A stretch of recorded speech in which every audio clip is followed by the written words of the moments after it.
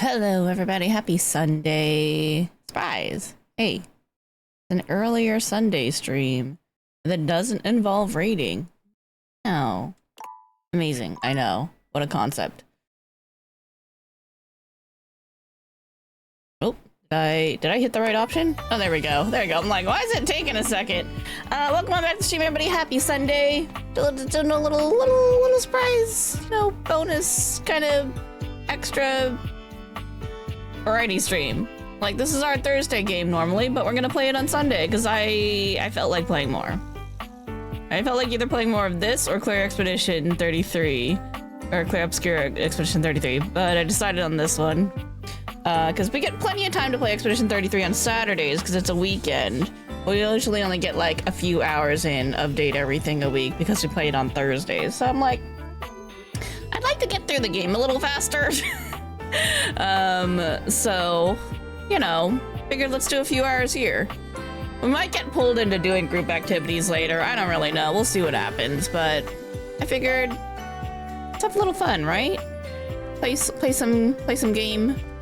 Where is my mouse? There it is. Anyway, so yeah, just gonna chill, just gonna vibe. There's no raid for a few weeks, so Sundays are kind of free for us to do whatever. I was grinding on 14 a little bit, and then I was like, I don't feel like doing anymore. So here we are, back to playing this. And then tomorrow for 14 news, actually for stream news, while we're in here, we can't actually deep dungeon because there's maintenance. So I'm like, oh, that sucks. So I don't know what exactly we're gonna do tomorrow. We might propose repo with the gang instead. Or if I make sure that there's actually seeds available, maybe we can Ironmon. We'll see. We'll see. That's a tomorrow's problem. For now, we're gonna play this. So let's take a look. Where did we leave off? Who are we hanging out with? We got a lot of relationship story things done for these beginning people. Oh, I did learn more about Dorian. I learned that there are a lot of Dorians, and you need to talk to all of them to get more story out of him. I'm like, damn. It's Ben Starr. We got it, right? Okay, anyway. Oh, Dorian exists in 17 different places. I like how it tells you right here. You gotta find every single form of Dorian. Okay, so we have... Do I need to make a list? I feel like we need a list. Hold up. I can do this. And I Alt-Tab and then make a notepad. Can we make a notepad? Yeah, we can make a notepad. Okay, cool. Notepad is open. I had some old notes on here about an appointment that I made for something in September. Okay. So Dorian 1 was front Dorian, right? Okay, so that's 1. And then who else did we see? And then 2 was electrical closet Dorian. Okay, okay. And then 3 was bedroom Dorian. And then 4 was attic Dorian. I can't spell attic apparently. Dorian. See all the windows I have open, very... Well, it's nothing special in there. 5 is... Tiny... Oh, it's an ironing board cloth. You know what? It's outside the laundry room. That makes sense. Ironing board Dorian. I wrote 3 instead of 6. And then 6, we met Trap Dorian. Okay. Trap Dorian was, whew, spicy. Okay. So now, it's now my mission to talk to all the Dorians. Oh, right. We were looking at what else was going on. Who else do we need to do story? Oh, God. Hector's kind of creepy.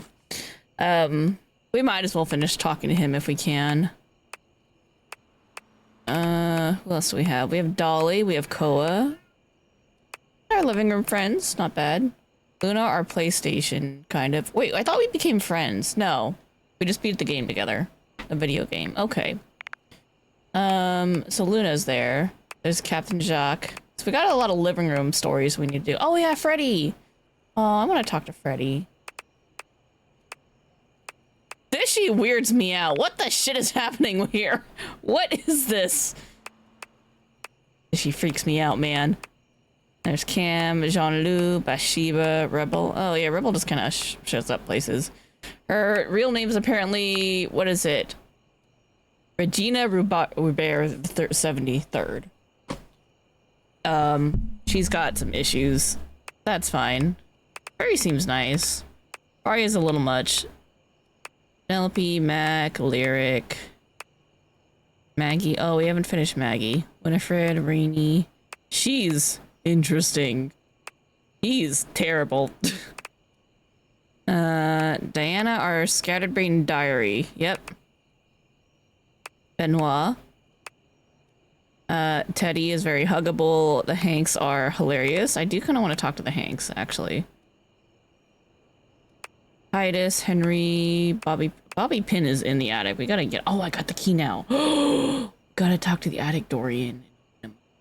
I forgot. But I want to talk to all the Dorians. Oh, we can hold off on the attic for a bit. We don't have to do that right away. It's fine. These people... There's a lot of people. I wonder where he went. Where did our time capsule go? Oh, this guy was a fucking weirdo. This guy was hilarious. This silhouette makes me uncomfortable. I'm just like, what is this, like... Near Automata or Tonberry head of my nightmares. And I say this knowing this is our nightmares. I kind of also want to talk to Reggie on his app and see if that does anything. Anyway, that's where we're at. That's where we at. I do also have to feed the kids in like 45-ish minutes. Anyway, Trickle's like, feed me? Hello? You said feed me? I said the magical words? Feed you? Where's the cat cam? There we go. There he is in all his glory. Chirico. Lashat. I kind of want to talk to Reggie. You've reached Reggie Rejection's special phone app. I've never clicked on it before. I need to know. Guaranteed to overheat. How can I help you spread some lovely rejection this fine day? I don't know. I just wanted to know what your app did. Does this app have any cool games? Can you teach me your ways, Senpai? I just wanted to tell you that you suck. You have any games? No. Okay. Let's pick a door. Any Dorian. The clothing is back in the closet. Hey. Posture check. You got 2 star on your ice cream. You want pato. Okay, pato the cato's warranted because there's a cat on the stream. There you go. Patoing the cato. And hydrate. Does drinking tea count as hydrating, or do I need to drink water specifically? Oh. Can't see chat. Hold on. Oh, I also need to log this Dorian that we're talking to. I'm so set up here. There we go. Okay, left closet. Dorian. All right. The old wounds of love have been healed right up. Oh my god. Trico, stop moving the monitor. We kind of cleared room in the fridge with drinks. Drinking our drinks, probably. Oh, so does that mean you want to order more drinks? We could do that while we're feeding the cats in like an hour. Thank you for doing that. You're welcome. Separation is usually what is best for us all. It just seemed like the right thing to do. I just wanted Dirk for myself. I couldn't take Harper being with somebody who wasn't me. No, it just seemed like the right thing to do. Those two were toxic for each other. It was crazy. I got so invested in their story because I'm like, oh my god, this is a train wreck. I can't stop watching. It usually is. Alright, should we just get the bedroom shit over with, including the spicy Benoit? Let your light shine through. Okay, good to know that's still Lux. All right, let's do 18 plus Benoit. Remember, this is an 18 plus game, y'all. Benoit is in a graceful split on the ground, bending forward so that their nose touches their knee. They smile when they see you. They take their sweet time getting up. Perhaps they intend to show off for you. Oh, hello. Don't mind me. Just trying to keep limber after all that time in your drawer. I'm glad you came to see me. I thought of a wonderful way for us to get to know each other better. Aside from the obvious and surefire method, sex. That's not always the best way to get to know someone. That is true. Much better than good old-fashioned conversation.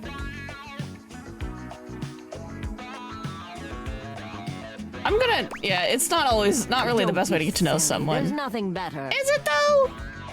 They pull a small black and red box out from a drawer. Sexy questions for sexy people. Oh, questions are kind of fun though. A card game designed to help couples working on their intimacy. Not that I need any help with my intimacy, but you seem a bit shyer than me. Okay. So we might as well make a game of it. Benoit draws a card and reads aloud to you. What is the wildest place you've made love?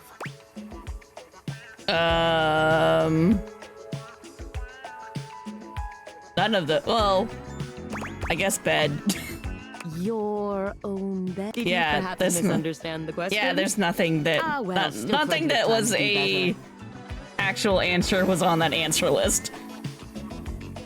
Benoit tosses the card aside, pulling another. Okay, how about this one?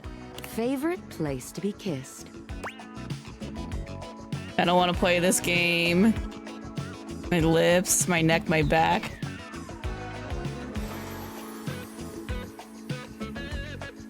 I don't know. Your lips? For the record, my favorite place to be kissed is just above my hip. You know, if you are curious. Benoit rummages through the cards, frowning at the ones they pull up. Surely there are some more interesting questions than this. Oh, God, no, not this one. Eventually, they finally pull one that puts a twinkle in their eye. Describe your perfect date night. That sounds surprisingly chaste. It doesn't have to be. Besides, it'll give me some great insight into who you are romantically and sexually. And to sweeten the pot, I'll tell you mine too. Hold on, I'm gonna fix the camera. It keeps reading weird expressions. There we go. Dinner, movie, no date, we just get, nope. Something we both enjoy. Like... God, I suppose I'll just have to take the lead here. Benoit puts the card away, running a hand through their tentacle-like hair. I like how they are very aware that her hair is tentacles. Now, for my perfect date, you invite me to your place. We have an intimate dinner that delights and satisfies without leaving us too full. Sorry, I really had to sneeze. After all, we have after-dinner activities to look forward to. You give me that look, taking me by the hand and leading me through your glorious, immaculately clean mansion. I wish I had a mansion. Both of us know where we're going, but neither of us says a word. You open the door to your basement, where the vibes shift immediately. You don't want to see my basement. It's like the crawl space underneath, and boys, there's some weird shit down there. This is no ordinary basement. This is a dungeon. You bid me sit on a black leather couch as you sit across from me, snapping your fingers. Why? A man dressed in vinyl from head to toe slithers out from behind some black silk curtains, offering me a shining silver tray covered in sex toys of all sorts. I run my fingers along the spread, acting as though I just can't decide. But we both know there's only one choice.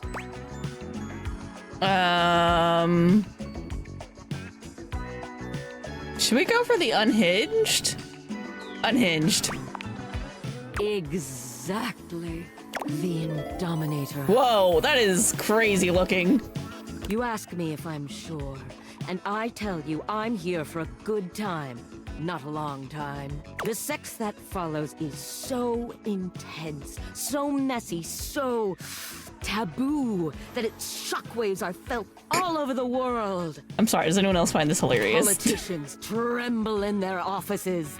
Couples feel an unexplainable draw to do that thing they've been curious about, but too scared to try. It's a little too over the top. Joining causes a worldwide tidal wave of nut that ends in world peace. Are you like okay? Because you're like a little too over the top. Kind of self-important for fantasy, isn't it? A worldwide tidal wave of what? Gross. Kind of self-important for fantasy, isn't it? What fantasy isn't self-important, darling? Benoit I mean, I puts guess. the box of cards away, their gaze far warmer than when you started. Well, now with that behind us, how are you feeling? Wouldn't you like to shake the dust off those hips?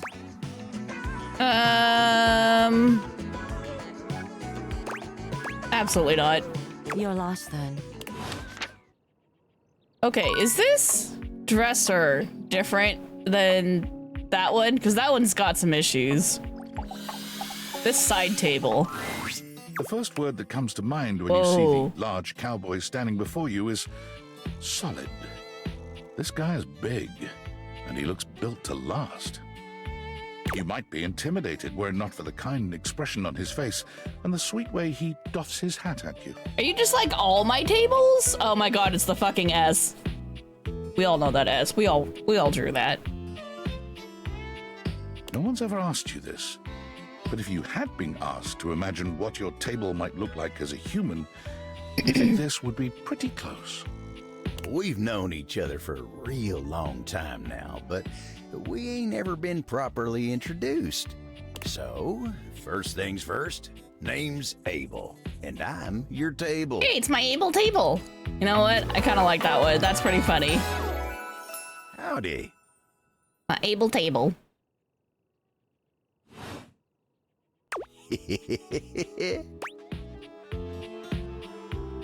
Nice to meet you. Pleasure's all mine. You know, it's a table. It's my job to hold things up all over the house. And I appreciate that. Thank you. And I take my job real serious. So, if you're here talking to me now, you must need something more than just my support. I don't know. I want friends. And if there's one thing Abel's gonna do, it's make sure everyone in this house has what they need. So, what can I do you for? There's gotta be something. I'm just getting to know everyone around the house. Do you have any dating advice? You're assuming I'm here for you and not just walking around my house. I'm just trying to get to know everybody. Oh yeah?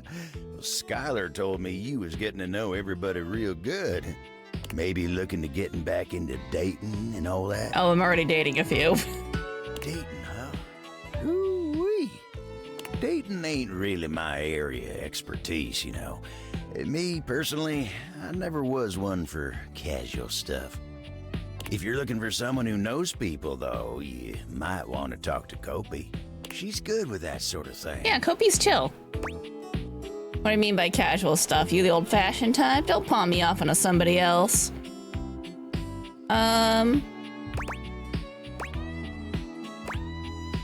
You the old-fashioned type? I guess you could say so. All that talking and whatnot. Trying to fit each other's history into bite-sized portions. Oh, it just ain't my speed.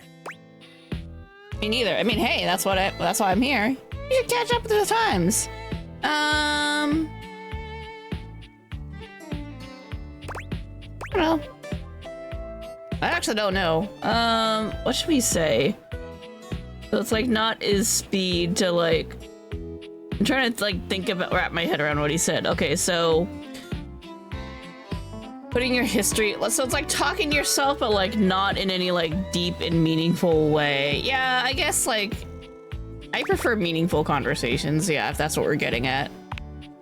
Well, I'm just glad I ain't the only one who feels a little left behind by the whole thing. But don't you worry. Kopi will get you on the right path. Man, my neck really hurts. I'm gonna take some Tylenol. Winda, tell her I say hey when you see her. I mean, I'm already friends with her, though. Will do. Thanks, Sable. We'll see. I should say thank you. It's just polite. It's just polite to thank your table. Oh, I'm like knocking shit down. Careful me. Oh my god, there goes my phone. Phone?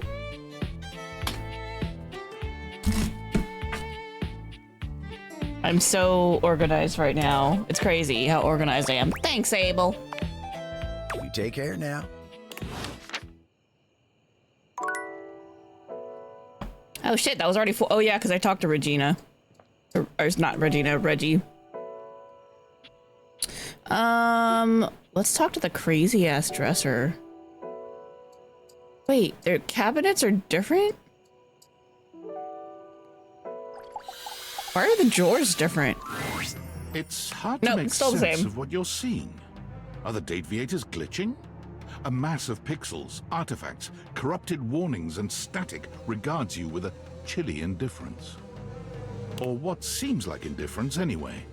This entity is difficult to read. I don't bite. I think. Do I? You're a virus. You can if you want. Well, do you or don't you? That's good to hear. A little munchie's never hurt anyone. You can if you want. Not sure if I do. Not yet. Did I? Have we met? I don't know. You just have a really nice voice. Not yet. Is that a lie? Is he right? Is it a lie? Thinking about it too hard makes your head hurt and your nose bleed. Dude, I don't know, man. It is. Not yet.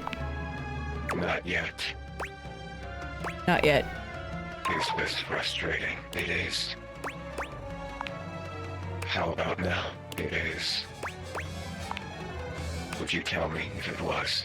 Well, you can't, so. Not yet. Would you lie? Damon, let me save you the trouble. Not yet, and yet, and yet, and yet. You want something. Pick your poison. Damon ending equals hate. Damon equals friendship. Damon ending equals love. He has a nice voice. Define love. The opposite of hate, what is love? Love. The absence of loneliness? No. Love. Love. Like this. What is the weird shaking?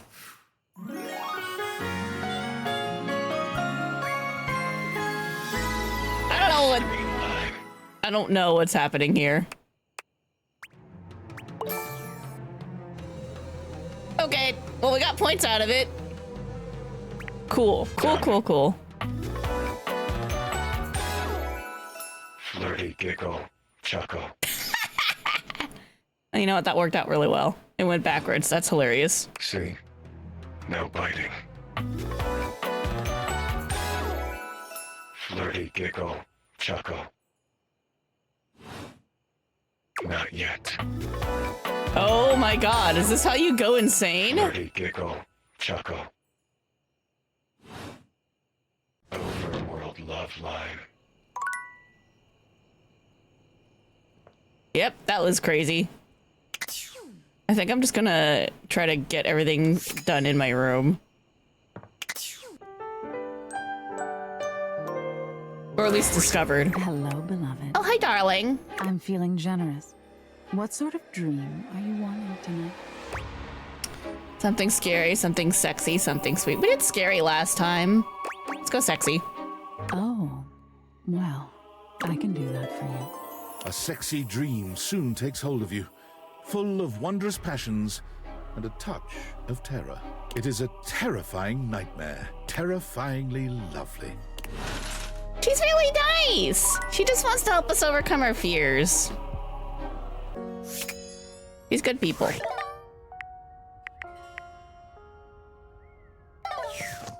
Okay, I want to talk to the other Dorian because I think I remember seeing that the other door is different because like it's per door. Now that the clothes are here, there's nothing in the world to complain about. Really? Right closet Dorian.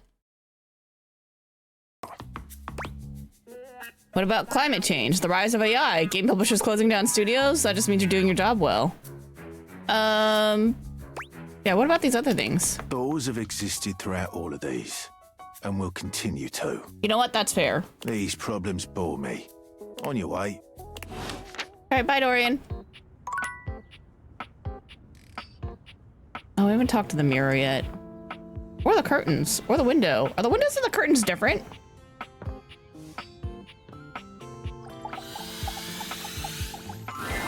The figure who stands before you has the casual, confident air of someone who knows just what she's about. Her short hair glows with the colors of sunrise, and her blue eyes drink you in without a trace of shame or embarrassment.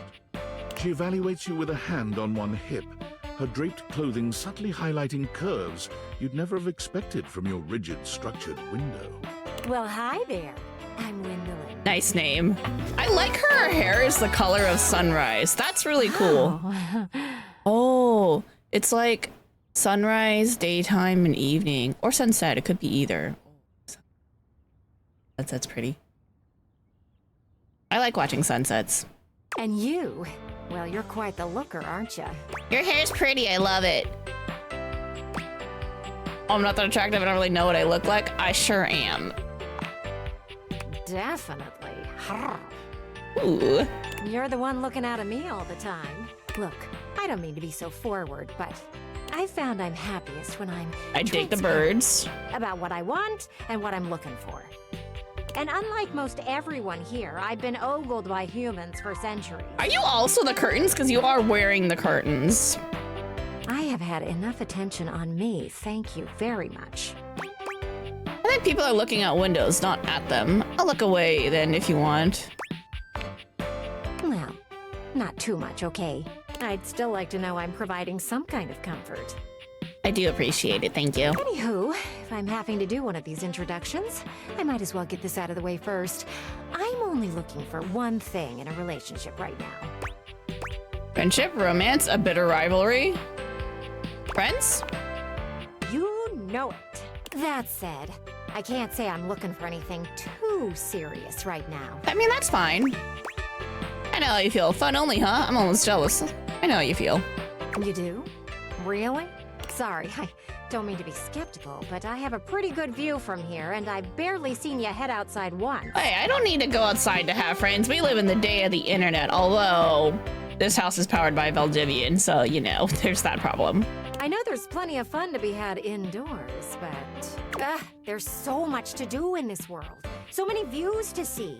Even just the simple joy of a night on the town. You know what? That's really fair. Yet here you are, taking a breather, same as me, but you haven't even had fun yet. I am having fun. What are you suggesting? I really am working on it. Oh, I know, cutie, and I don't mean to rush you. I just want to see you live a little, that's all. Stop watching life pass you by. Enjoy yourself. Kiss someone. Oh, I have kissed someone. Kiss many someones. I have done that too. And then maybe, in between your adventures, you can come tell me about all the fun you're having. Sounds great, Gwendolyn. I'll report back. Over and out. She seems nice.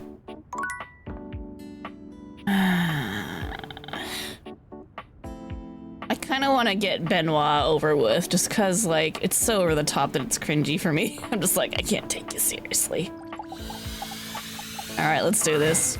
There you are. Come, come. I have something fun for us. Benoit waves a massive bolt of what looks like plastic wrap at you. Is this some sort of weird fetish thing? Do I want to know? You're not going to wrap me in plastic, right? Do I want to know? Don't be silly. This is just to protect your bedroom from our activity. What? And while I'm hopeful it will end in sex, that's not the activity. They beam at you. We're going to bond over food. Okay. And sensuality of the human body. This sounds fun. I saw them do this on an episode of The Confirmed Bachelor. They stripped down to their underwear and covered each other in lettuce, tomato, shredded cheese, sour cream, and ground beef. Have we talked to Mitchell about this, though? When it was all over, they rolled up into a blanket-like tortilla. It was very sensual. What's essential about that? Oh my god, yes, food. I knew you'd understand. Come now, help me get this plastic down, won't you? Can't have sexy fun if you have to do a bunch of unsexy cleanup. Yeah, that's very fair. You're not doing this in my room, I guess. It's gonna be so fun. It actually does sound like a fun Benoit activity. spread plastic all over your bed and the surrounding areas, ensuring that you won't make a taco-scented mess of your bedroom. Yeah, that'd be unfun. When it's all done, Benoit gives you a coy glance. Time to get naked. I changed my mind on doing this. Can I keep my underwear on? Yeah, keep the underwear on. Of course. Both of As you you said. strip down to your underwear. But it's hardly a sexy atmosphere. Benoit is too busy preparing both of your toppings. Beautiful. Now, which of us should be the first to go? I don't care. I don't know. If you're unsure, I'll go first. Benoit lies down on your plastic-wrapped bed, giving you a look that can only be described as hungry, in more ways than one. Go on, don't be shy. Start with the beef. You plunge your hand into the bowl of ground beef, and regret hits you immediately. Does it It's feel cold, weird? gritty, Yeah. and somehow both squishy and crumbly. Okay, sounding less fun. I mean, I feel like with desserts would have been more fun. Because you could do like whipped cream and then fruit and then like wrap it up in a crepe. And that sounds more fun than tortilla. So gross. I'm only doing this for you. It's the sexiest thing I've ever been. I'm only doing this for you. How sweet. Now, the beef. Okay, lady. In your hand, and the meat almost seems to hit Benoit's body in slow motion. They gasp, writhing as the beef bounces off their skin and rolls across the plastic. It goes well enough that you decide just to go for broke, dumping the entire bowl over Benoit's body. This earns you a lilting moan of approval. Yes, very good. Now, tomato and lettuce. This is sounding This one more isn't weird. quite as unpleasant to the touch, though it's just as cold as the beef. Why is it cold? Still, Well, I guess these Benoit make sense to be gasps and cold, but the rolls meat. beneath the rain of toppings, acting as though you dripped hot wax onto them instead. The cheese. She's still a little over her top. You shower Benoit in shredded cheese, carpeting them in Them. cheddar. Sorry, they're still a little This over the too top for me. pleases them to a degree you'd not thought possible. Even below the mountain of taco ingredients, you can see their chest rising and falling with short, panted breaths. The sour cream. Please. Okay, are you sure you can handle it? Please. Benoit has generously provided an oversized condiment bottle for you, so you pick it up now, aim it, and squeeze. The pleasured sound Benoit makes is almost inhuman. It sends a shiver up your spine and rattles the walls of your Whatever bedroom. floats your boat. You I'm wonder glad for it a makes you moment happy, if the though. neighbors heard that, even without the deviators. The tortilla. Please.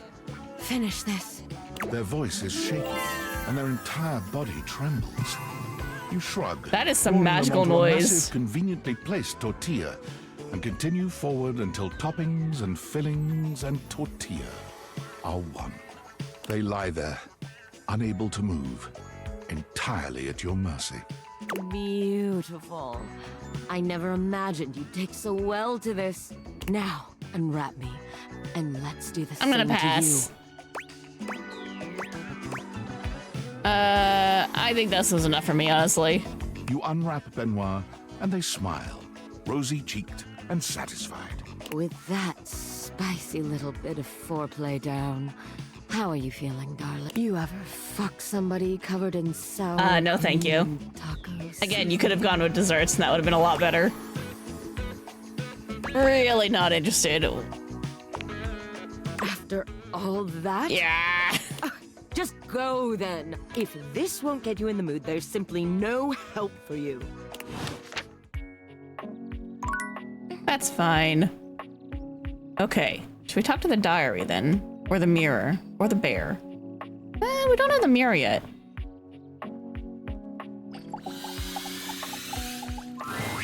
Your mirror has done its job dutifully over the years, accurately reflecting your image back at you in good I think we talked to you times in the demo. and bad. But today, there is no reflection for you to scrutinize. Only a long-haired beauty who looks at you like you're a work of art.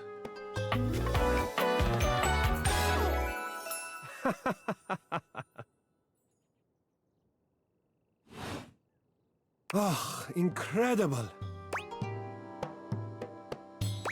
Who, me? Amir throws his arms out to stop you, gesturing to you to stay where you are. No. Don't move. Step back into the light. Like this? Yes. Breathtaking. Look at you. Do you see how well I can frame your face from this angle? You are glowing. Means, I totally see it. Thanks for noticing. But I could not help noticing. You are radiant. I simply reflect the beauty in front of me. Thanks. I really love hearing that. I can Way see. to gas me up. Your beauty must be something you are already familiar with.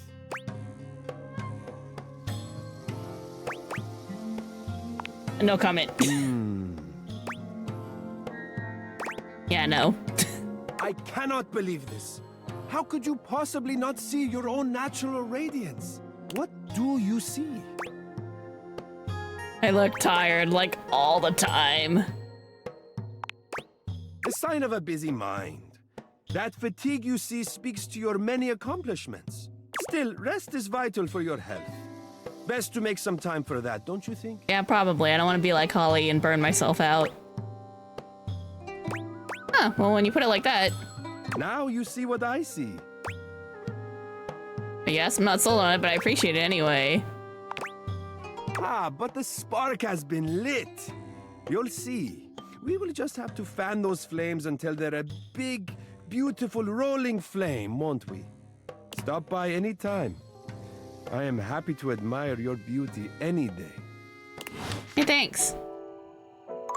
Oh, there is a vent in here. Alright, let's get Hector over with, because he's so creepy.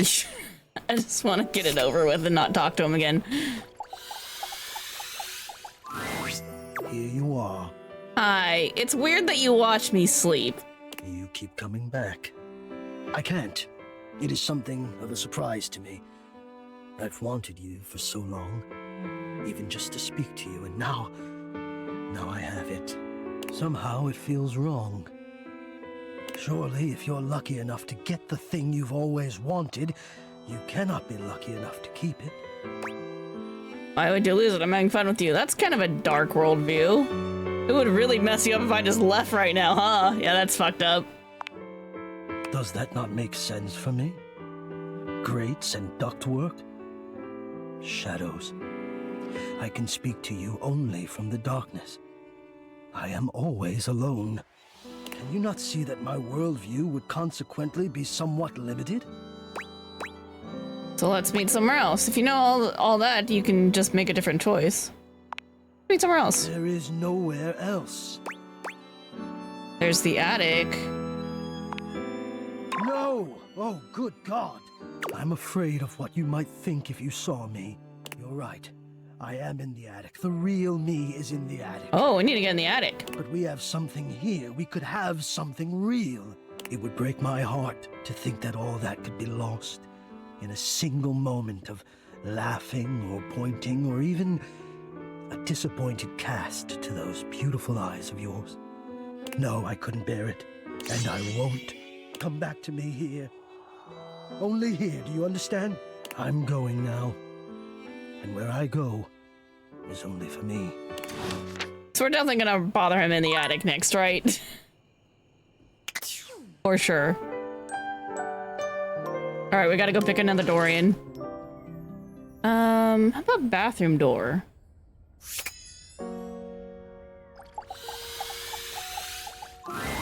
Dorian, for once, does not stand in your way. Perhaps even he knows there's no sense in blocking bathroom access. Yeah, that would be weird. Bed, bath, door.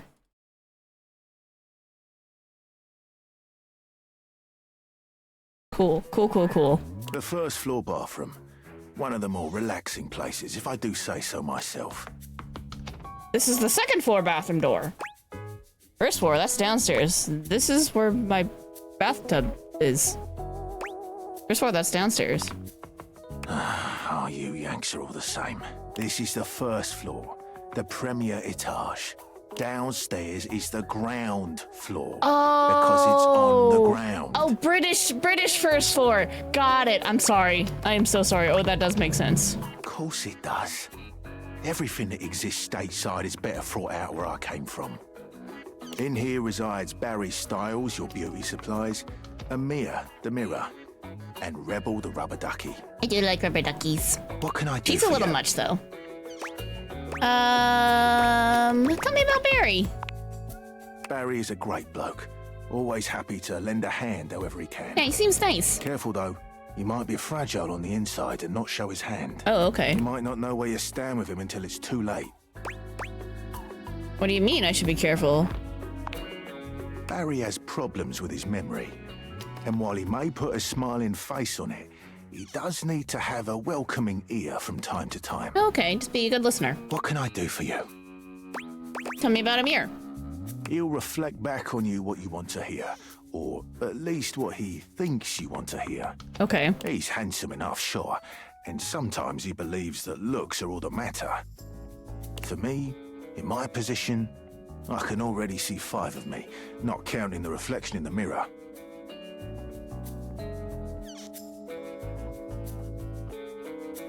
What do you mean? There's the 2 closet doors, the bedroom door.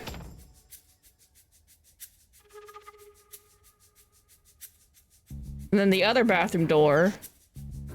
And then yourself? No, not the reflection in the mirror. Shit! There's another one? That's, more than enough self-reflection for this door. What can I do for you? Tell me about Rebel. They are, rowdy. Okay, sounds like kind of fun. You seem to use understatement a great deal. Precisely. They are, 3 degrees more rowdy than rowdy. I think that's a fair assessment. So 5 degrees. Spot on. Might want to turn on Skylar's content-aware feature if you have concerns. Oh, yeah, that's probably fair with her. What can I do for you? I've heard enough. I've said enough. What do you mean there's another one? That's the sink, though. That can't be another door. That's Jean-Loup. 1, 2, 3, 4. How are you seeing on 5th? Can you see this, too? Ain't no way, right? I don't know, man. What? Alright, getting Benoit over with. Benoit starts when you enter your bedroom. They look as if they've been waiting for you. There you are. Do you realize what today is? I don't know. No? Of course you forgot. It's the anniversary of the day we met. Or Oh. should I say, the anniversary of the day you pulled me out of several boxes, and you and all your friends laughed and laughed. Oh, my housewarming party. It was pretty fun, though. Sex is not a joke. Why do you think I've been so desperate for you to see me as the sexual powerhouse I really am? I thought perhaps you'd remember our anniversary coming up, and that you'd take this opportunity to rectify the indignity of our first meeting. Clearly, I can't count on you to do this yourself. Yeah, that's not fair. How could I when I didn't even know? Don't be such a baby. How could I when I didn't even know? Well, you know now. You All right. never even used me. What the hell am I supposed to think when the first time we meet, I'm held up as a fucking joke? Tell me I'm not a joke to you. They look at you with genuine pain in their I eyes. am very sorry about Their that. lip trembling with barely repressed anger and sadness. You're not a joke to me, Benoit. Thank you. They turn away from you, wiping at their eyes. I never wanted you to see me like this. I need to be alone for a while. That's fair. I want to know if the curtains are different than the window. A charming, well-dressed duo stand with their backs to you, peering through the curtains and pointing at something outside that you can't see. They seem quite absorbed in their own conversation. Look over there. Look at that. Across the street. What are we looking at? What do you see, Rod? I see a dog. I see a car that could use a wash. Hey guys, I have awakened you to speak to me, the human. Hey guys. One of them turns to you, holding up a finger before turning back to his friend. Hi, 1 second. Now, why in the world do you think I would care a single thread about an unwashed car? I don't know what you want from life, Kurt. The shoes, my dude. The shoes. Oh, you were looking at the neighbor's shoes. Those are nice. Right? That's what I'm saying. Hey there. Hold on. Those are way better than those shoes we saw last week. Ain't that the truth? Only time I wish Wendelin would have fogged up. Those kicks could have kicked rocks.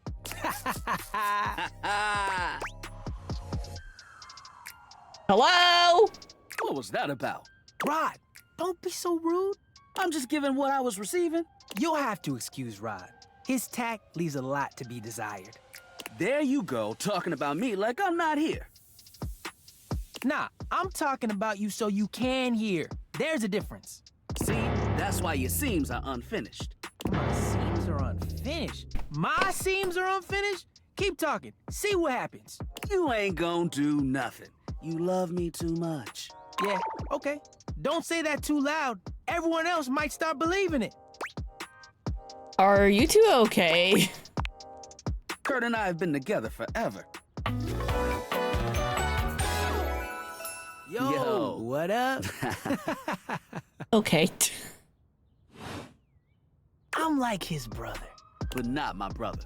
If we were related, you might actually be polished. We both know you wouldn't look good unless you were next to me. Who told you that lie? You two are sassy. Say, who do you think looks better? Me or this delusional drape I call my friend? You both look good. You know, it's you, Kurt. Rod's rocking it. I do think Kurt looks better than Rod. Assuming this is Kurt, right? I think so. Yo, what? Nah, I claim bias. You don't even know what that means. You asked the question, so they sided with you. Bias. Okay, so you do know what the word means. This is tough to listen to. Why is that? Because we pull each other's threads? What good is a platonic life partner if you can't clown on them every now and then? I guess that works for some people, yes. And with a face like his, he makes it easy. Oh. Well, at least my attitude ain't stank like yours. My attitude is great. Man, if your personality had a scent, it would be mothballs with mildew. Ooh, rude. Okay. That was a good one. Burn, you smell like mold. Whoa, okay there. Calm down. He's being shady, not mean. But what's the difference? What does the sun have to do with any of this? But what's the difference? Being shady isn't always a bad thing. Oh, to the contrary. I'm shady all the time to Kurt. Why? Because I love him. Oh, so it's like your love language? I guess you could say that. Yeah. But we have rules. Oh yeah. You must throw shade appropriately. Okay. What do you mean rules? Yeah, I don't, what do you mean rules? There are 5 rules to throwing shade. First off, you have to know the person. Fair, that's a good rule. Sure. You can be shady to folks you don't know, but that is just me. Mm-hmm. Wait, we made fun of the new mail carrier just the other day.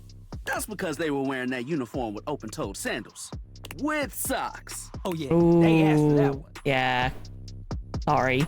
This rule is one of those do as we say, not as we do things. Unless we ask you to do it with us, at which point you better come correct. Which brings us to rule number 2. If the roast ain't hot, you're toast. The shade is all about the laugh at the end. Maybe even a strong guffaw. Okay. A guffaw? Are you a cartoon dog person? 'Cause if not, I best not hear a single guffaw out of you, Rod. Goofy. Keep your aim true. Never bring in secondary parties. Others shouldn't be collateral damage because you decided to mix patterns and it turned out unfortunate. I tried to throw shade on Kurt's mom once. Mrs. Chiffon has never done anything and she will not be brought into this foolishness. I see that's still a touchy and sore subject. Okay. Rufo. Read their body language as you read them down. Everyone has their line and their limit. Don't be so caught up in the goofs that you step on that line. Good rule, good rule. It's easy to be on a roll and run right over your friend. Yeah. Which is why rule number 1 is important. If you don't know them, you don't know and might actually make them upset. I gotta be real. We do clown on certain people in the group too, and this is an important one that like some people have trouble making this distinction and watching the reaction because, you know, sometimes when you're joking around with your friends, sometimes they're just not in the mood and you gotta back off and you gotta recognize that. And some people are really bad at recognizing it. Right, like I don't talk about Rod's crush on the blinds at the last house. Dude, not cool. Sorry, I was just giving an example. You've really thought this out. I didn't realize so much went into just smack talking. Really thought this out. It's an art form. And there is one rule that you absolutely cannot break. Oh, yeah. The final rule. Rule 5 is... If someone you know starts throwing shade on your friend... You better prepare for war. Good rule, good rule. It is your duty to fire back. Verbal warfare has begun. Do what you gotta do. And yeah, those are the rules of shade. You got them all? I do. Thank you. Oh yeah, I sure as hell do. All 5 locked in. I wasn't really listening. Could you say that again? All 5 locked in. Okay, confident. I like that in a person. If they breathe, Kurt likes them. You act like you're the one to talk. The tree outside sways, and you think it's flirting with you. How can you not be charmed? Have you seen those branches? All the grass is just playing hard to get. And the grass is just playing hard to get. Yeah, that's pathetic and stuff. Wow, no.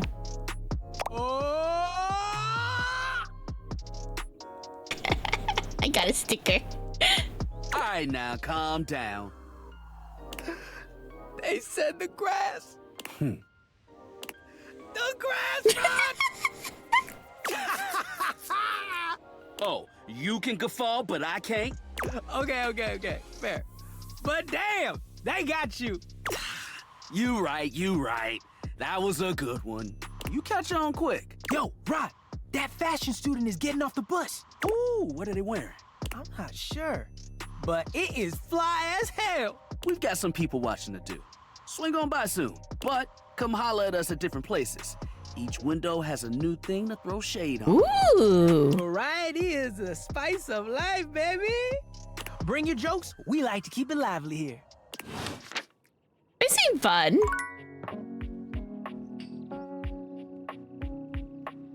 All right, what else we got? What is the triangle? An angular beauty sits in contemplative silence, her head resting on one hand. She doesn't greet you even when you stand directly in front of her. In fact, she doesn't even look at you.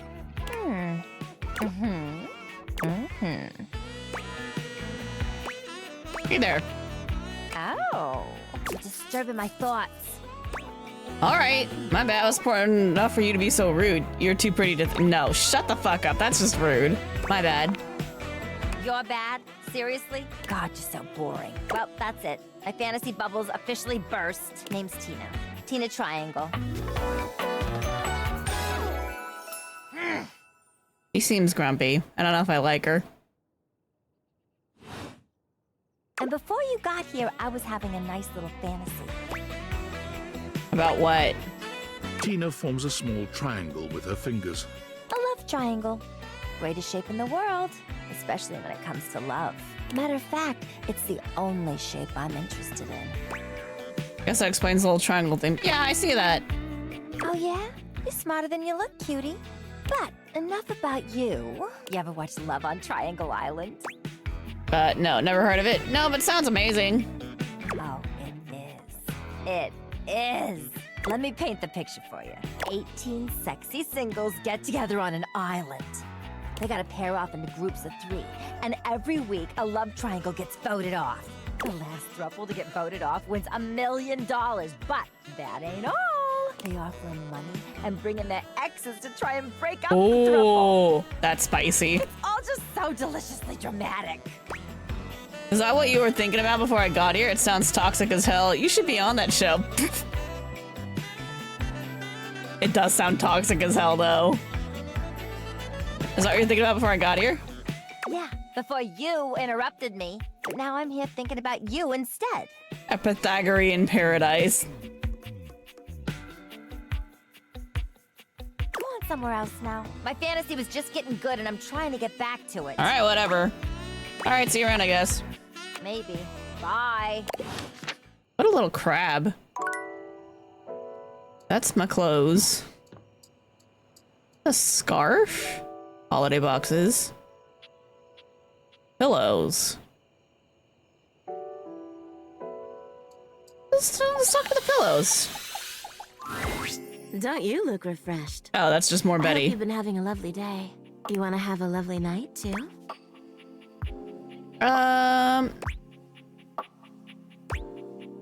Would make her happy. He's too nice for me to make her sad. Fine, alright. Oh. See you tonight, then. Dang. Okay, so that's just Betty. Oh, should we talk to the shells? We should talk to the shells. And the elephant tells. I think that'll be it. What do you mean?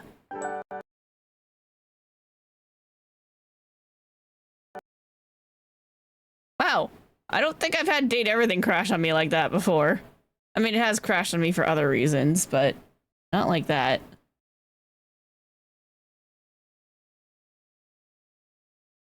Well, now we relaunch it. Now we wait.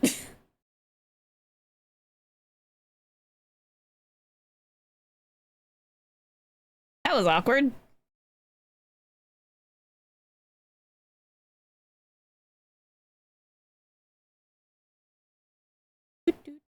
Good thing it auto-saves. Team 17!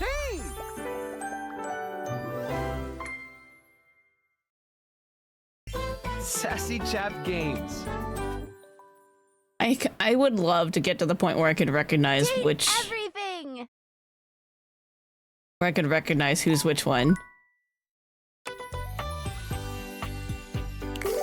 Alright. Where did it leave us off?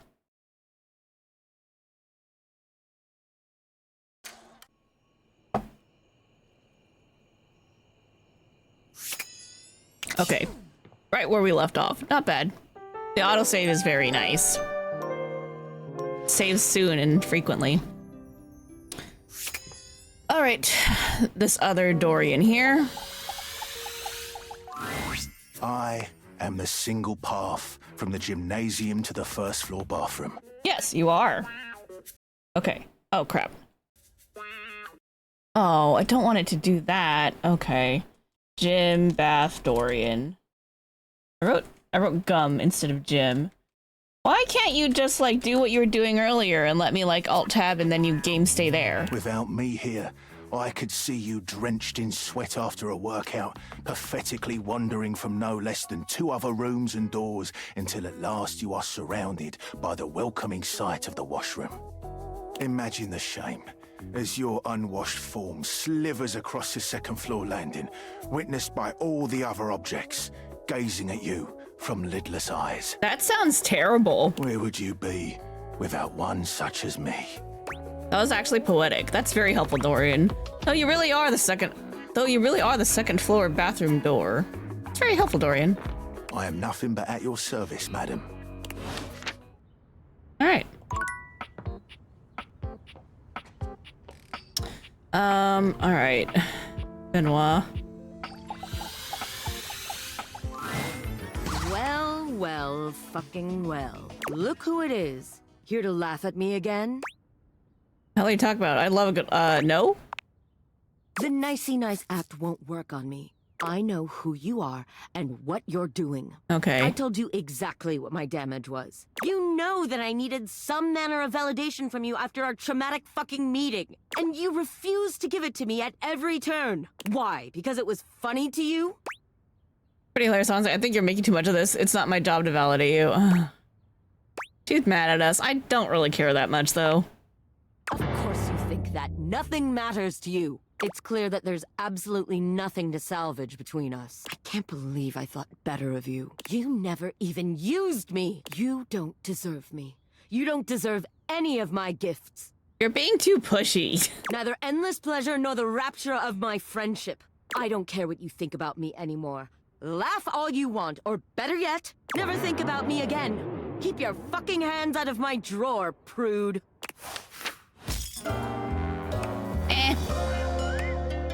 Go fuck yourself. Without me.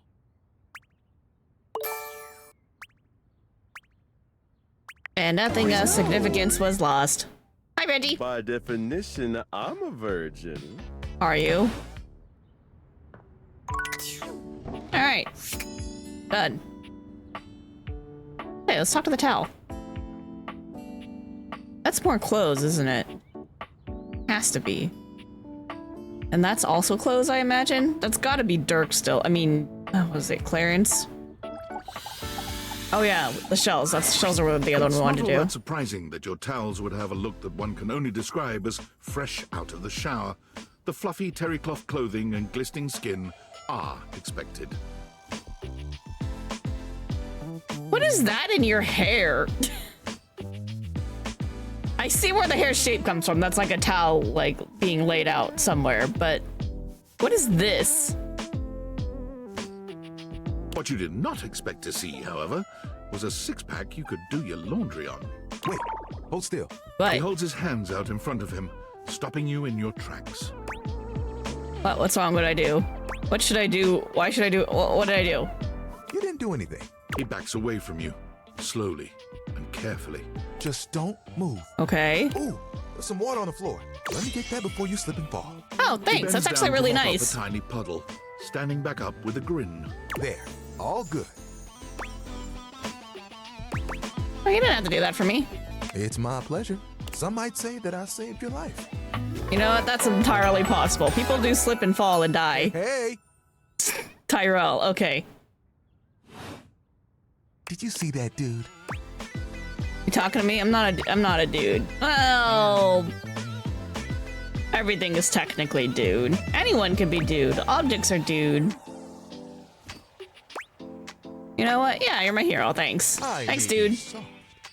But I'm hard against spills. He mimes playing a trumpet, imitating the instrument with his mouth. Okay, that's funny. I dry as quick as my wit. If you get wet, don't get upset. Isn't that right, my absorbent sidekick? He holds out a small swan-shaped towel for your inspection. All right, that's cute. Charming. Quack. Whoa, what's that? Oh, this? This is Little Buddy. He's pretty cool. I can fold him into anything I want. Today, a swan. Tomorrow, who knows what the fabric of the universe will weave? I mean, I only know how to fold like there are two others, but still. All right, fair, fair. Keeps me busy between cleaning spills and warming up your body. Damn, that was quick. Warming my body, you say. Ooh, saucy. Anyone would be lucky to be wrapped up in you. Ooh, saucy. Who doesn't like being close to someone? I'm just lucky that it's a part of my job. Spills happen every day. No big thing. But the hard part is getting dry. For the big jobs, I work with Washford and Drysdale. But I work pretty independently, you know? I can make a bit of a mess. Being clean is one of my life goals. Don't I know it? Even though you don't spill too much, I'm there 24/7 on call. Not to tug on my own thread, but I'm proud of the work that I do. Is work all you care about? Surely you have bigger aspirations. Oh, like you have bigger ones? What do you want? To be the best customer service rep who ever lived? No. Travel the world and eat all the good stuff, but have it all be free. Get through next Tuesday. Yo. Real? That's too real. Travel the world. Sounds impossibly ambitious. I know. There are things I want to do, but my job is important, you know? Those spills ain't gonna unspill themselves, and I won't be spilling things to you until I get to know you better. Fair. So, let's make a deal.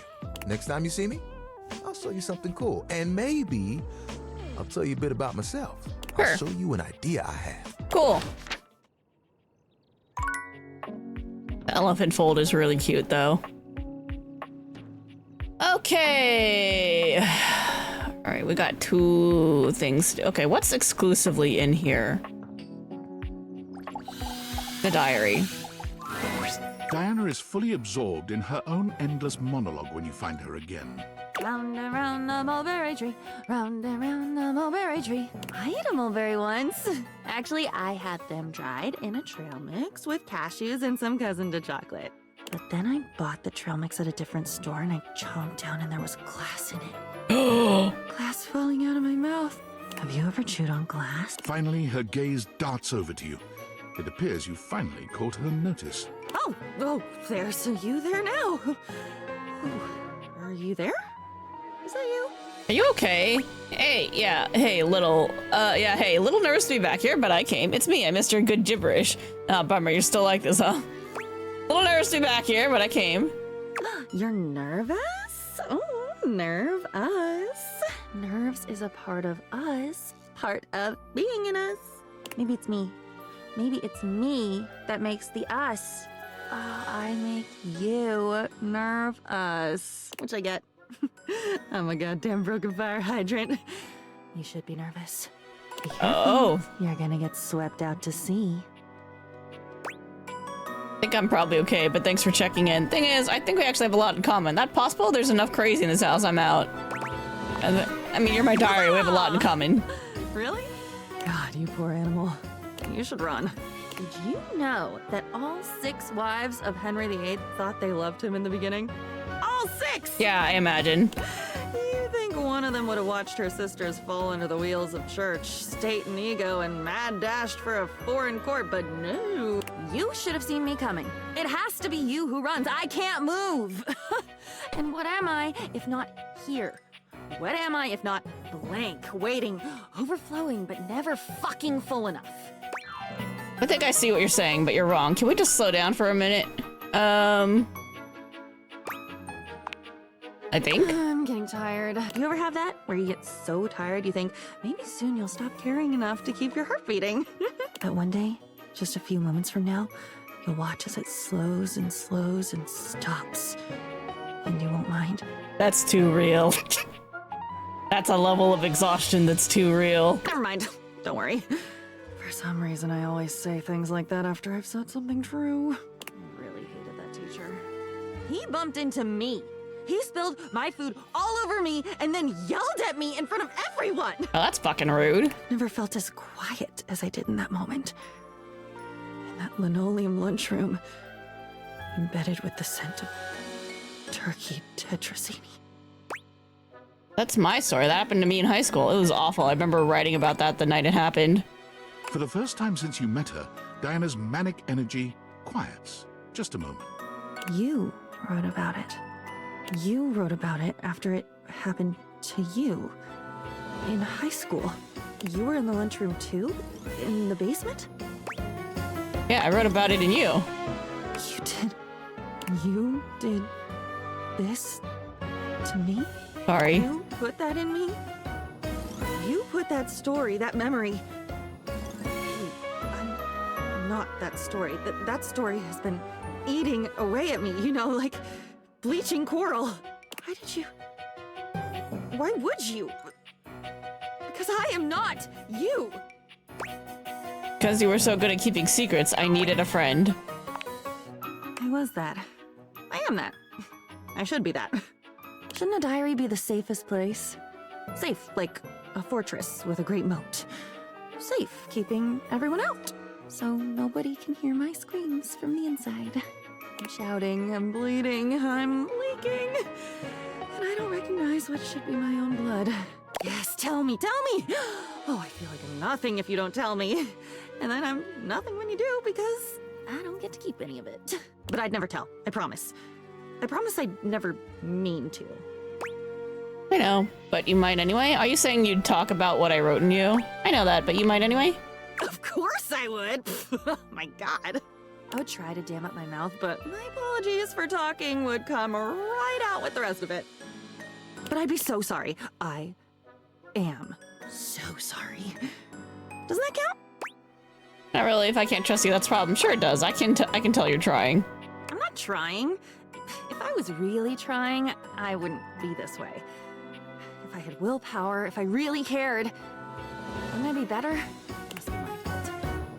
It must be me being screwed up. There's nobody else here. There's nobody. It's just me. It has to be me. I should be better. You should go, or I should go. One of us should, and hurry. Once you're at the bottom of the rabbit hole, the lights just get dimmer, and then they die. It's okay. I've been down before too. I'm not scared. Of course you've been down. Where do you think I learned how to do it? You should be scared. I'm scared. Let's be scared. Quickly, quickly! The wind is picking up now. She's like the voice of our inner insanity. Which is crazy.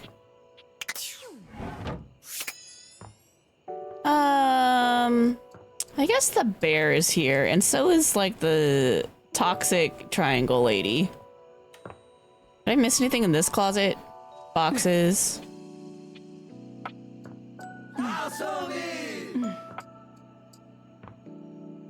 I could talk to the Hanks. Oh, I said I was gonna talk to the shells. I forgot. A well-muscled athlete stands before you, shifting restlessly from one foot to the other. There's a strange air of anxiety to her, despite the broad smile plastered on her face. She seems a little too happy to see you. Hey, what's up, dudette? How are you? I am so good, my dude. Hell yeah, Brosafina! That's what I'm trying to hear! I can't believe we're, like, actually talking now, Dudette! You've walked past me 1,000 times and never even looked at me, but that's totally okay. You need validation. After all, I don't do this for the recognition. I'm just a humble shelf trying to grab life by the horns. Gotta carpe that diem, if you know what I'm saying. Oh, drywall! I almost forgot to tell you my name. Slow down and take a breath. Sorry, just been busy. Go on then. Okay, here I go. The name's Shelly. I'm your shelves. She is ripped. Yo! Where's the tiny It's my plant? job to hold your stuff up with my amazing muscles. I really enjoy doing it. Why does it feel like you're trying to convince me you like it? Yeah, I can tell by the way you're yelling. That's really great to hear. That's really great to hear. Great. Truly glad to hear it, Bromiga. Anyway, it's really great to hear from you. This experience is 100% aligning with my years-long fantasy of meeting you. I've never truly been happier. Are you upset with me? Did you think I was gonna be cooler? I kind of thought Shells would be a little bit chiller. Did you think I was gonna be cooler? Oh no, you're amazing. 10 out of 10 human being. This is going really great, actually. Not a disaster. I'm just gonna go for a completely unrelated reason. Later, Dunarina. I think she was nervous.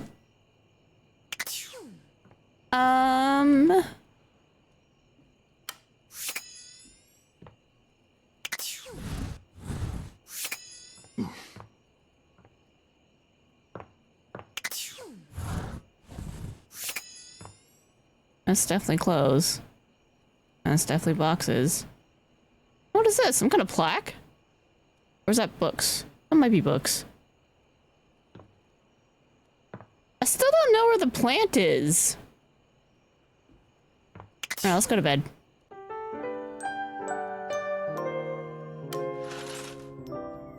Alright, time to find the next story in.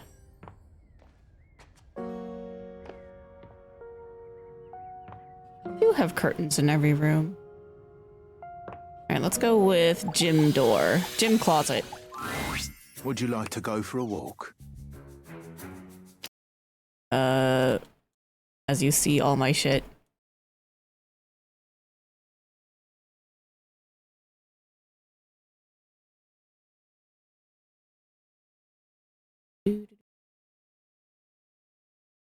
In closet. Dorian.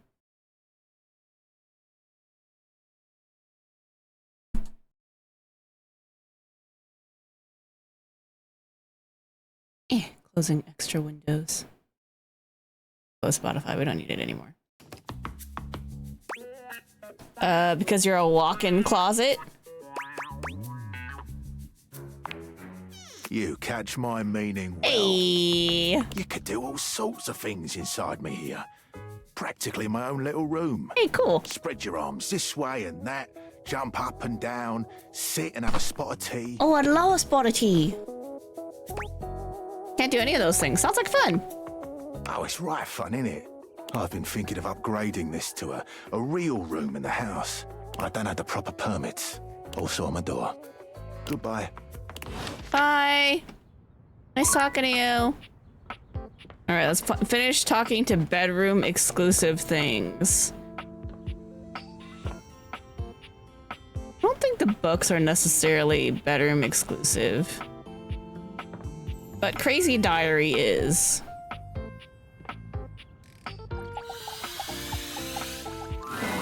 It's you! And I know it's you because it's not me. Because I am me, and you are you. And we're different. I'm your diary. I'm holding all the stories. Dear God, you have a lot of stories. It's all so damn sad. Oh, no wonder I feel this way all the time. You only come to me when you have something horrible that you can't hold all by yourself. It's something painful and weird and full of spikes, and when you've had enough of it, you just close me and walk away. What have they said about love being blind? I think maybe her scales are snake scales, that circuitous, sneak-thieving bitch.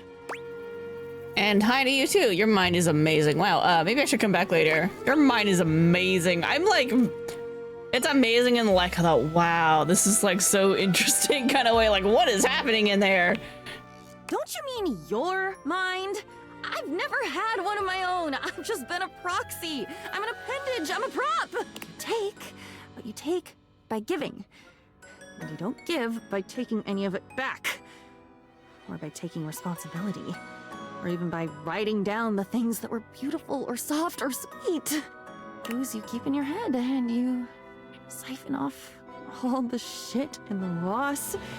And seething resentments until I'm drowning in you. What if I wasn't just you? What if I am? On my own? What if I could watch a sunrise and think not about the people who will never be able to watch it with me, but about how pretty it is? Maybe I can.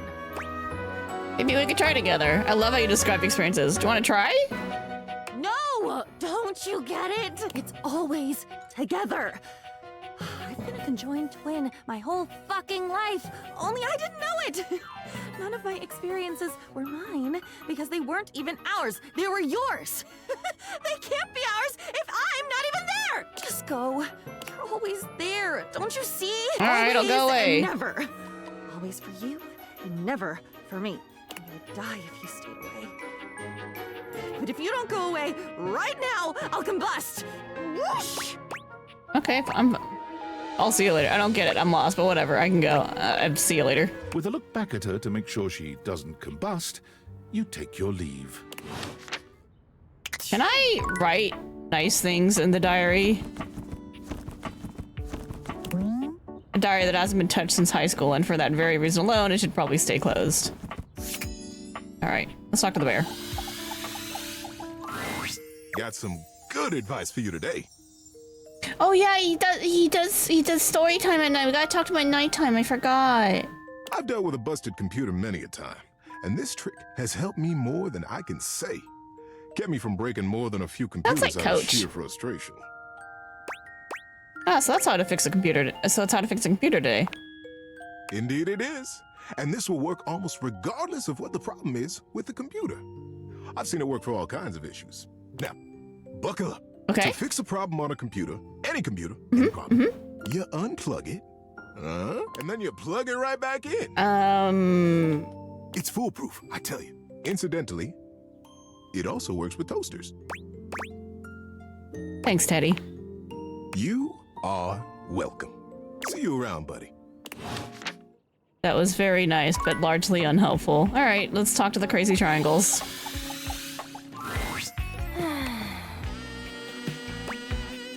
No fantasies today. Looking at you, look at you living in the real world this time. What are you up to, Tina? Nothing. Absolutely nothing. That's the problem. Well, since you're here now, you entertain me. I'm not a trained seal. That's a first. A clown asking to be entertained. I'm not a trained seal. Yeah. If you were, I might be laughing instead of sitting here bored. All right. That's enough out of you. Look, since you're here taking up my time, maybe you could do me a favor. I'm trying to get back on the market. You're looking for a date? Yeah, it's a goddamn crime for a gem like me to be lonely every night. I need a partner, someone who understands just the kind of triangle I am. I need someone who appreciates all my angles. Cute, obtuse, right? Head, shoulders, knees, and toes. I'm more into curves and angles. Yeah, all of that. If you can't bring me nothing like that, I ain't got no use for you. So get out of here! Oh, alright. Man, she's a crab.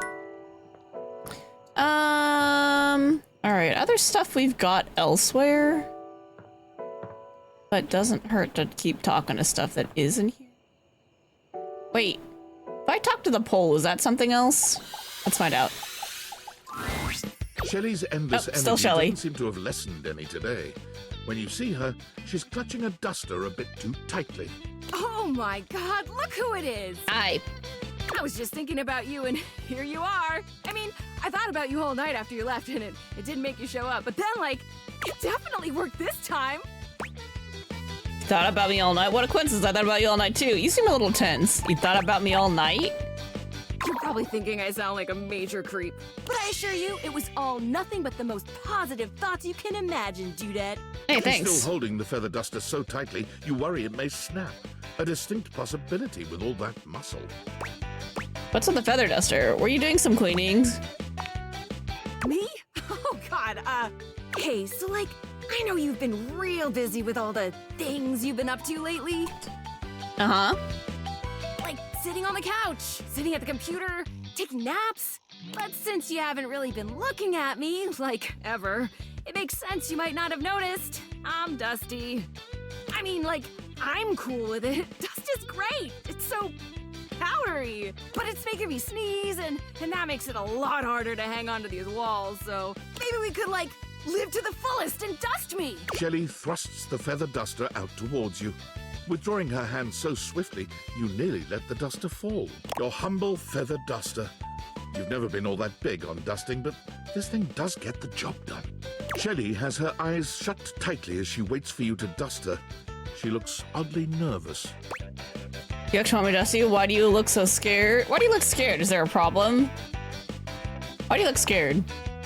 I'm not scared. I've never wanted anything like I want this dusting, Broderina. Shelley's reassurances aren't all that convincing, but you suppose a little dusting never hurt anybody? Dust fast and furious, dust gently, dust thoroughly, dust thoroughly. Shelley winces when the duster makes contact with her, and once or twice she looks as if she wants to complain, but eventually she relaxes under the duster's touch. And she actually seems pretty pleased with your work. You try to hand the duster back to her, but she shakes her head. You keep it. Wow, look at us, huh? You actually talked to me, and now you've actually cleaned me. Our relationship is deepening already. You're not gonna leave now, are you? Kinda thought dusting you would make you less... What are you so nervous about? I'd never do that. I'd never do that. Oh, good. Good. Look, buddy, pal, boo-boo bear, you're a human being and not a shelf, so like, I don't know if you can understand the kind of stuff I deal with. I'm sure it's a lot. You're holding up a lot of my crap. And that's okay. Nobody understands the pressure of being a shelf. Personally, I love being so unique that nobody gets me. Imagine if I was one of those people who had tons of friends who supported them. Where would I be then? Oh, do you need friends? Supported, probably. Happier? Nothing. Not here annoying me, that's for sure. Supported, probably. Oh, you'd think so, wouldn't you? That's how they get you. You think just because people believe in me and support me, I'd suddenly shake off the fear of falling? Wow, I'd like to get a taste of some of that positive thinking for myself. Tell you what, pal. Why don't I show you just what kind of life I live? Next time you come back, I'll give you a day in the life of a shelf. Oh, okay. And then you can see just how and why I maintain such an impressively sunny and positive outlook. Do I have any choice? You call that impressively sunny and positive? I have any choice? We always have a choice, bucko! I hope you'll choose the best and right and most positive thing. See you next time, pal! You seem a little aggressive. Okay. Before we continue, I gotta feed the child because he's like sitting next. Oh, you can't see him. I should turn the cat cam off. He's sitting next to me being like, when are you going to feed? I'm gonna go feed the cat. Okie dokie. Yep. And then, okay, where's my break screen? All right, baby. Beam on me. Beam on me. When you.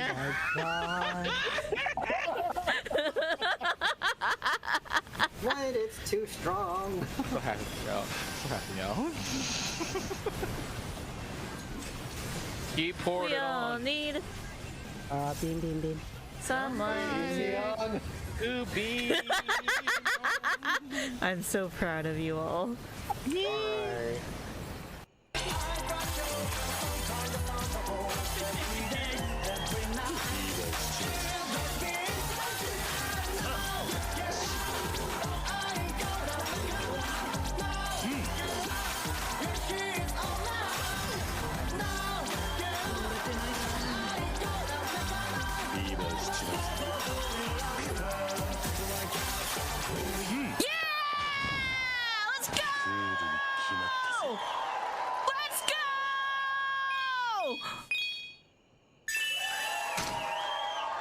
Kicked his ass. Typical. Most of the time these trees won't stop rustling. But as soon as I need their opinion, then silence is golden.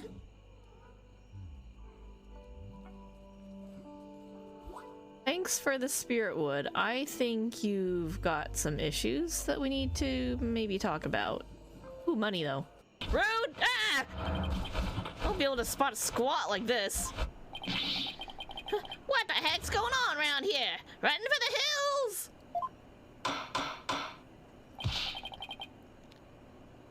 hills! No pets or other animals allowed in the courtroom.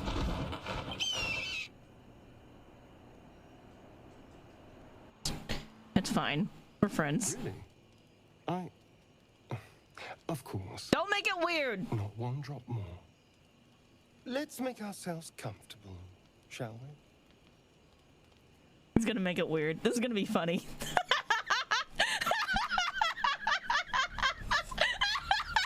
It's like a shot since you are. You look pink. Tender and very cute. Weirds me out a little bit that my Twitch profile icon is also pink-haired, so, you know. Why did she say tender? I don't know. Is she gonna eat us? Concerns? So call you Sweet Potato.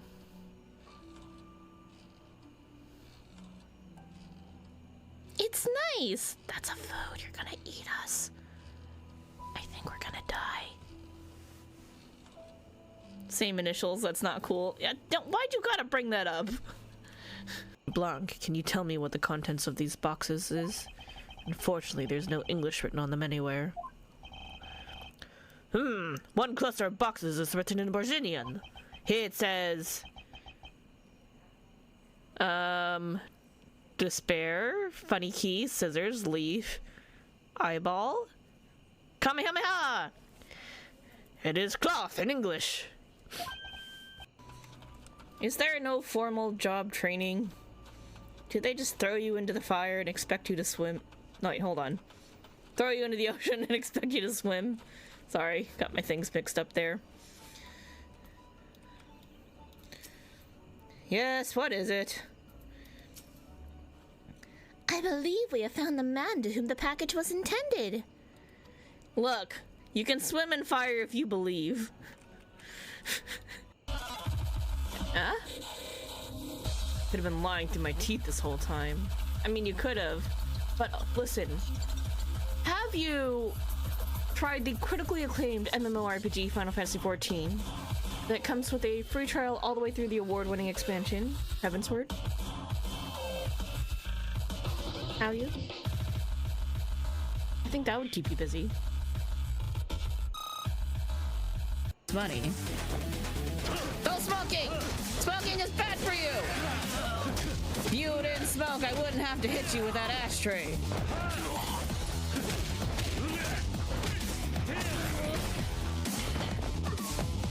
Make sure you always recycle!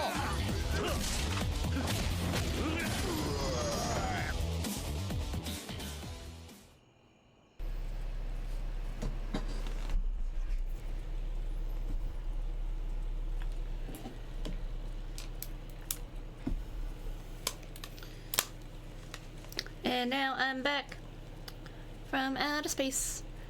I don't want to be DMCA'd though, so I should probably shut my face. Okay, let's continue.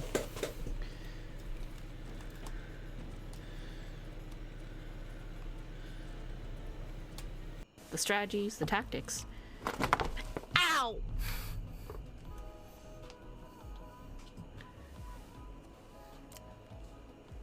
Momo just slammed me in the back of the head with his butt, so that was a thing. Stab! Oh no, you missed!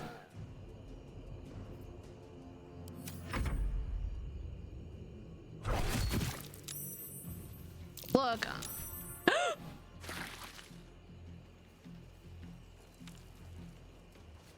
You okay? He's okay. He's fine. He's alright. Certainly.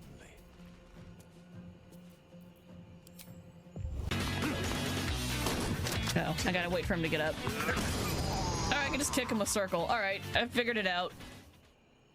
Time to introduce your style of gun. Yep. That was underwhelming.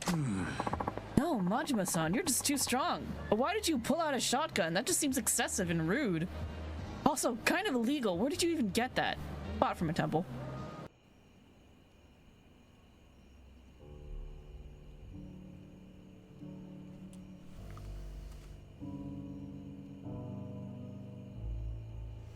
Killed Mr. Kitty.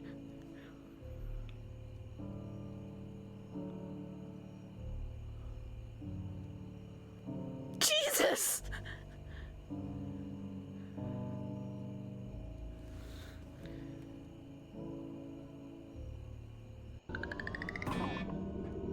Uh-oh. How could you do this to him? What a monster!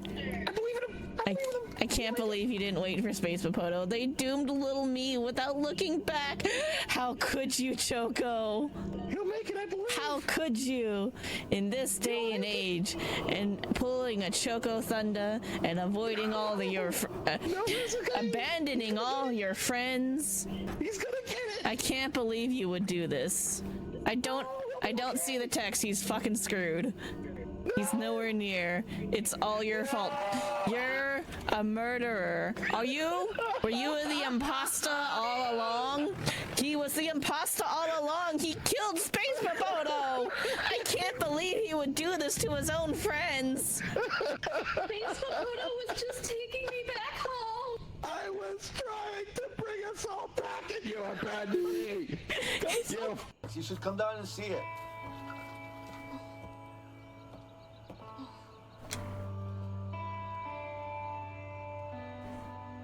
I can't see. Oh no! it just completely phased me out. I don't need this heartwarming moment. I need to fix this damn bike. I need to fix this damn bike. And balloon! There you have it, a stunning balloon hat. It's me, the balloon artist you all know and love, Gayru Tornado. Just call me Gayru, sweetie. 1, 2, balloon.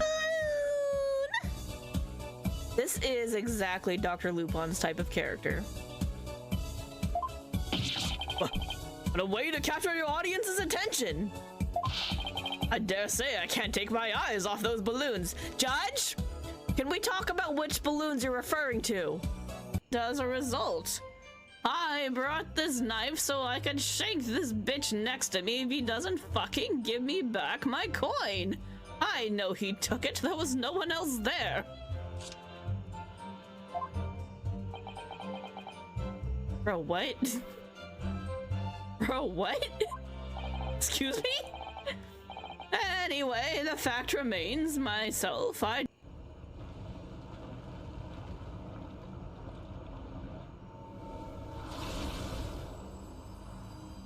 and tombstone. Book! Book. Map? Book.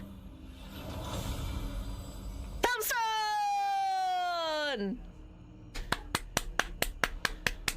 Good job, us. I'm so proud of our warrior of light.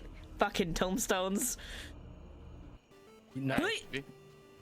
You gotta let me fall. Oh. Two of us need to jump. Yeah, looks like it. Looks like it. All right, ready? Go, go. All right. 1, 2, 3. Choco, you're not supposed to jump. You have to stay there. Pull us up, bastard. Thank you, puppy. I love you. Damage taken is decreased. Oh, that's actually. I should have touched it sooner. The pupper does. Fuck! That cost me 30 seconds. I hate you.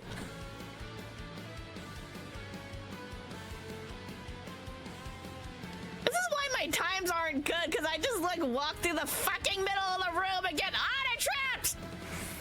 I'm trying to speedrun dungeon. Stop it. You're wasting my puppy buff.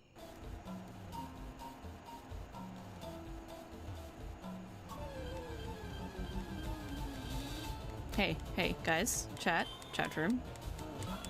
I want to point something out to you once we get out of this fight. I'm gonna point something out to you guys, so you'll never be able to unsee it. You see these trees I'm standing next to? Do these trees not look like a really buff dude who skips out on leg day? You're welcome. What were you thinking? That's... yeah. They were just too much. You get sick of them after a while. Like, the year when a certain organization tried to feed us nothing but sandwiches for a week. And by the last day, they were all bad because they made them all on the first day. Then some people, all you got was a lettuce and mayo sandwich, and it was awful. It's very annoying. I'm gonna line of sight this and then just let something happen. What the? Oh, that's a whole ass meteor! I just saw the ground shake and Choco die. Yeah, don't worry about it. Yeah, don't worry about it. Everything's fine.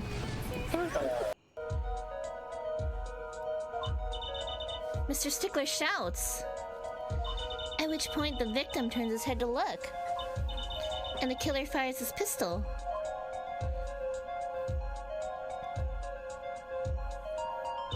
And that's why the bullet hit him in the right temple. No contradictions, right? We broke something, guys. Trucy became a block of tofu. It's like tofu % in Resident Evil. We broke her. Tofu, what are you doing in this game? Look, look. Both made by Capcom. Both made by Capcom. I'm just gonna leave it at that.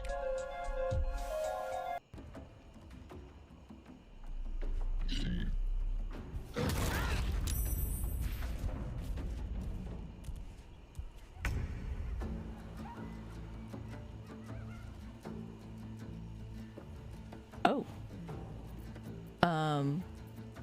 I see. Well then. There's lots of fragrant magic water. I mean soap. See you tonight.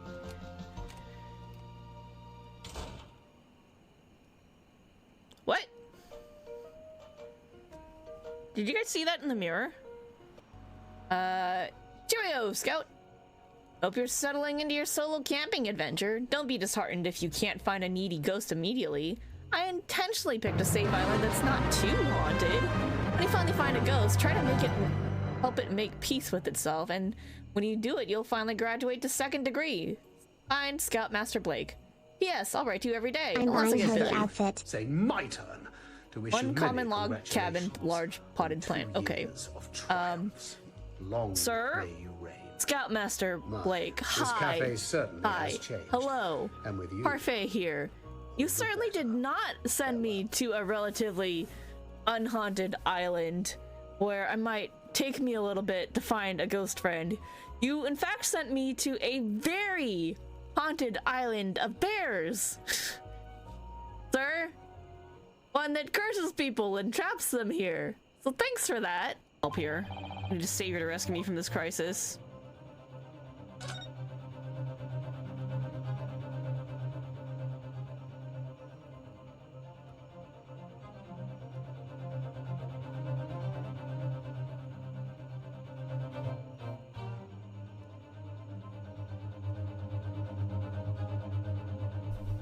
Great, thanks, I hate it.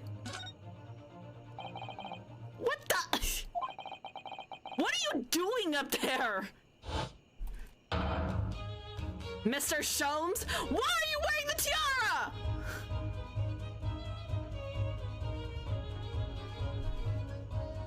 Oh shit, me, going to 1. Choco, go to 2. Moving. Alrighty, chat, welcome back. Yo, Neoneko, thank you so much for the raid. DJ Mun, you are buying her outfit. What outfit? Thank you so much for the 24-month resub. Hope you enjoyed that 2-year. Oh, where did my... Hello? Did my VTube studio crash? Hello? Where's my VTuber? Where's my model go?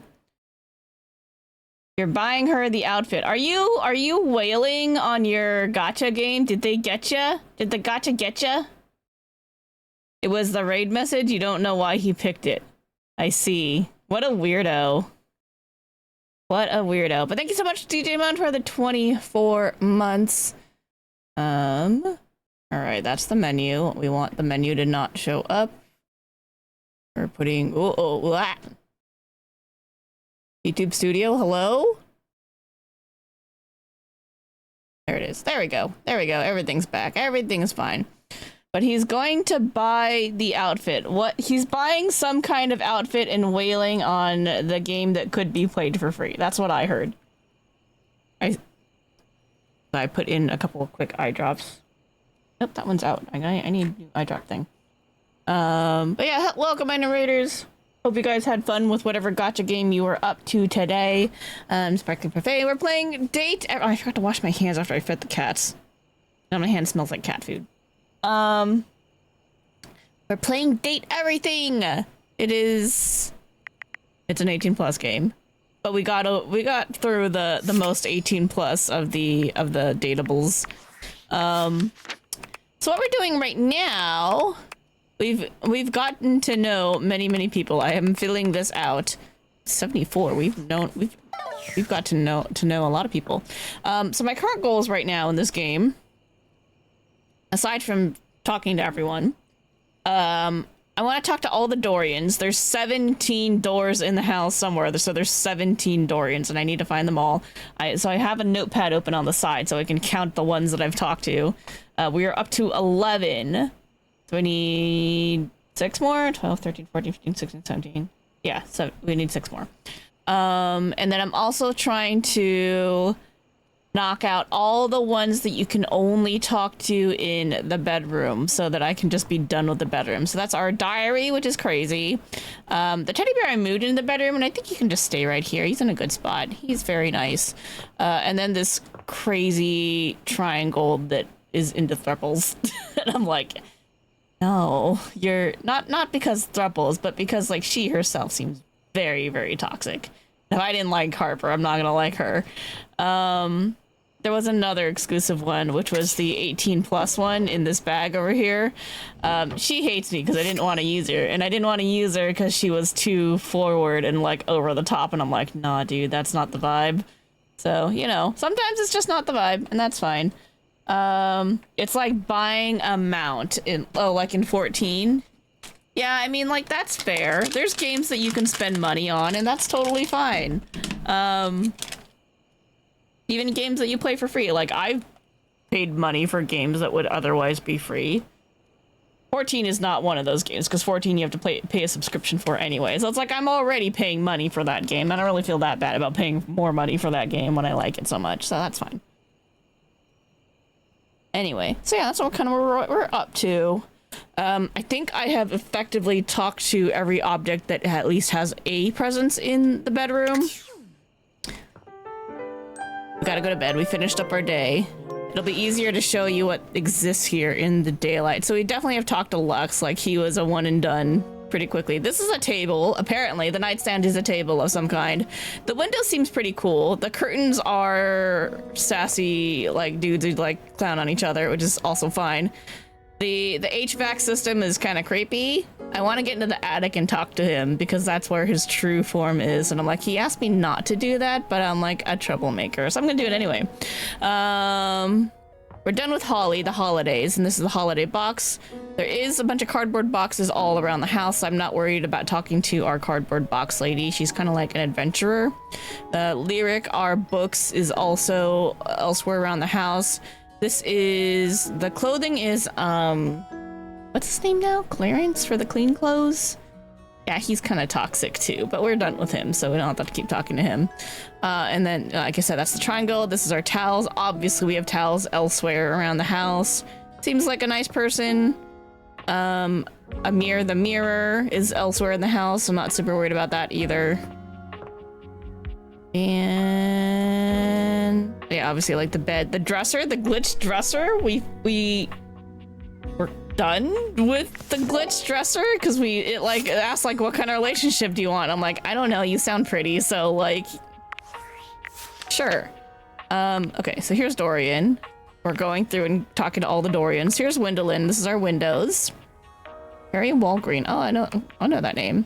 This is the curtains, curtain rod. David Morales and Jacques Neal. We have Shelly, our shells. Where did she want to talk? Oh, right. She wanted to give us just a life in her day, or a day in her life, like over like what she's going through. She seems like she's hiding some stuff. She dislikes volume control and she likes stability. We cleaned her, we dusted her off because she was desperate for cleaning. But she's a little intense, and I'm like, are you okay? That's kind of where we're at with her. This is Abel or table. Waiting. The back. Way back. Team 17. Can I safely alt tab out of the game? Sassy Chat Games. I'll wait till it gets to the menu. Date everything. Okay, we good? Yeah, there we go. Hi, chat. Computer decided to blue screen. The latest update to Windows is highly unstable, I think, because this is like, I want to say it's like the 4th time we've blue screened while streaming. Anyway, that happened. Now I get to staple the VoD back together again. My favorite thing to do, of course. Yeah, I don't know. Oh. I can check graphics. Maybe we check the graphics settings. Yeah, VSync should be off. Yeah. Graphics. Is there a way? I wish it would let me choose frame rate. I don't know. Because it's going at the max 240. Yeah, it's going at like almost 300 sometimes, and I'm sure that doesn't help. Anyway, we went to bed. At least like the game auto saves, so we never lose too much progress. Oh no, my notepad with my Dorians. Hold up. Let me see if I can get that back. Where's my notepad? Oh good, it kept it. Great, perfect. Okay. Cool. So anyway, we were going over who we've talked to, so Let me just re-clear these. Dorian's curtain rod, Shelly. Oh yeah, that's right. We left off on Abel the table, and then I saw the blue screen thing pop up. I'm like, well, that sucks. D-rings? Yeah, I'm aware. I already have a D-ring though, so you can just put mine in the fridge. All right. So this is Abel, our table, very like old school, probably potentially like Southern gentleman-ish, and maybe the inspiration, I don't quite know yet. Like steadiness, protection, exotic furniture from distant lands, and dislikes tomfoolery. He ain't about your nonsense. Hector is the creepy HVAC, as we've kind of been over. Who else have we talked to today? We talked to Tina, the triangle. She likes drama. She is a drama queen. I'm not into dramatic people. Is it toxic? Maybe. Is it sexy? Also maybe. Yeah, that sounds like she's into drama. Oh, I forgot to do a thing while I was on break. 1 second. I'm like, my alarm is telling me that it's 8 o'clock and I forgot to do something. I gotta do it really quick. Camera? Camera, are you okay? Camera's like not super okay. It's still, I think it's still waking up being like, hold on, I'm still recovering. And I'm like, okay. Let me count my things. Okay. Alrighty, let me drink a little bit of water here. Give me a hot second.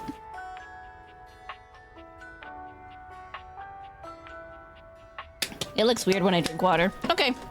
Anyway, so we have our drama queen triangle, who's into triangles.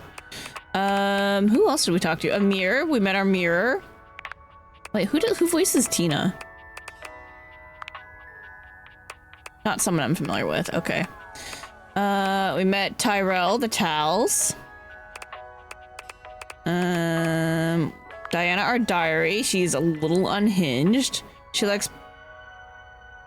She blames us for her condition, which, you know, honestly fair. Oh, this is our glitch to hell drawer. Voiced by Jean Patinode. It just asked us what stats we wanted, so I was like, I don't know, what if I click this? It's definitely a virus of some sort. Try not to panic, but it looks like there's a malicious bug in the game known as Damon living in the dresser. They just gave you a love ending. Might be good to find someone to talk to about this. Damon, demon, devil, virus, something's wrong. Something doesn't belong. Do you know what you're doing? Do I? Damon is an artifact of something? Scrapped concept, 100 scrapped concepts, a missing texture, a missing number, the missing thing. Whatever it is, it's missing. Lots of question marks. Did you miss me? Damon feels missed, and you feel familiar, aren't you? You laugh, you cry, you file a bug report. Likes and dislikes us. Great. That's not creepy at all. Benoit hates us. Benoit is the 18 plus. But I'm just like, you just came on too strong, and I'm just not about that. Reddy's become our friend. That didn't really update. Just kind of came to hang out when we got hated on by Benoit. Anyway, yeah, so that's what we're doing. Okay, we did Gym Closet Dorian last, so our next one should be this one, which is Gym Door Dorian. No, put it in the fridge. I don't need it.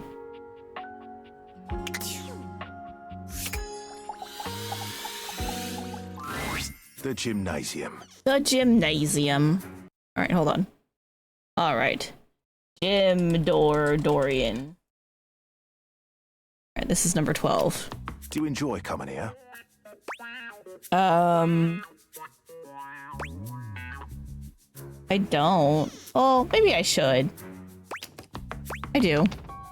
I always am eager to see you strengthen yourself. Hey, thanks. If you're looking to meet some new faces, I could tell you about them. Sure. Sure, who's here? You'll find Stepford, Christoph, and Dunk more than anyone here. What can I do for you? Oh, I've met them all. Okay, I've heard enough soon. Oh, I've met them all. Then I am no help to you here, I reckon. Carry on. Oh, okay. Thanks, Dorian. It's really nice of him to tell us about everybody. Is this different? Is this still a table? Is this still considered a table? I'm a little curious. All right, anyway, we'll do the... let's go back to our exclusives. We're gonna do this one, Teddy Bear at Nighttime. So let's do the diary that might just hate us. Who knows? Hi. Hi?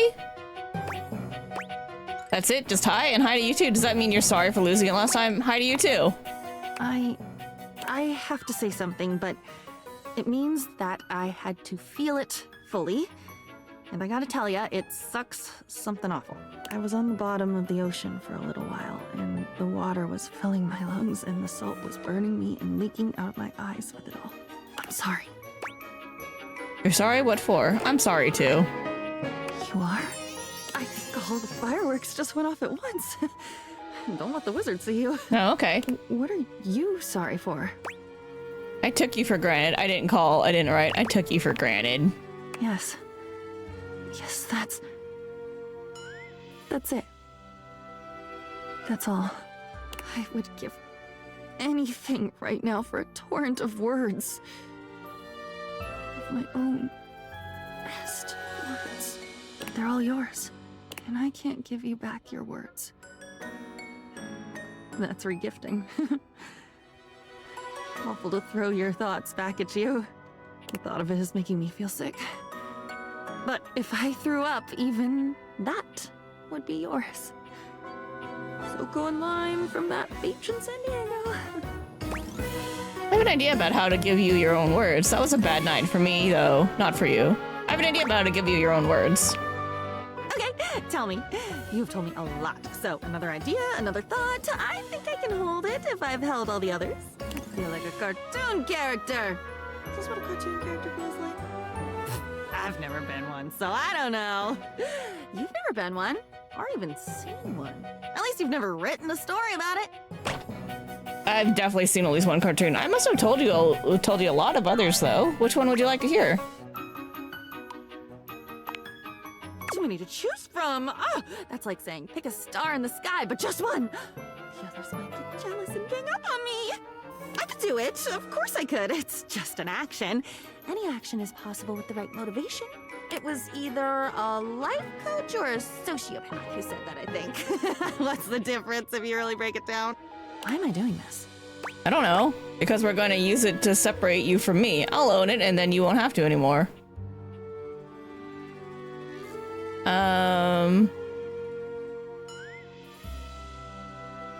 Ooh. What? That's a tough choice.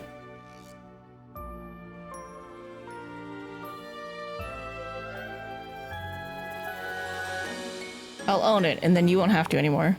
Gasp! That's possible? We can do that? So I'll pick one, and then what? I'll tell it to you, and you'll wave the wand and swirl the cape, and I'll be better? Me? Whole? Alone, but not alone. On my own in the good way. Okay. Pick one. Tell me the prettiest story, the most interesting story, please. The most available story. Tell me the prettiest story. Which is the most pretty? No, that's never a good metric. I have one. I have three.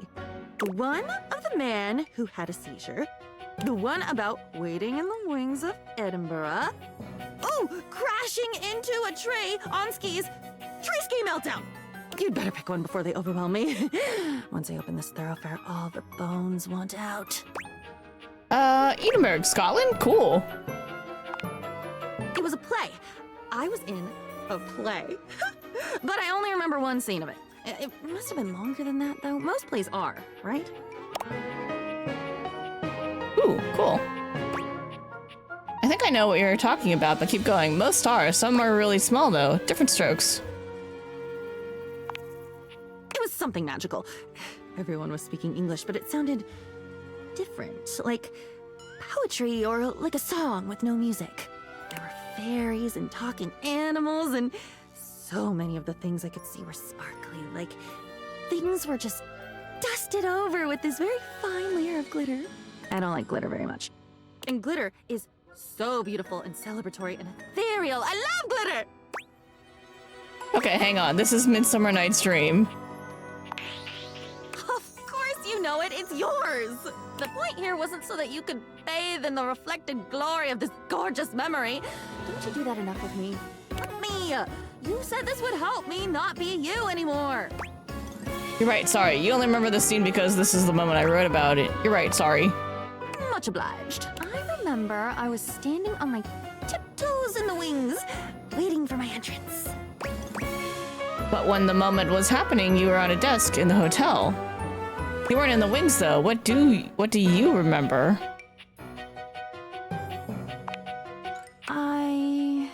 Me. What do I remember? That isn't what you remember. This is archaeology, like unearthing a minibus with toothbrushes. It's quiet. There is a single light on, just over my left shoulder. Can books have shoulders? I don't see why not. My memory's quiet too. Keep going. I don't see why not. I can see the dust motes falling through the air. I can smell something stale, but not unpleasant. Old, but well cared for. Musty and comfortable. Oh wow. I can remember my breathing. Steady. Bated. Like I was waiting for something. Wait, this is your memory, right? That's exactly what I was doing, waiting for my entrance. This is your memory, right? It's difficult to tell. I was waiting for you to come back. The light was on. I was open on the desk, imagining the adventure you must be having. You'd told me so often how excited you were to be in Edinburgh, how much you loved this play. What a dream come true the whole experience was. I was so happy for you.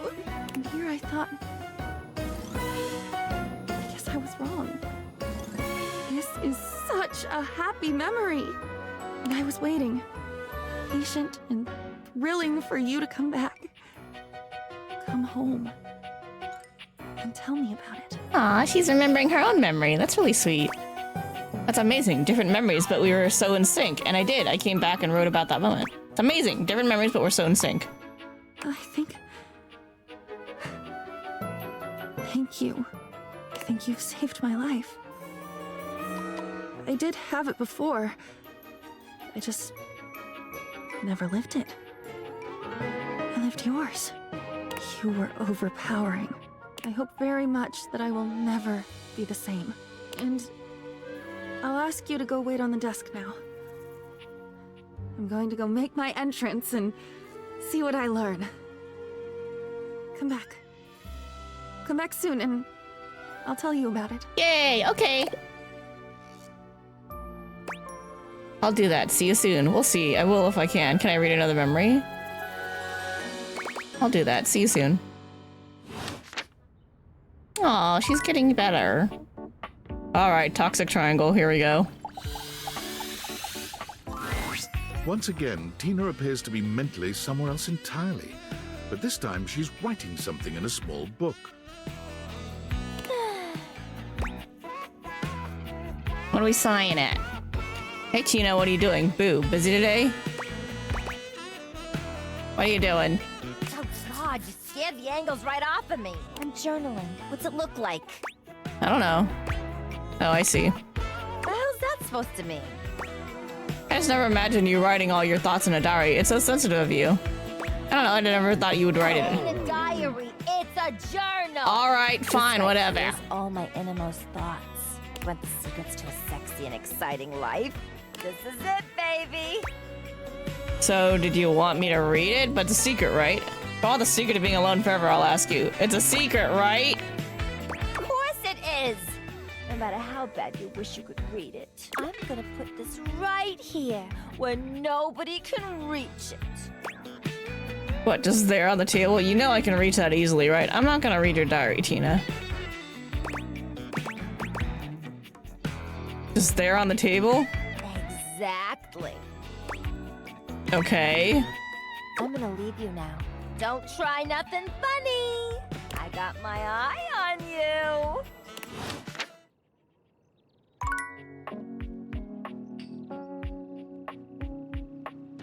I don't see her diary. I only see my diary. Anyway, we talked to some Hanks. House homie! House Welcome homie! back to the Adrenaline Den! What's that? It's great to be back. You mean the closet? What's that?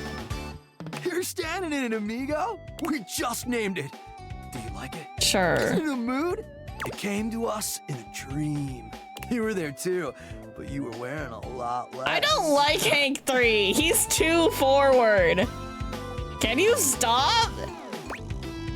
Why Adrenaline Den? It would tell me more about the sexy dream. I hate everything about it. Why Adrenaline Den? It's an epic haven for thrill seekers, a sanctuary for those amigos living life on the edge. A place to relax and recharge after an eventful day riding the slopes of the stairs or the waves of the bathtub. Okay. Or down the chimney. Oh, okay. So, if you're looking for a comfy pad to crash with some extra comfy bodies. No. Hang with us at the Adrenaline Den! Love it. Let's franchise it. I'll warm up to it. What about the Adrenadin? It's punnier.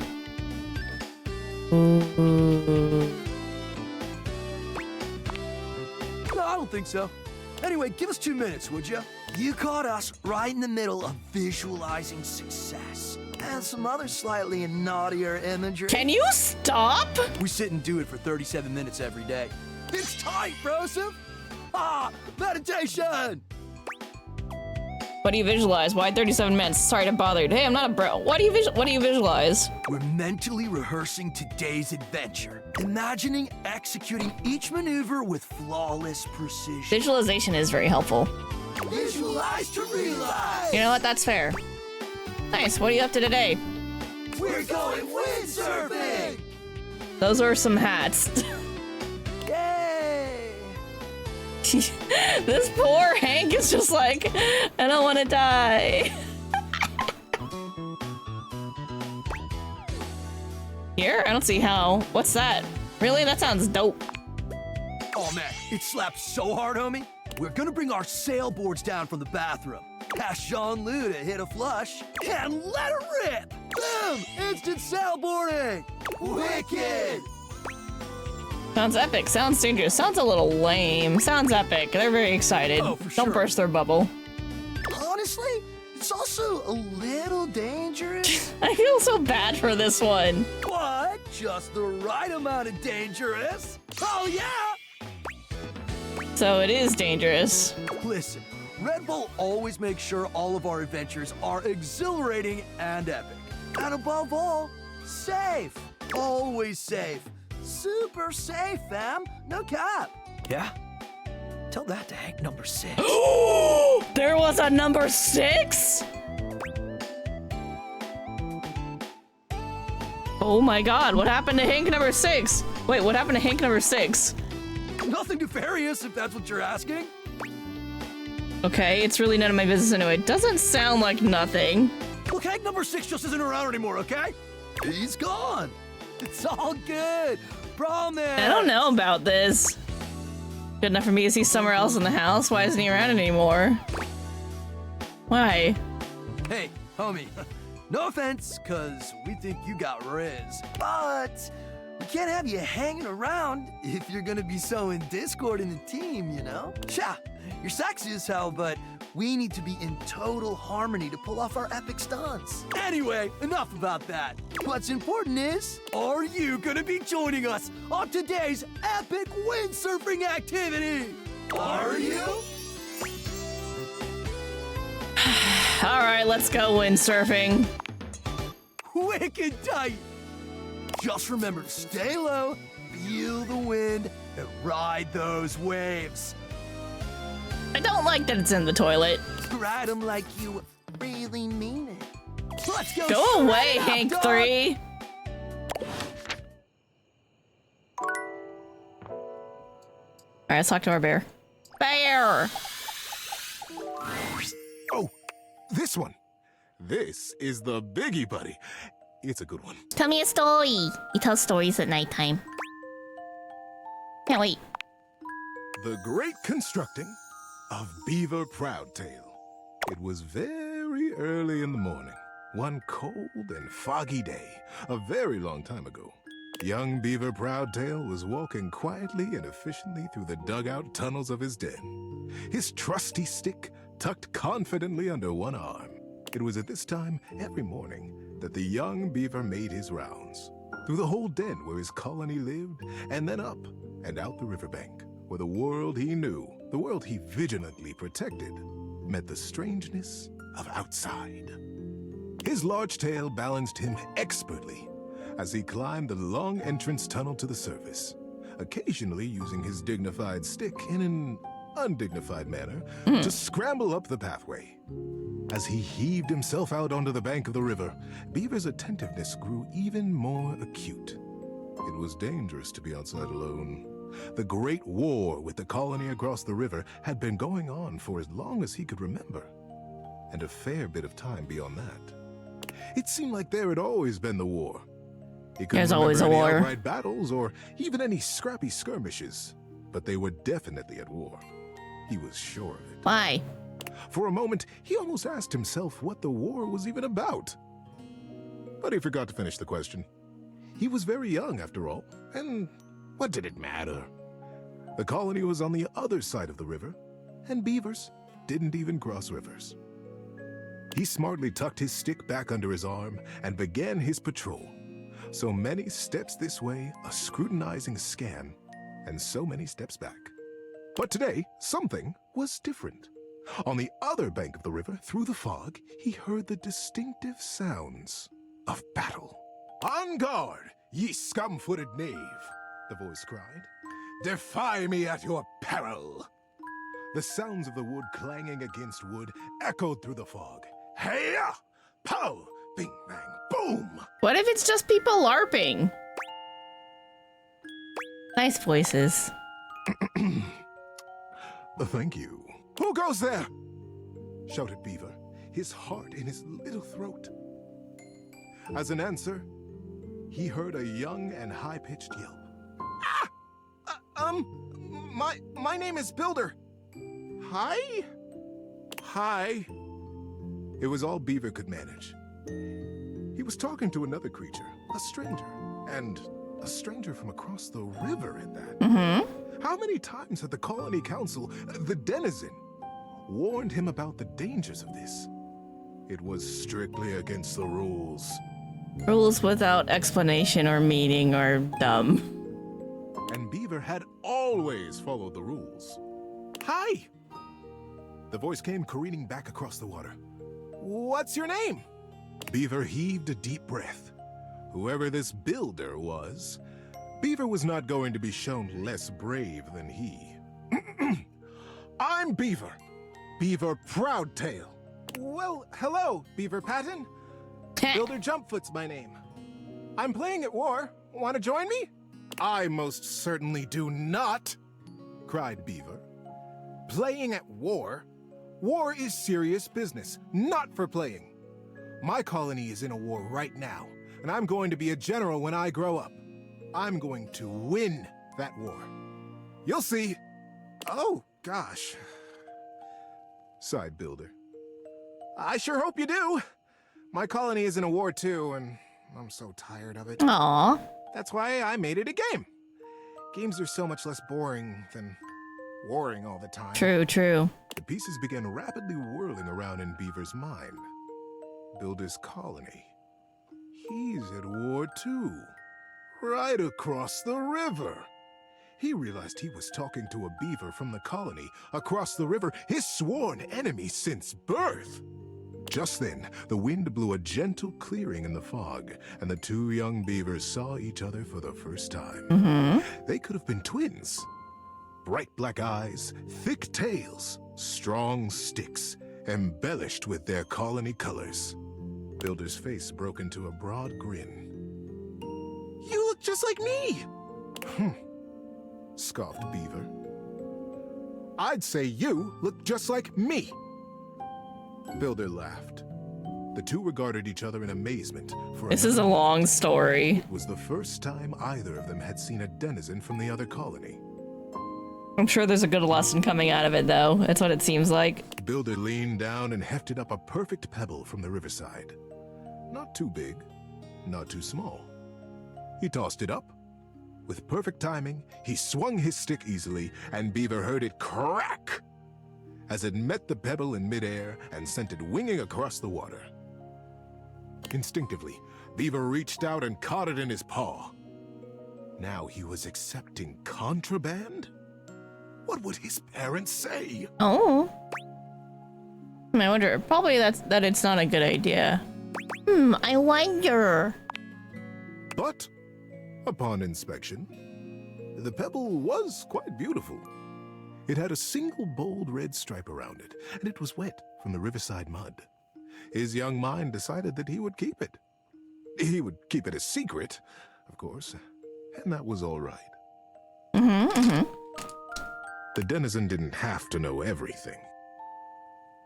The clearing and the fog began to fill with thickened air.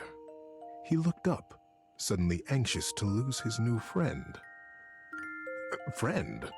Huh. How quickly that had happened. And there Builder was, smiling and waving. Maybe we'll play together again soon.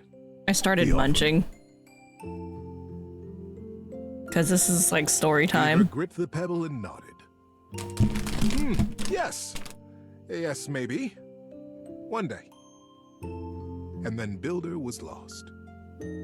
Beaver finished his patrol and took his new experience, his pebble, and his smartly tucked stick back down to the colony. How you doing, buddy? Need a break? No, it's very nice of him to ask if we want a break. Nah, man, this is fun.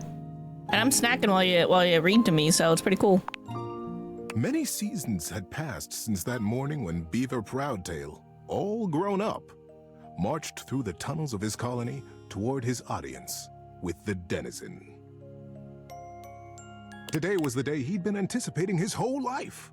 Today, he would be made an under-general of the colony, and he'd finally have the chance to present his machine. See, the machine he envisioned was a daring one. He was prepared for pushback and doubt from the council. The longest, in particular. The longest had been the leader of the denizens for most of his life, and she was not always interested in things new or unfamiliar. Beaver's machine was both. But he believed in it, and he was determined to persevere. He rapped on the denizen chamber door. Knock, knock. Enter! He took a deep breath and pushed. My goodness, Beaver, sighed the longest, brows knitted. This machine is quite an undertaking, and you won't even tell us what it does. Yes, ma'am, Beaver nodded. It must be kept a secret, for now, but I promise it will conclusively end this war.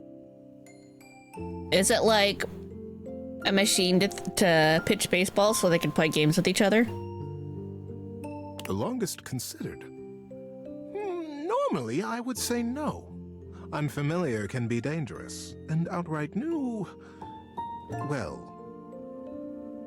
She stroked her silver-gray whiskers. The other council members watched her reverently. But we have all seen the construction beginning on the other side of the river. We have no way of knowing what they're up to, and it would be irresponsible of us to take no action at all. I hope Builder, his friend, is building an identical machine to pitch baseballs at each other so they can play games together, instead of just hating on each other for no reason. They're doing something. We must do something too. Deep murmurs of assent rippled around the small stump table. And we trust Beaver. He is our newest under-general, after all. She winked in his direction. If he believes his machine will truly and finally tip the balance of the Great War in our favor. She paused. The silence was agonizing. Beaver kept his eyes fixed on the wall just behind her head, patient. His paw unconsciously turned and returned a small pebble in his pocket, caressing along the line of a single great red stripe. It's a baseball. Then permission is granted. Or not? No, it looks like this. I guess it is a Beaver pebble. let go the breath he had been holding. Whew. Begin construction as soon as you are able, Under General. And good luck. She smiled warmly, but the burden of her long years of leadership showed through her sagging cheeks. We will be watching. Beaver smartly untucked and retucked his stick, slapped his tail once against the packed ground in assent. Yes, ma'am. Longest. I'll begin right away. He turned on his heel and marched out of the chamber. It was the first day of summer. It was going to be a long and exciting season. They really put a lot into the story. The longest had placed under his command were reticent. What are we building? They would complain. What does it do? When Beaver said nothing and admonished them to follow instructions, their eyes flickered nervously to the building across the river. Maybe it's something to help us fish the river, Corinth Blue Eye speculated. Did you hear? Denny Strongpaw almost got swept away yesterday. And his whole crew. He did? But Denny's the strongest fisher we have. Shelby Tunneler sighed. Ah, this river. It's so fast. Yes, yes, retorted Madden Sharptooth. But fishing will not win us the war. We must focus on the war. And the others agreed and went back to their building. Sometimes the longest would come to check on the machine, casting her critical eye over every joint and pillar. Most often, she went back below with hardly a word to Beaver, appraising, wearing her doubt like a shawl. I mean, like, what is she gonna, like, appraise or judge if she doesn't even know what the fuck it does? But as the summer season progressed, the mood began to shift. Crews would show up to their duties early. They smiled more. They stood up straighter when Beaver came by them or looked to them for progress. The machine, whatever it was taking shape, and its scale was impressive. It looked angry. It looked like the great weapon they all hoped and prayed it was. Oh boy. The crews began comparing their machine to the thing on the other side of the river. They even began trading barbs and joked with the beavers working on the other side. They pushed and prodded about who would finish their project first. Ours is a ship to go to the sky, and from there, we'll drop stars on you, and we'll win the war. Ha! Would come the reply. Ours is a wooden dragon, who lives under the water, who can take us safely across this speeding river, and we'll come upon you unexpectedly, and we'll win the war. Days were marked now by hard work, and the sounds of challenge ricocheting across the water. Beaver, said the longest as she held onto his arm one day late into the summer sun, I don't need to tell you. The whole colony speaks of nothing but your machine. They are all so proud of you. Beaver nodded solemnly. Thank you, ma'am. But the season draws on. You must finish before the rains come. And then you'll have to finally tell us what this is that you've created. Beaver's paw found the lucky pebble in his pocket. Yes, ma'am, we will be done. And I will test it, and you will watch. You'll see the destruction of our enemy. The longest squeezed his arm affectionately, and together they looked out over the setting sun and the water. How you doing, buddy? Need a break? Yeah, I'm good. Keep going. And then the day came. The crew stood around the great machine, eyeing with wonder the marvel that they had built. A few beaver folk noticed how similar theirs looked to the one across the river. But that was okay, they reasoned. They had been built facing each other after all. Beaver Proudtail strode up to the front of his machine. With his well-worn stick and his powerful bearing, he cut quite a figure. Corinth Blue Eye and Shelby Tunneler stood just behind him, awaiting their orders. All right, Corinth. Beaver turned to face them. Do you have the rope? Yes, sir. Corinth turned to Shelby, who produced the end of a long length of woven rope from a basket in the base of the machine. Time to get me up there, then. With the end of the rope tied around his waist, Beaver climbed up to what looked like a large square of woven netting, pulled tightly back from its center by a thick cable. The cable was held by 4 whole crews of Oh, they're beaver building a folk bridge? straining against the resistance of the net. The longest stood back at a safe distance, her shawl wrapped tightly around her shoulders to ward off the early autumn chill. Beaver settled himself right in the middle of the netting, at the last moment shaking his head in sudden memory. "Here," he said to Shelby, and handed her his precious stick. "I'll be back for this." "Back?" queried Shelby. "Ready, crews!" shouted Beaver. "Ready under General!" came the chorused reply.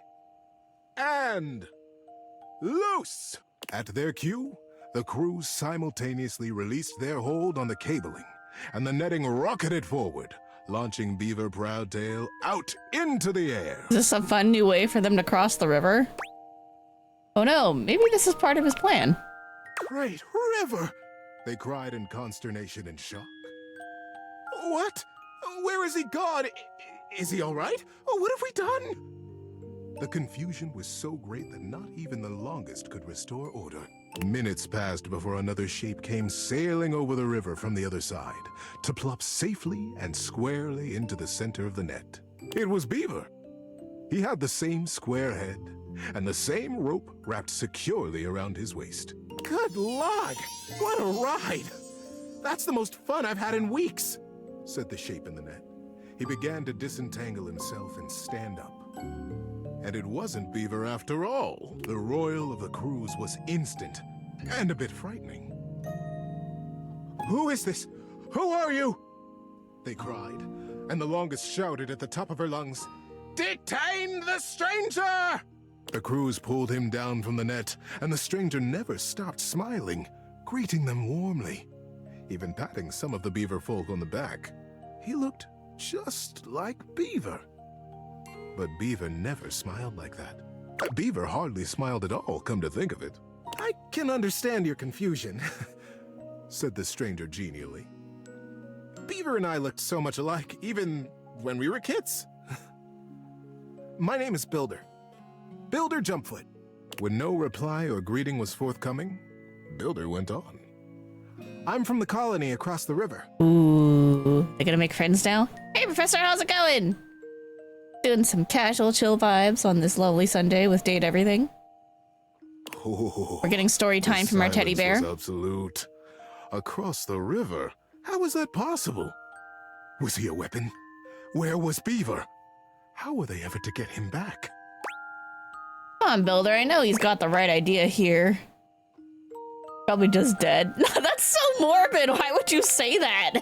Builder just smiled, absolutely at his ease, seemingly pleased as punch to be among all these new friends. And into this silence sailed the figure of Beaver, a new rope tied around his waist. There were now 3 lines of thick rope across the river. Beaver landed expertly in the center of the net, untied his waist rope, and climbed down. "You are Builder?" Beaver reached out his paw to the stranger. "And you could only be Beaver," the stranger exclaimed, gripping that paw warmly with his own. "I am Builder indeed, and it has been the dream of my life to finally meet you like this, in the daylight, on the same soil." "Mine as well, my friend." Beaver, for the first time in his life, allowed himself a great, eye-crinkling smile. That's so nice. I almost can't believe it worked. Yeah, it is a fun little story inside the game. It's very cute. Curious to know if there's a double meaning in the book to Teddy's relationship. Ooh, that's a good point. I don't know. We'll have to see. "Now, wait just a minute," trilled the longest, making her slow path down to the machine. "What on Riverbank is happening here? We are at war, Beaver. And Builder, too. You both should know better." But why are we at war? What are we even warring over? And who's actually fighting? What are we doing? "Beaver, you promised us that your machine would win the war, and here you have brought the enemy you promised to destroy right to the mouth of our colony tunnel. To be fair, I don't think he ever said destroy. He just said it would end the war. And he is going to end the war with friendship. Beaver turned to the longest with an open face. Yes, ma'am, I did. I believe you'll agree, though, that I have won the war. We have all won the war. We won, friends. Because the war is over. The longest stared. The machines that we have built will allow us to become not 2 colonies at war, but a single colony, united. The machines are designed to dam this river, ma'am, offered Builder. I believe you have the same dangers with fishing and swimming that we do. That you have never crossed it? The crews cackled at the absurdity of ever crossing this raging river. We have no need to fight the river now, you see? Builder continued. We sail above it, just as the single pebble did long ago, whispered Beaver. Oh, that's cute. Builder smiled. The war is the friends we made along the way, apparently. Between us, and it will be short work to have a whole net built across the river. Once the river is dammed, it will be a still pond, stocked with all the fish we could ever need, calm enough for us and our kits to play in. We will be a great community, the first colonies to ever cross water, the first ingenious constructors in the history of us. Of us? The crews were open-mouthed. Their paws hung still at their sides as they realized the magnitude of what they had accomplished. But would it truly be good, as they said? Who was really to say how this great feat would be remembered? The longest took a deep, rattling breath. I can see why you did not tell us at first, Beaver, the true purpose of your machine. She glanced at him sidelong. I surely would have said no. Nothing this daring has ever even been attempted before, let alone under the mask of subterfuge. Beaver looked up at her, suddenly a very young kit again in his heart. Yes, that is true, ma'am. I have won the war. I have won by making it go away. We have all won it. By making friends out of old enemies. Who needs enemies when you have friends? Ma'am. Oh, it's what Dorian wants. Mother. Do you like it?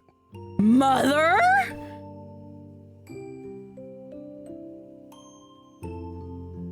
That's how he knew he'd be general, because nepotism. He knew he'd be an under-general. She's awfully mean to him. Well, I guess she is trying to run the colony. The longest looked fondly on her son. Her serious and guarded and daring and wonderful son.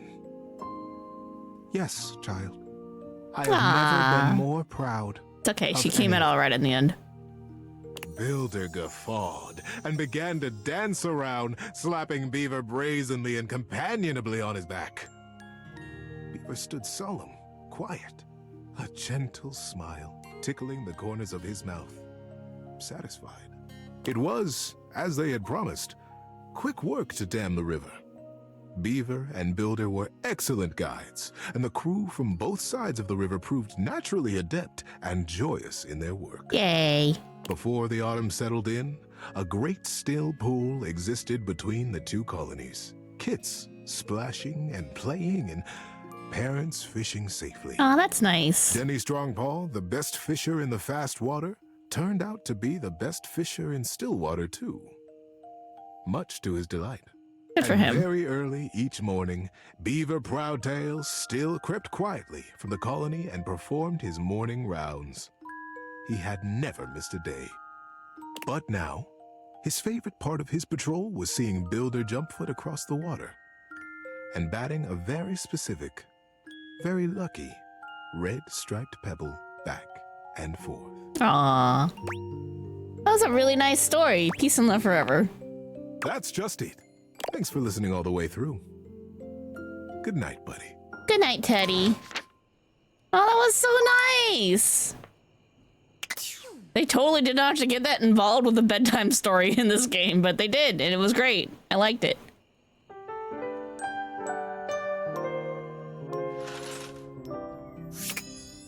Okie dokie. What's our next Dorian? We've talked to these two, so we gotta go downstairs and talk to some of the ones down there. Let's talk to Office Dorian. Dorian looms over you, just as intimidating as ever. I'm sure. Okay. Office Dorian. All right, that's number 13. Fancy a bit of a work? I guess so. We've got some important denizens who only reside here. All in all, fairly quiet. It's packed in there.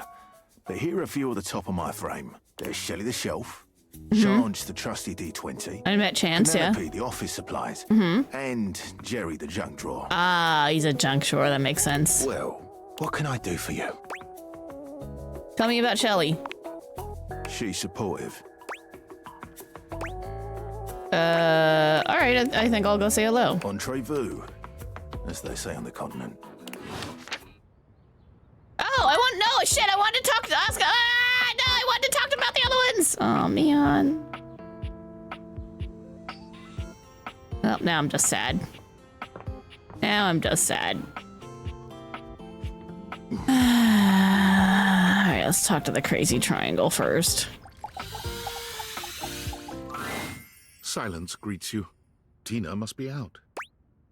Hello, Tina. Her journal, which is not a diary, is still on the table where she left it the last time. This might be your chance to find out a little more about her. Then again, it is a little invasive, isn't it? It's almost like she was goading you into reading it. Could it be a trap? Read the diary, don't read the diary, pretend to read the diary. I'm not gonna read it. Tina bursts into the room with absolute fire in her eyes. She points a finger at you and accosts you, her nostrils flaring. Are you kidding me? I knew you were there the whole time. Oh yeah, totally. You should have seen the look on your face. No. I knew you were there the whole time. So you're boring and disrespectful, huh?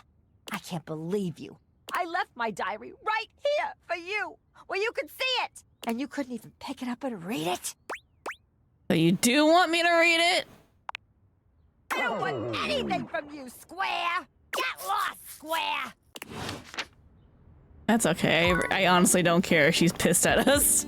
She's crazy, toxic like Harper. Actually, no, Harper might be worse. Harper's trying to stalk us. I don't like it. Harper makes me uncomfortable. You're back! Oh, I'm so glad to see you. Hi, Diana.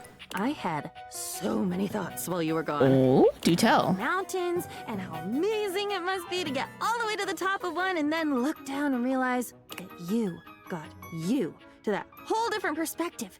And then I thought about deserts and desserts, and man, did that make me want chocolate cake. I also want chocolate cake. Because I've had some chocolate cake before when you accidentally smeared it on that one page where you were writing about dogs. Wow. Chocolate is great. Chocolate is pretty great. That's a lot of paper in Diana's design. She's our diary. She's got some issues because we put a lot of thoughts in her head. Not necessarily good ones. Some good ones. Not a lot of good ones. We're helping her work through our issues. Nice to see you too, and you're still off your rocker. So tell me about your idea. It's pretty simple. It's pretty wonderful, really. Especially given that I never had choices before, and now I do. I've never had a friend before, and now I might. Instead of your diary, just a thing where your secrets go, just a book that can't really share in anything with you. I'd like to be your friend. I would love to be your friend. A friend like I know I've never had before. We can share experiences, one to the other. Everything is allowed, like always. Everything is safe, like always. But for both of us. Both ways. That sounds perfect. And we both win. And we win more. So much more than we did before. When it was just ink on paper. It's more like a heartbeat. One thought is you, and the other is me. What do you think? I love this. I've always considered you, but now I consider you a friend. I don't know. Not really looking to talk to anyone. Sometimes just, alone forget. No, that's mean. It's a good beginning, but be honest, I was looking for something even more intimate. No. Now I consider you a friend. Friend! Yes! Oh, fireworks and fizzy drinks and all the good things about every holiday you've ever heard of. I did hear about one once that was mostly human sacrifice. Whoa, so that whoa, one, whoa, whoa. But the other ones, all of them. Like the pictures of people smiling and covered in colors, laughing with their arms around each other. For Christmas. Yes. Hey, you want to talk to Holly? Holly would love to talk to you. It is such a relief to know that I can keep your secrets now. To know that I have stories and experiences that are mine, that I have someone to share them with, that we can go through the world together and be amazed or surprised or just present if we want to. I know that I'll take you everywhere I go. I'm relieved too. I feel safe. I feel safer knowing that you're happy. I'm relieved. I'm glad you're happy. Not that I ever would have betrayed you on purpose. It just would have happened, and it would have destroyed me. But now I can choose, and I choose to be myself. And it turns out that I'm pretty great. Yeah. A great confidant and friend. Just like you. I hope you write about everything that's happened between us. I won't forget. But I'd love to have it written down somewhere so I can read it and remember all over again. Friend.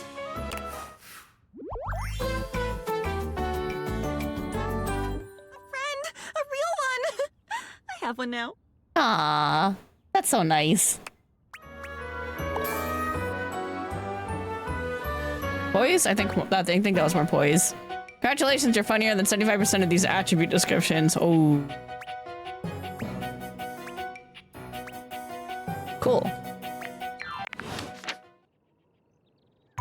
Yay, friend.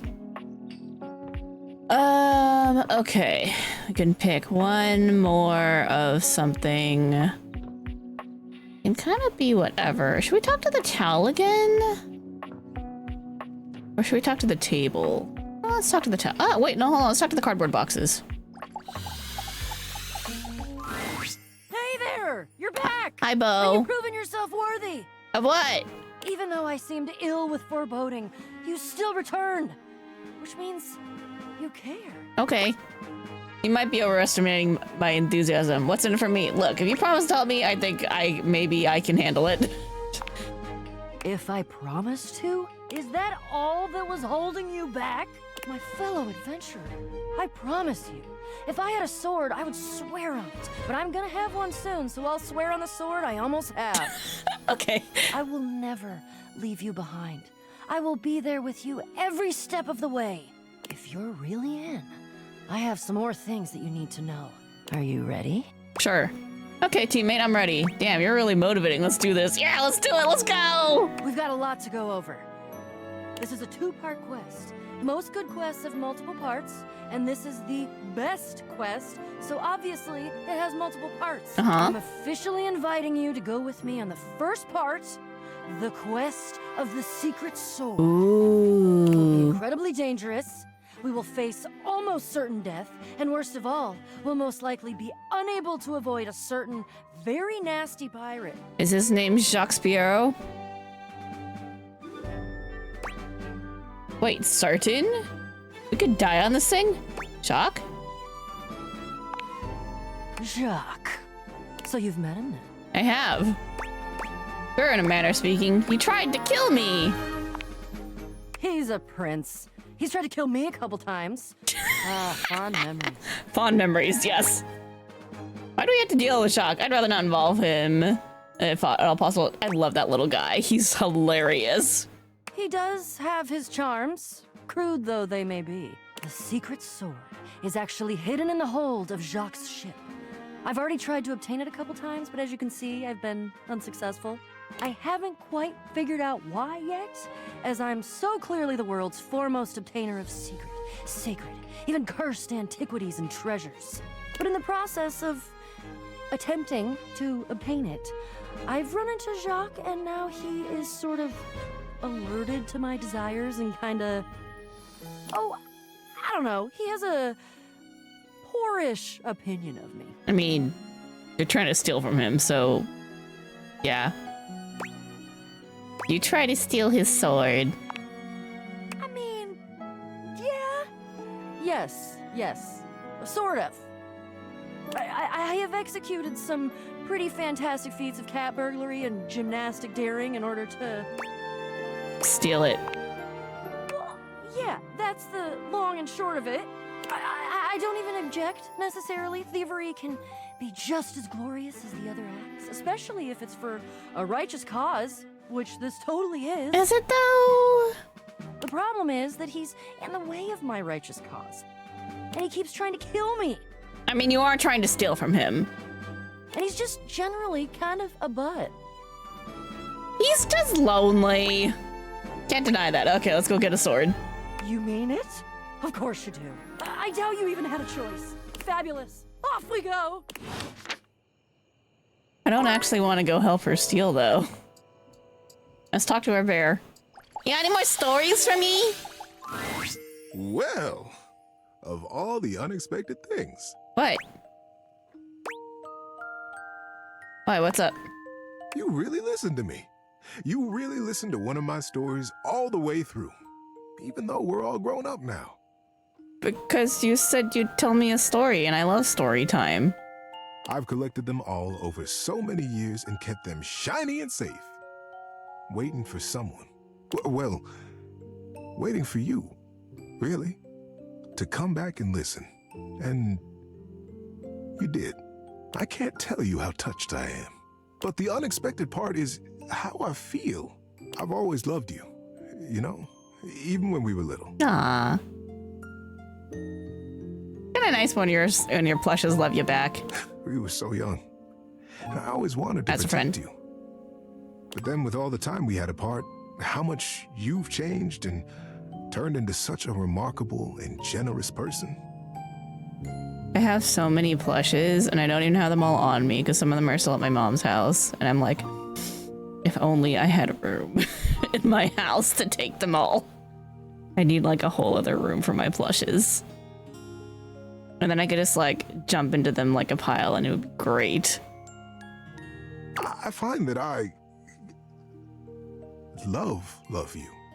How would you feel about making some of our own stories Can we just together? be friends? I'll bet we could find some new things to advise each other about too. Can we just be friends?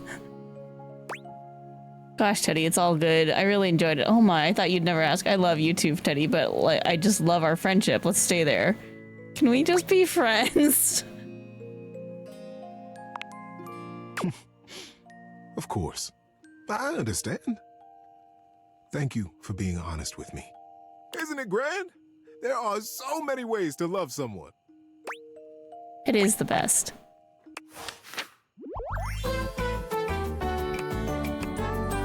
You're super. Oh, thank you.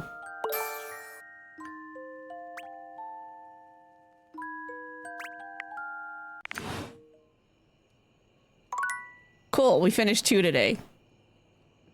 I think we just need to finish Tina, who might hate us now because we refuse to read her diary.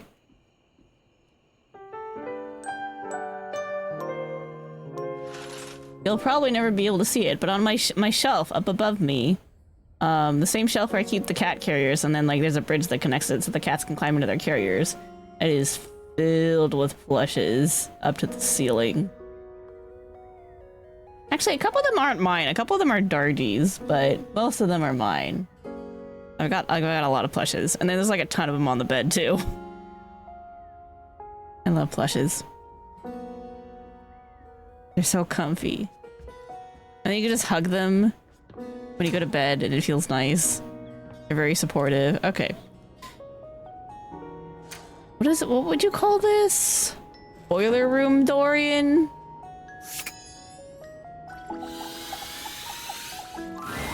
I can tell you've been working your way towards becoming friends with everyone here. I am trying really hard to be friends.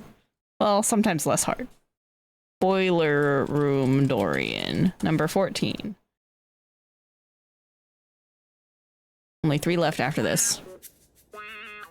The house is settling down, becoming calm, keeping in order. Yay! You have some of your plushes behind you when you stream, mostly so people don't just see a bed. Yo, that's entirely fair. I use a green screen because otherwise you're gonna see all of my room because there's a mirror behind me. When I used to have like a different green screen, you could still sometimes see like the plushes behind me on my bed. That was like way back in the day. I don't think there's even VoDs of like that time, but yeah. I have a lot of plushes. I think there's actually some, yeah, there's plushes in the living room too. We've got the How to Train Your Dragon plushes out there, and a couple of Splatoon plushes too, actually. They're so soft though. I feel I can trust you with this. You're a soldier with me. And more than that, someone I can rely on. Oh, thank you. Thank you, friend. Thanks, Dorian. Stands in your way, but he seems oddly contemplative here. Why, what's up? Ah, one of my closest friends. The closet. A space for imaginings, longings, and being trapped in eternal darkness. Uncomfortable? Okay. Here you'll find a water heater, some boxes, and, I suppose that's about it. What about Trap Dorian in there, huh? Do you want to know something interesting about closets? Sure. So would I. Wait, what? Excuse me?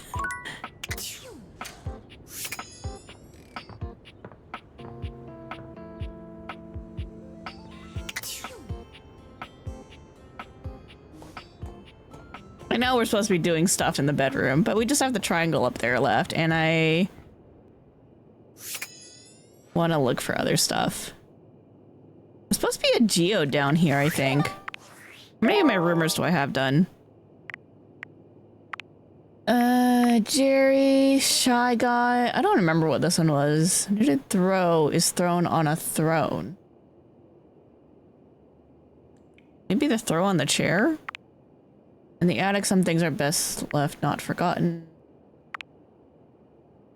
Saucy Singer. Oh, Toaster. Okay. Monique, the monetary mistress is safe inside. Interesting. Attic has a prestigious plant. Oh, my plant's in the attic. Okay. Follow Bo on her show to find the goddess below. Oh, that's why I can't find the geode yet. Okay, task force. Can you really fall in love with your job? It's the only thing short of fling, but there may be a chance. Bobby came by the office and had a conversation with someone rather professional who had a computer.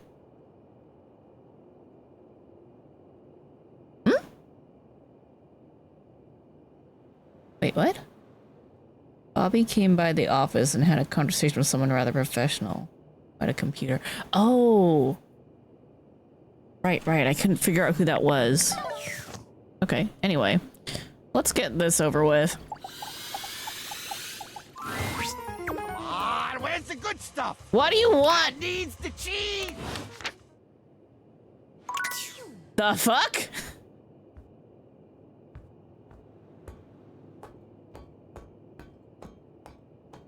Do I need to, like, get some cheese and put it in the trap for him? Alright, let's see what I can do.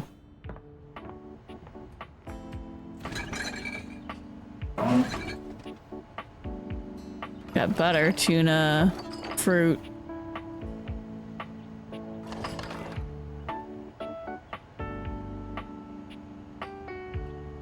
I'm gonna eat this old pizza.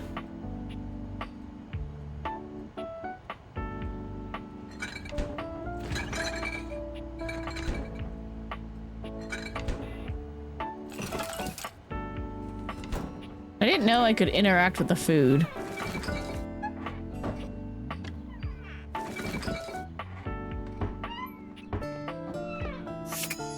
You are perfection to me, amore.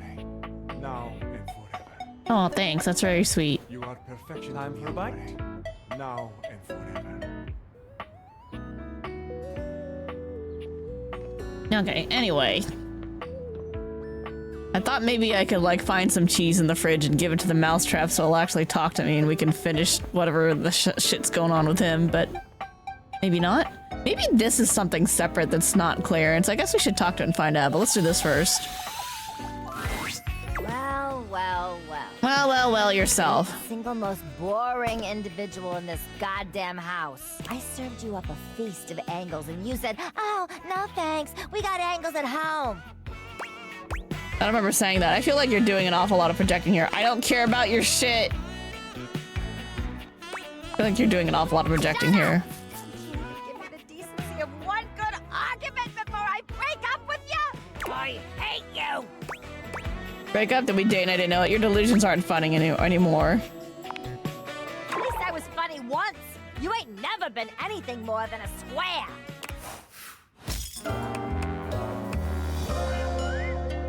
Ugh, you are so boring. The feeling is mutual. You didn't like the drama, mama? I did not like the drama, mama. It's fiery. Dancing on that knife's edge of hatred all the time. Too bad for you, you fell off. That's fine, Reggie. Alright, so is this still Clarence or is this something else? There you are. It's still Clarence. Oh my god, and he's still got his fucking Batman pillow. His Dakimakura. Oh my god. Alright, Clarence. No one can keep... Sure. Clarence embraces you with relief, and you spend your time together cuddling and canoodling among the clothing.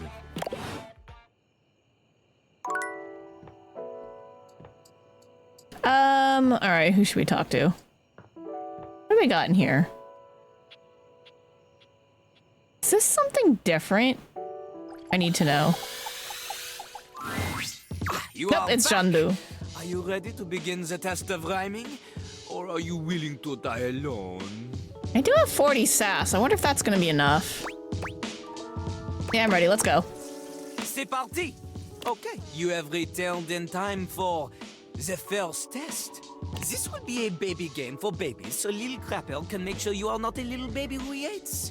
Babies are full diapers, they are not ready for little crapper. Little Crapper is actually pretty hilarious. Babies have trouble filling their lines in the choices below. They only have so many words before they fill the box, eh? What do you mean? I have as many words as I want to fill the box. I'll never run out, right? Oh, I guess this is starting to add up after a while. And if I were to wrap it, it would be even more. Oh, snap. I see what...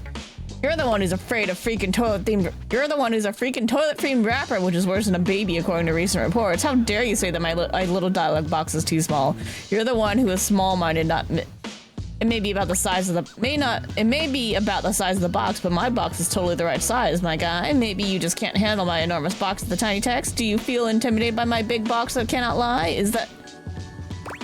There's no way I'm reading what's in this dialogue box. It's a complete waste of time, and I'm definitely not picking this option because it's stupid. It's a bad choice. It probably leads to an instant ending. Oh my god.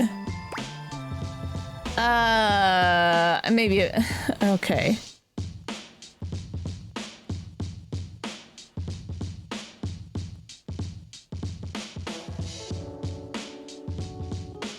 I don't know which one to pick. Not the first or the last one. I'm torn between it's 2 and 3. I'm like trying to pick between them. Maybe about the size of the box, or like you're the one who's freaking toilet themed rapper, which is worse than a baby according to recent reports. How dare you say that my little box is too small? Maybe about the size of the box, but my box is totally the right size, my guy. Yeah, fuck it, whatever, just pick one. See? Look how tiny your presence is. A rapper needs big presence. They need to shout. Luckily, Lil Crapper has an assistant for someone with a little baby voice like you. This is Ballcock. Jean-Lu holds a strangely mic-shaped object in his hands. It's round and black and almost balloon-like. You're sure you've seen It's a part of the toilet. Where? What did you say, huh? Oh, sure, this is my life now. I won't question it. What'd you say? You know, the part of the toilet in the cistern. It is like a floating ball. That is the literal name of it. Look at Lil Crapper's mighty hand. Watch him stroke his own Ballcock as he sings. That doesn't come out the way you want it to, buddy. Put it near your mouth and witness. I'm not doing that. Okay, you know, fuck it, let's go. Okay, here goes. You have a big heart and tiny mouth. Ballcock has a big mouth and no heart. He is ruthless. Together, you will show Lil Crapper that you can be a match for him. Okay, got it. Okay, got it. Here is how the test goes. First, we pick a name to rhyme with. One syllable, easy. Little crapper, he picks for you Jacques. Okay. Okay. Lil Crapper will say the first part of a sentence. You will finish the sentence. The word you choose, she must rhyme, and she must make sense. Example, yo, I know a lad and his name is... This is the part where you say Jacques. Jack. Jack. Okay, good. You are not stupid. We go. Wow, okay, buddy. Remember, only the best can kick it with the crapper. This is easy baby hours. Training pants stuff. You cannot keep up here? Pfft, you get out of his face. Wait again. Yo. I know a guy and his name is... Jack. Jack. Never in front, always in the... Back. Back. Keeps his stuff in a burlap... Sack. Sack. Lives all alone in a tiny... Shack. Shack. In a fight, he'll give you a... Whack, snack, plaque, smack. Ooh. He'll give you a smack. Smack. Woo! Okay. You have rhymed one word with 4 other words. This is very impressive. To a normal person?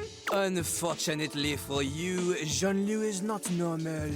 He is above normal, paranormal. I don't think that means what you wanted to. Ghost because he is so amazing that only 40% of people believe that he even exists. Okay, I see where you're going with that. That's funny. You have succeeded at the bare minimum. But you keep proving yourself at this rate, maybe, just maybe, you can just barely keep up with Jean-Louis Pissoir, Lil Crapper himself. And maybe someone will want to date you. Oh yeah, people want to date me. Yippee! Yippee? Ooh, we have a long way to go.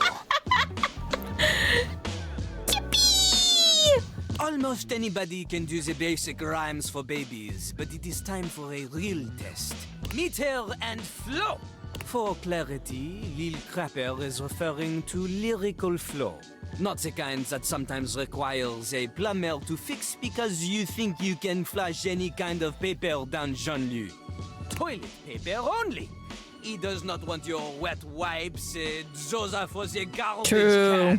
can. Those things do not break up as much as people want to claim that they do. They don't. Plumbers are always just like, yeah, that shit's not okay. If you need something more to wipe the buns, install a bidet. Yeah, bidets are cool. Bidets are great. Anyway, this test will be checking if you understand flow, syllable counts, things that are basic to a genius like Lil Crapper. But for someone like you, are you ready? Yes. You are not.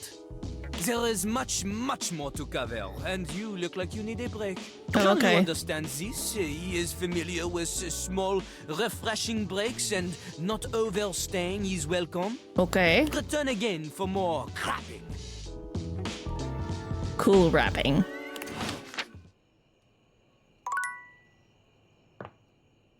He's funny.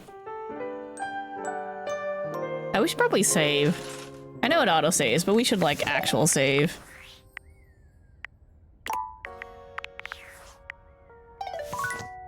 Alright, time to find our next Dorian. Not here. Downstairs. Ground floor bathroom Dorian. Dorian is as tall as ever, but there's something off with his energy today. His eyes dart briefly from side to side, as though ensuring you're alone. We're at the bathroom. Okay, hold on. Ground bath. Bath Dorian. This is number 15, so we only have 2 left to go, which I think is the laundry room and the back door, if I'm remembering correctly. Welcome to the lavatory. Let's keep things private here. Oops. Hold on. I need my chat back. There we go. Very, hush hush. All right. Dorian, are you embarrassed? Understood. Try as I might to keep things quiet, nestled in this lovely little space in the house, we seem to have attracted our loudest members. So like Jean-Lu and Johnny Splash. Actually, I'm still in. Who's here?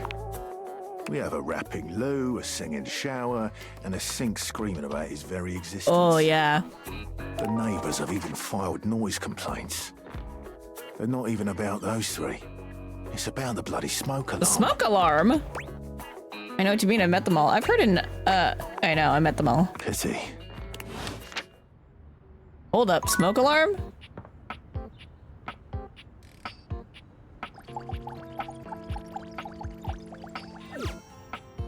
What do you mean? I can't... No, that's a light. Hold up, where's the smoke alarm?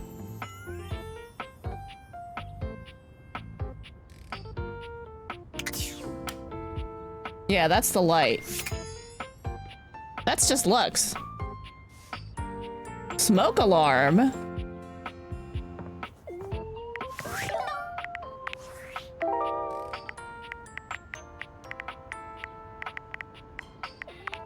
From high up, a sentinel watches over for sightings of conflagrations.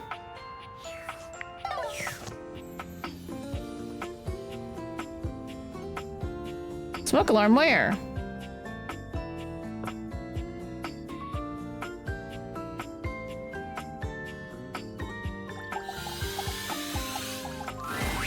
For a moment, it looks as if a firefighter has appeared in your home, smoke and all. But a closer look reveals the smoke is in fact attached to this apparent firefighter's head. Oh. You don't get much of a chance to scrutinize her appearance any further, because the moment she notices you, she begins to rush you along, raising her voice and waving her arms at you. Thank heavens you're here. Wait, well, don't just stand there. Go get help. With what? What's wrong? What do you bleep mean, what's wrong? Don't you bleep see that? No need to shout. Don't I bleep see what? Could you maybe turn that off? I can withstand this. I can withstand anything. Don't I bleep see what? All that smoke! It's everywhere! And where there's smoke, there's bleep fire! That's you! That's not smoke though, those are dust motes floating ever so sweetly in a ray of light. Oh, is that what that is? Whoops. I guess I might be a little chumpy today. Bleep! Could you maybe turn that off? I can withstand this. I can withstand anything. Why? You know what? I like the sound. After a while, it's very... Anytime now. Blessed silence. You can finally hear yourself think again. Got it. Alrighty then. Arma alarm at your service.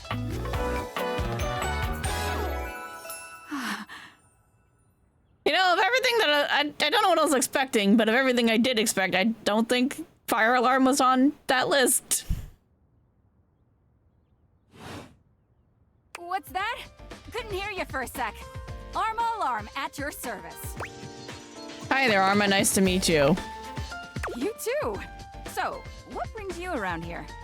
Dorian said you're loud. I thought I heard a noise, a sort of loud bleep, if you will. Actually, some of my neighbors have filed a noise complaints with Dorian. Noise complaints? Hello, Arma. Sorry to say, love, but it's true. But I've just been doing my job. How dare they complain about being kept safe? Don't shoot the messenger. Nerve. You see, I'm here to protect the house from fire. I get that. Take a look around you, at everything you love. Now just think. If you're not careful, it could be gone in an instant, consumed by raging flames. I've got to stay vigilant at all times. Wow, real life hero. I admire that. Wait, what was that? I might start a fire if you mean getting rescued by you. I noticed you're looking a bit, frazzled. What was that? What was what? That bip sound. No idea what you're talking about. Do I need to change your battery? Okay, well, what were you saying about staying vigilant at all times? I dig that. Pretty sure I heard something. With all due respect, I don't know you well enough to get grilled by you. But that, I 100% hear a noise, and I'm not trying to be rude. Anyhow, I'm really busy right now trying to make sure we don't all die. Maybe it would be best if you came back another time, all right? Okay, I'm gonna see you around. Maybe my ears have healed by then. All right, Arma, try to get some rest, okay? Armor ignores you. Okay. Sure. I do want to know if this is something else. Abel was friendly the last time you saw him. It is our table. He seems downright cheerful today. He's whistling when you walk up on him, though he stops when he sees you, greeting you with a broad grin.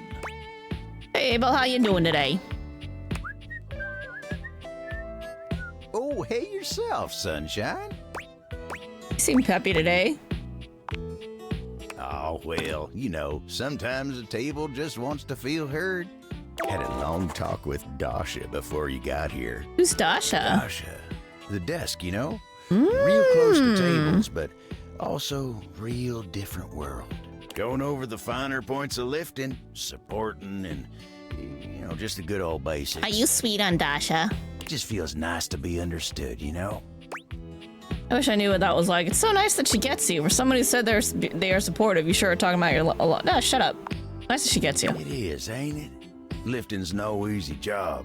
We got a lot of folks in this house who do a damn fine job at what it is they do. But how many people's job is it to lift? To make sure everyone's got what they need, to make sure they know they can rely on you day I'm pretty sure in Shelly and can day relate. out. It's a lonely lot in the life of a table. But I knew what the job was when I signed up. Did you sign up for it? I feel like it was assigned to you. Semantics, pal, semantics. I know who I am and what I do. But sometimes you just wish someone knew exactly what in tarnation you're even thinking about without having to explain yourself. Fair, fair. That's Dasha. I see. Maybe you should talk to her more often. You think so? She's had a real positive effect on you. Oh, well, shucks. I don't know. I'd hate to bother See, her. now I have to talk to Dasha. She's got a lot of lifting to do herself. I can't be distracting her from her very important job now. I think you should at least consider it. I'll consider it, yeah. Anyway, I can't take up much more of your time today talking about myself. Just remember what I said before, okay? I'm here if you need me. I will. You remember what I said too, please. I will. You take care now.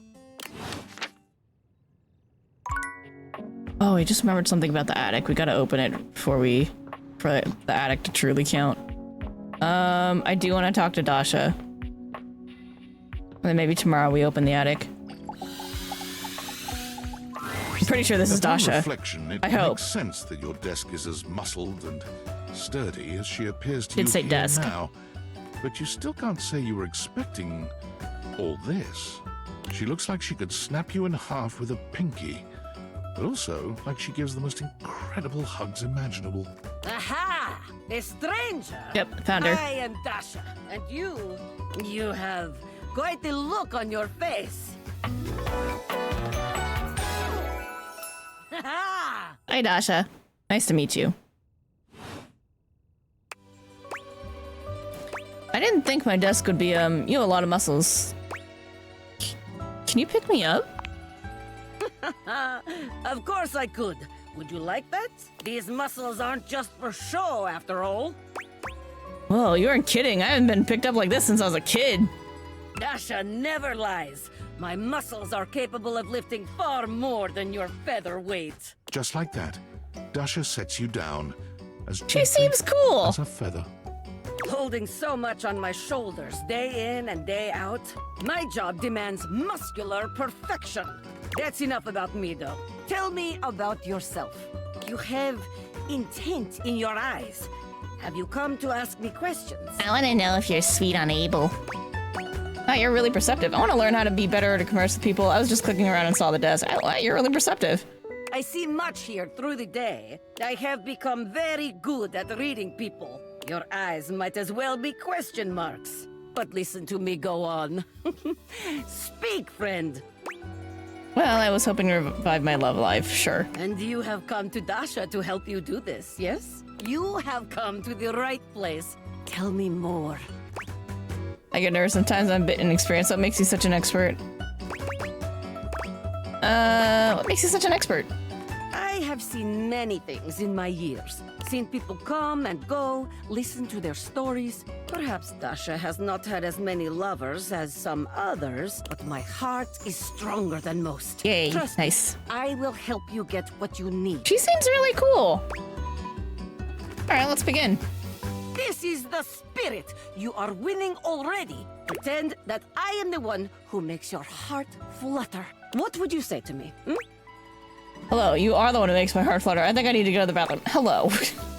Okay. Hello? A classic? We must work on warmer opening, but it is a start. There. Okay. Perhaps there is too much pressure. Perhaps we must go back to basics. We are side by side at Tasteful Bar. I am just your type. You wish to impress me. How do you get my attention? Crash my head between your thighs like a watermelon, mama. Nice muscles. Can you pick me up? Would you mind sharing your lifting regimen? Ah, I see you have excellent taste. There is truly nothing greater in life than the pursuit of gains. Here is my number, fellow muscle enthusiast. Nice. Now, the question is, will you know what to be doing with this number? Call you? I tear it into pieces and throw it at you like so much confetti. No. I carefully fold it and put it into my pocket, then call you after a reasonable amount of time. I call you right away. Reasonable amount of time. Yes! Tasteful, classy, excellent. Excellent work today. Come meet me another time if you wish to continue your lessons. She's teaching me like Dante was teaching me. I have much work to do, but I have enjoyed our time together here. See ya. See you next time. That's fun. Alright, let's go back to... I was gonna poke around the bathroom, but I got really distracted downstairs after I talked to Dory, and I was like, hmm. Okay. Let's go with... Oh, Rebel's back. Alright, fine, let's talk to Rebel. Hey. When you see Rebel this time, it is obvious that a change has taken place. Their usually disdainful expression is softened, and where they would normally just smirk at you distastefully, they are instead smiling. The characteristic punk attitude remains, but they're definitely more approachable. Okay, alright. Not gonna call me Duck Nugget or something? Hi, Rebel. I've been thinking a lot since we talked last time. And not just about the orgy next weekend. Sorry. I mean the group satisfaction gathering. Anyway, what I mean is that I've been thinking about why I was so inconsiderate around you. And like, so inconsiderate to everyone. What do you come up with? Let's hear it. Is it because you've got a deep personal wound in need of healing? What have you come up with? Look, if I'm gonna break this down, I think it's time I told you a little about myself. This isn't exactly something I talk about to really anyone. Except Bathsheba. She knows all this. Yeah, Bathsheba is a gossip. She likes knowing about everyone. Go ahead, Rebel. You're safe here. Only tell me what you want. I feel honored. You're safe here. Loser. You probably didn't know this, but I'm not the only rubber ducky out there. I would assume. In fact, I grew up in a big family. Me too. Like a dozen siblings big. But holidays were fun. I had 1,636,467 siblings. Holy smokes, Batman. Yeah, Max said you had a lot. That tracks. Anyway, we didn't all get along great, but most of us did. And it was a really wonderful ducklinghood, if I'm being honest. We'd play with bubbles, swim laps, make squeaky sounds. Oh, that sounds fun. Generally speaking, it was pretty innocent. A tear comes into Rebel's eye, which they wipe hurriedly away. I haven't thought about that in a long time. It sounds wonderful. It really was, until it wasn't. My family was torn apart. We were all separated from one another. One by one, we were ripped away. Because you got sold. Tossed into cellophane wrappings, loaded into shipping crates, packed off to duck knows where. All that love, all that innocence, shattered. My god, Rebel, I'm so sorry. That sounds so difficult. I can't imagine your pain. I'm so sorry. Before I knew it, I was all alone. and on the streets, forced into all kinds of situations I had no idea how to handle. Things happened. Things I'll never forget. I wasn't ready for any of that. I was still so young, but I learned how to cope. I hardened up. And when things finally settled down and I ended up here, I was different. Not innocent anymore, not trusting. So angry. For a while I tried to fit in, but I never did. Too much had happened. I was living a lie, and I tried to just be myself. I lost control. So you lashed out at everyone. So you rejected everyone. I had to do something about it. No one had ever protected me. No one had ever looked out for me. So I had to be my own shield. I never felt like enough. And now I feel both alone and hopelessly vulnerable. I don't know what to do. Well, you don't know your own strength. You're so much more powerful than you think. What? What do you mean? I mean, you might feel small, but you aren't. Your actions make an impact on those around you. Your words have real power. What you say and do makes a difference. You could do a lot of good. You don't need to live in your past. You do a lot of good. I've done a lot of harm. I'm so fucked up. That could change. We all are a rebel. What do I do? How do I get past this?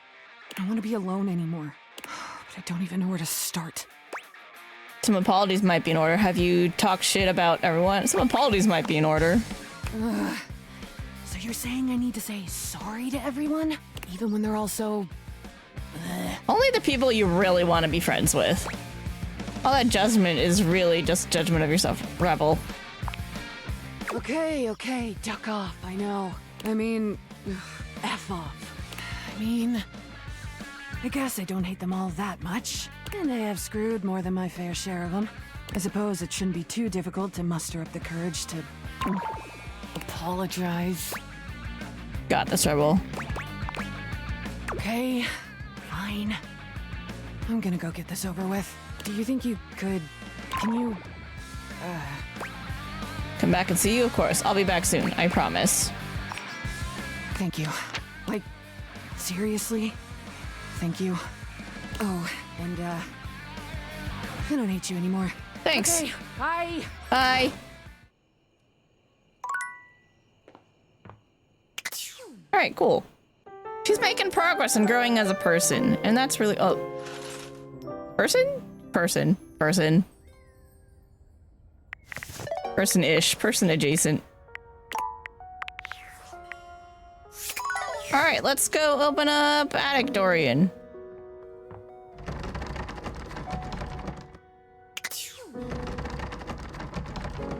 I think I need to talk to him.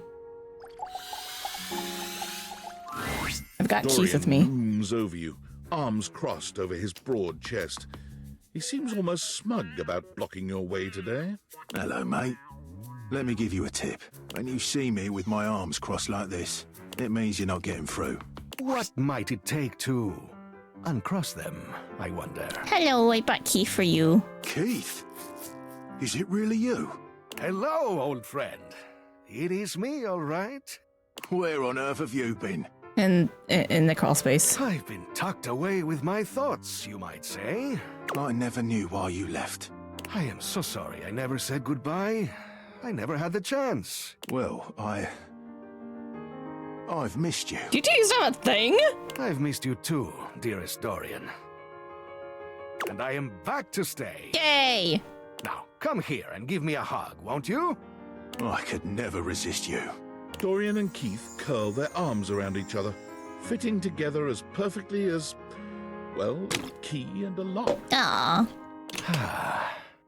And just like that, door is open. That was brilliant. He gets me every time.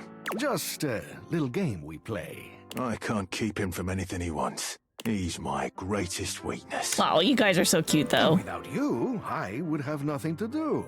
We fit together rather well. Seems like there's some history there, so no matter what, Keith can always get you to open up. Seems like there's some history here. Well... We may have given love a shot, but it didn't really work out. I prefer to cherish the fact that it led to our friendship. Quite so. A superior level of relationship. in our humble opinions. Oh, that's nice for you guys. And great, maybe we can be friends, Keith? Don't you think love can include friendship?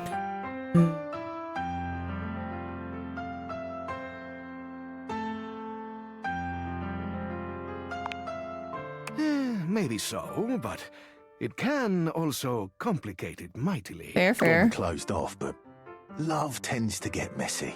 For us, friendship is the way to go. Fair. The treasure trove of friendship is open to us. Cool. Oh.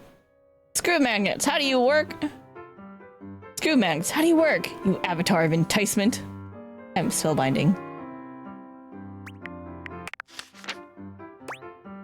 Let's see what's in store in the attic. Well, Keith, crack them on open. I hope someday I can open you up like that, Dorian. Let's see what's in store in the someday I can open you up like that, Dorian. Maybe you can. Ooh.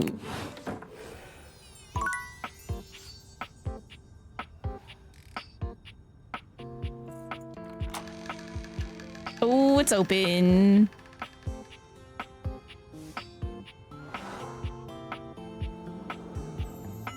Where's he going?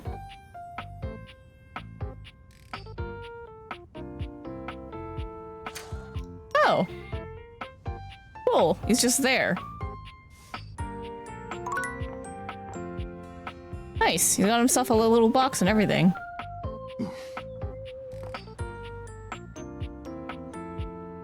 That must be my plant. Let your light shine through.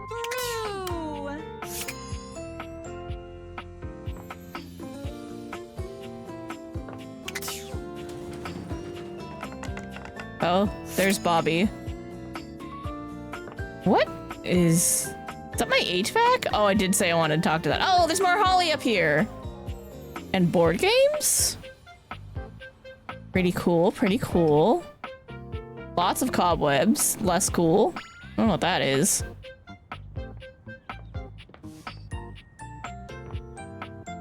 I do want to do bathroom stuff though. Like the bathroom exclusives. So let's start with our makeup. Well, hello again, darling. Absolutely fab to be in your lumescent company again. What's new with you? I hope all is gorgeous. You are gorgeous. I am indeed.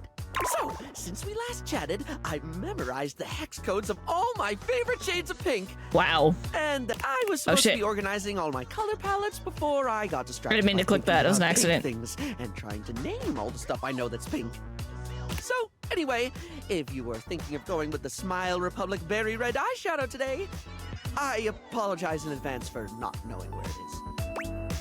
You really do have a lot going on in that brain, don't you?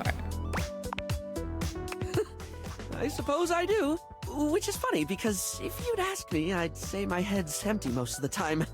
I forget enough things that it should be. But the moment a thought's gone, the space immediately gets filled up with something else. Interesting. Well, that reminds me, I was actually going to ask if you could help me with that. Mm-hmm. I mean, from the color coordination on your amazing outfit alone, it's clear you're far, far, far more level-headed than I am, darling, and I'm messier than one gets trying to do their mascara in the back of a moving taxi. Oof, that's really hard. I wouldn't say I'm a beacon of organization, but I can do my best to help, and you need me to help clean up the chaos? It sounds more like you need a babysitter than my help. I'll do my best.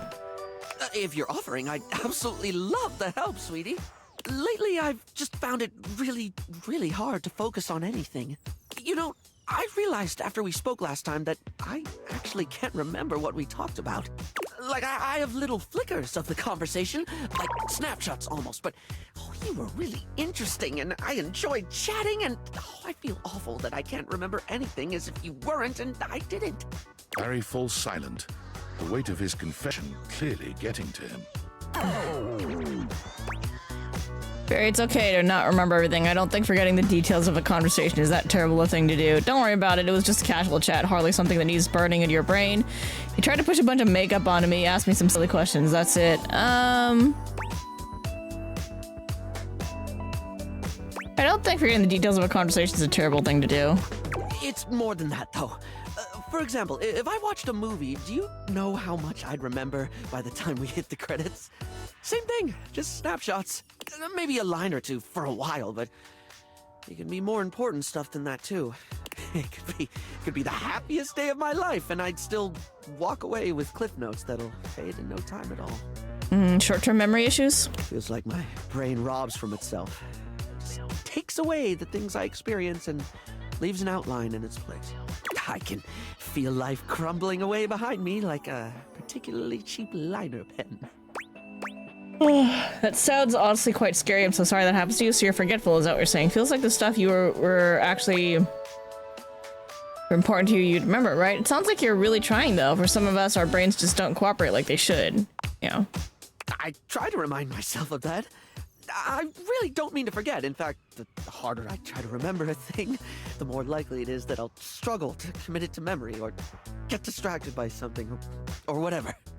Then again, my stupid brain's a steel trap for stuff that's totally not all that important. It's just whatever silly thing I'm mega focused on at the time. I once learned a whole bunch of meaningless facts about Herne Bay in Canada. At one point, I could quote you every line of I Want to Be Your Gunnery or give you the history of the pinball machine. Wow. I could have told you all that.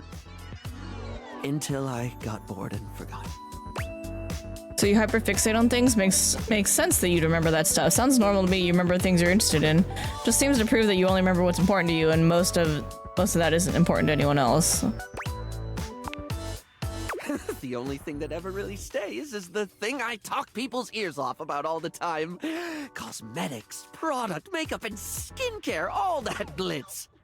I'm never not fascinated by the things we style ourselves with, and I guess that's what makes Barry Styles Barry Styles. It's what I can remember, so that's me. Pretty ironic, darling. The closest thing to my heart is only skin deep. Maybe for some, but you make people feel good, and that's definitely something that matters. Gotta have a hobby, right? Well, I wasn't gonna be the one to say you're... I mean, it makes people feel good, though. Barry gives you a warm smile. That's a lovely way of looking at it. You have a beautiful perspective. So what was it you actually need my help with? Oh, yes! I forgot that's what actually started this.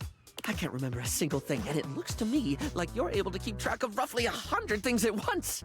No, I have to constantly refer to my data decks. So, like, how? How can I at least pay attention to the things I want to pay attention to? Well, it seems to me that if you can't keep everything in your head, keeping it somewhere else might be the next best thing. Like, yeah, like writing it down. Sounds like you need a therapist or something. You're not sure I can help you start your brain. No, like write it down somewhere. How do you mean, honey? I don't know how to answer that. Stuff goes in, stuff doesn't go out. That might sound like write things down.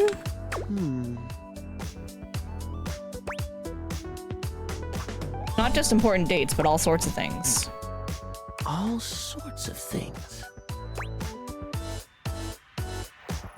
Things others said that made you laugh, the details of events that keep you wishing you didn't forget. Oh, yes, of course, darling. It's so obvious. Yet I never actually do it. Sometimes I think to do it, but then I just don't. Feels like too much, or I convince myself I don't need to. But I do need to, don't I? To be blunt, yeah. Heck, even if I forget to bring a notepad, I'm literally never more than 2 inches away from a liner pen in my own arms. Using the tools of the trade aren't a bad idea, actually. Oh, like, I could use the orange eyeshadow as a highlighter for super important notes, because it's a lovely shade and it's always left unused on the palette. I actually use my orange eyeshadow sometimes. Not a lot, but I do use it sometimes. And I have this red ink liner that's always been too splodgy for lips, but oh, it looked gorgeous in a notebook. I didn't even think about how fabulous the book itself could look. That's the idea. Make it fun, you make it far easier to remember. I'm getting giddy just thinking about glittering up a notebook, like giving my own memories a makeover. This is brilliant. This is just brilliant. Thank you so much. Sorry, I was like grabbing a quick snack. Yeah, you're welcome. Glad I could help. I'm delighted to have helped. Now, I absolutely must get to work. Cool. Let's talk to Bathsheba. Bathsheba is deep into a novel of some sort when you see her. It must be salacious because she's gasping and fanning herself. Enough of the will they, won't they? Get you some fangirl. Oh, just kiss her. Come on. I love the bath ball earrings, actually. That's pretty cool. What are you reading? You want me to kiss you? Kiss who? What you reading? Bathsheba starts, throwing the book your way with a shriek. You take a closer look at the book. A ceiling fan and a pedestal fan, each with varying amounts of cleavage, stand chest to chest in a pose that lets you know right away this is a steamy romance novel. Oh man, can I borrow this? What the hell is this? This looks fun. Can I borrow this? I wasn't done with it, but sure, whatever. I do have excellent taste, don't I? Bathsheba places a hand on her chest, batting her eyelashes at you. So, we gonna get to making me some friends? Oh yeah, I forgot that's what we were doing with you. Yeah, absolutely. Yay!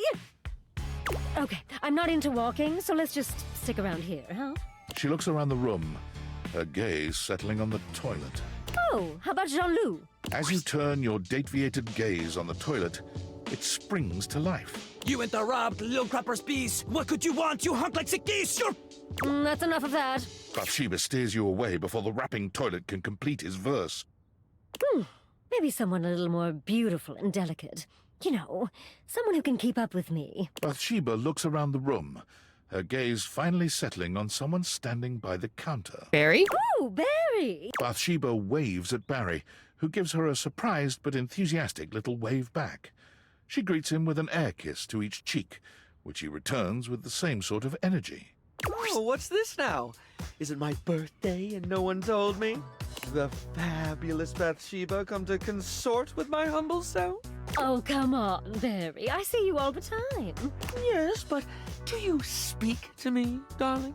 Aren't we, like, beyond words? I wouldn't go that far. You ignore Barry? If I was fabulous as you, I'd ignore him too. You should be kinder to the things around you. You ignore Barry? No way.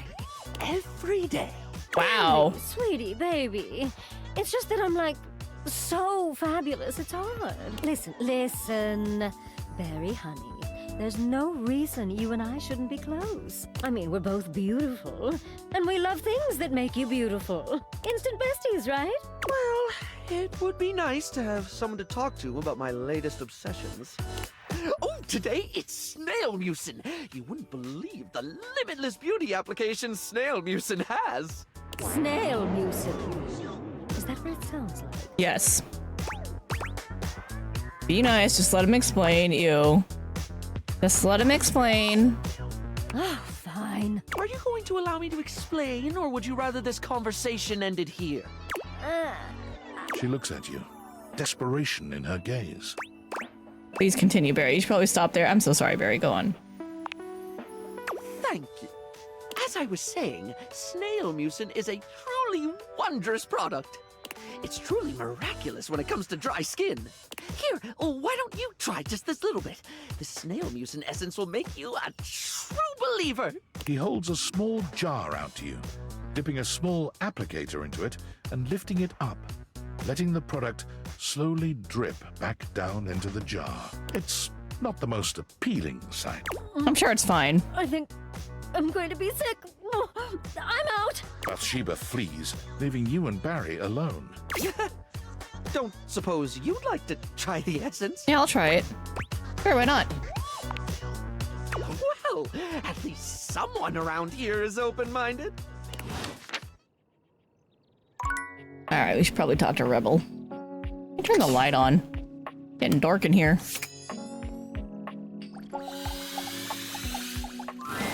You walk in on Rebel just finishing a discussion with Mac.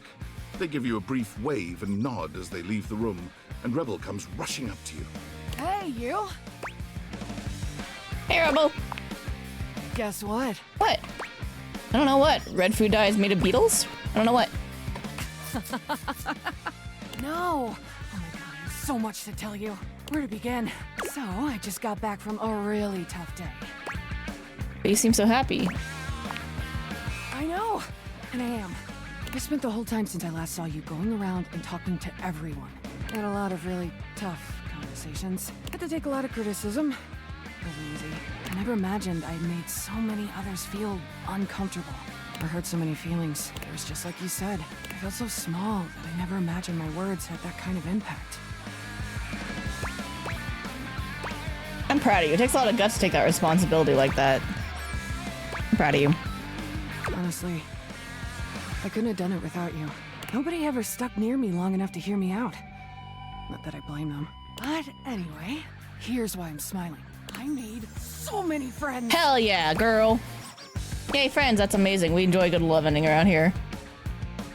That's amazing. And as it turns out, a lot of others even had crushes on me. Ooh. Which I was not expecting, given how I typically end my 5-hour duck fests. I usually just give them a receipt for expendable goods like rope and lube and such. Hey, that stuff gets expensive when you use as much of it as I do. But anyway, back to what I was saying. Mac was one of the last objects. Not like sexual, just like, you know, objects on my list. We actually had a really meaningful heart-to-heart. And at the end of it, they suggested something really smart. Mac's cool like that. Hit me. Ooh, what? Mac's cool like that. They suggested we form an online support group for other duckies. Oh. They said we should be able to find them using Placebook. And Phoenicia even agreed to help. Nice. So, I'm gonna do it. I feel like it might really help me get back in touch with everyone. I think you'll learn a lot from their stories. Maybe others have been through similar things. Maybe others have been through similar things. I know. Thanks. I know I already thanked you, but thanks again. You had the guts to confront me, but without attacking me. Honestly, if you had, I probably would have crumbled. Behavior was a sign of pain. A hurting hand is connected to a hurting heart. Behavior was a sign of pain. God, you're hot. Eh? I mean, your empathy, your quiet strength, willingness to listen. I'm sorry. I'm trying to keep it together over here. You told me to pull back on the sexual stuff, so I'm trying. I'm really trying. God damn. Dr. Rebel, let her rip. There's a time and a place. Let's be friends, yeah.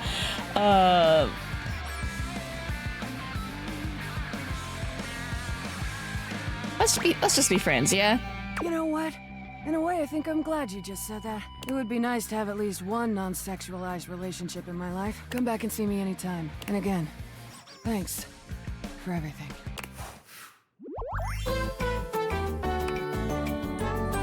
BFFs. Bitches fuck forever. All right, Rebel, never change. Hey, we got sassier.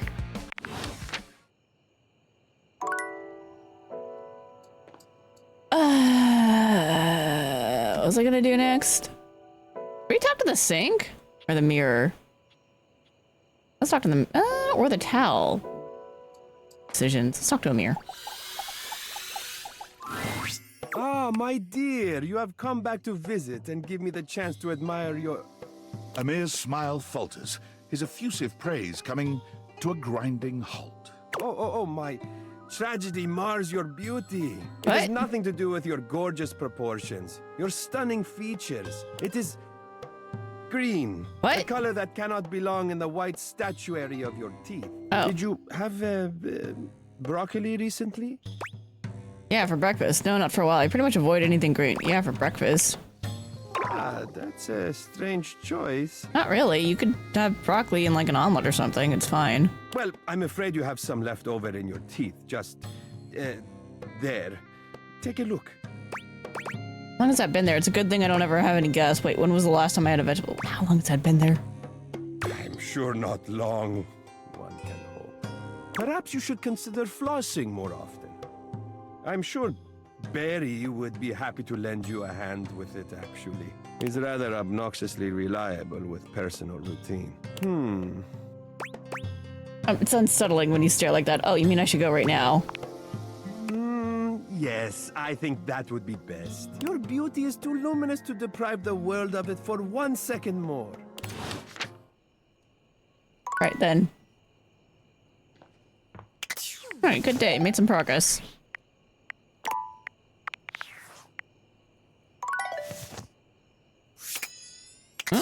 Alright. Now we're gonna re-talk to Attic Dorian. Now that it's open. Open Attic Dorian. Like a bouncer finally granting you entry to the most exclusive club, Dorian finally steps aside to allow you in. Nice. Welcome to the attic. There are an awful lot of weirdos in this particular room. Oh. Tell me about the weirdos. You're a weirdo. Just sing a lot. Tell me about the weirdos. There's the plastic plant who wants to be real, a ventilation system who doesn't want to be seen, and all your memories. Ooh. Tell me about the plant. Chrissy's a dear. A true delight. You can find her by the window trying to gain some sunlight. Pity that won't work. What can I do for you? Tell me about the ventilation system. Hector Valentino Ernesto Condicionado. He's a shy one. He resides up here, but you can find him through the grates all round the house. If you wish to get on his good side, I'd recommend the grates first. What can I do for you? Tell me about my memories. Lady Memoria reigns over all of us up here. A very capable ruler. Wait, I thought Celia and Florence were in charge. I would think of her as a despot, if only for the fact that she wants to be gone from here immediately. Try to get her out of this place, would you? What can I do for you? Okay, I've heard what I needed. Enjoy the nutters. Apparently the nutters. This is fine. Alright. Let's do more with, Barry, then Bathsheba, and then others here. Hello, beautiful. Hello! That's the spirit. I just remembered I'd been working on another one of my world-famous Styles Profiles TM surveys. I'm calling my quizzes Styles Profiles now, because it's definitely a thing, I swear.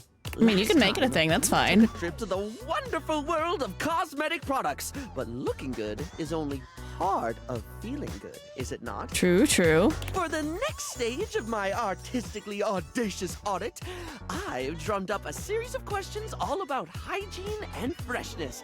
In a second round I like to call Coming Clean. Alright, sounds great. I love talking in detail about my personal hygiene habits of myself and others. What you're planning to ask is appropriate, right? This sounds like it might get personal. Another quiz? I'm not feeling that. Yeah. Oh, holy cuticle clippers, I should have thought about how that sounded. Sorry, the questions aren't that personal. It's a very casual, product-driven set of cues like last time. Okay. I'd never start asking anything invasive. As someone who hangs out in a bathroom all day, I totally understand the importance of discretion. Great, thank you. Please tell me more. Right, so last time we talked tweezers, we talked makeup, we talked aesthetic. This time around, in the interest of getting to know you more and work out exactly how best to get you at your best, I've got a whole set of queries about the product you like when getting fresh. So, what do you think, hun? Are you up for Styles Profiles TM? Round 2, coming clean. Sure thing. Well, suds me up with soap and foam. I'm so excited. Okay, here we go. Question 1 for round 2 of Styles Profiles TM, which is absolutely gonna be a thing. When it comes to toothpaste, which brand best pleases your pearlies? Whatever's cheapest at the time. I can't really say my favorite is just toothpaste. There are certain brands I love. Ooh, do tell. Smilex Original, Colgate, Hintamint, Professor Texture's Coarse Grade, Maxillary, and Mandibular Scrubbing Fluoride Solution Bubblegum flavor. Smilex? I don't know. Ah, Smilex, the original toothpaste TM, as their adverts say. I've never understood that tagline. Like, clearly, they're not the first toothpaste. Smilex wasn't even a thing until 2004. And it's plain white mint flavor in an industry standard tube, so It's not doing anything original, either. The original toothpaste. Ugh, that tagline's gonna haunt me for the rest of my life. A quality choice, though. Gets the job done without airs or graces. A perfectly practical paste. See? That's a tagline that makes sense. True. Anyway, I don't mean to floss over dental care, but we can't get incisive over just one subject. It's time to think about soap. Real straightforward one, this. When it comes to hand soap, how should it be? Bars or liquid, blocky or squirty? Do they need to be a classic brick or bottles of squeezy wetness where it's at? For hand soap, I like the foaming. Should you be rubbing or pumping? Easy bars, easy liquid bars. No, wait, liquid both is not liquid. Exactly, of course. I always like to say that there is no wrong way to soap. Well, unless you're using mincemeat or soup or bird's nests or something. But assuming you're soaping correctly, you cannot soap incorrectly. Bars of soap and liquid soap are equally valid, contingent on preference and pre-existing skin conditions. True. I think the war between bar users and liquid users has gone on far enough. I agree. Okay, next question. No questionnaire on hygiene and cleanliness can be complete without discussing sponges. Its absorbency and non-judgmentally forgiving nature makes it a household name in many, household. Plus, it's just fun to say, isn't it, love? Sponge. Sponge. Spongy, spongy, sping. Barry, come back to me. Spongus! Huh? Oh, sorry, I got caught in a word loop. You know when it just gets weird and you can't stop thinking about it? I can relate. I can't relate. I can relate. Glad to hear it. Right. Sponges come in many varieties, only adding to their allure and popularity. But if you were offered a lifetime supply of sponges right now, with the proviso that you can only have it in one basic format forever, which would you go for? Let's think about the options. I need clarification. When I get a new sponge, is it the exact same one? I'll admit I've never thought about sponges enough to be able to answer this. Let's think about the options. Here they come. Classic, one of those sort of rectangle ones. And au naturel, I like them lumpy and bumpy. Who sponge, the ones that look like scrunched up nuts. Loofah, love those long boys. Show me somebody who doesn't enjoy a loofah, and I'll show you somebody who needs to get on the loofah tip. There's so many subgenres of loofah, you'll never get bored. And the exfoliating properties are a bonus one simply Love me a cannot loofah. ignore. Did you know that while seen as a sponge from a product point of view, a loofah is actually a type of cucumber? Uh-huh.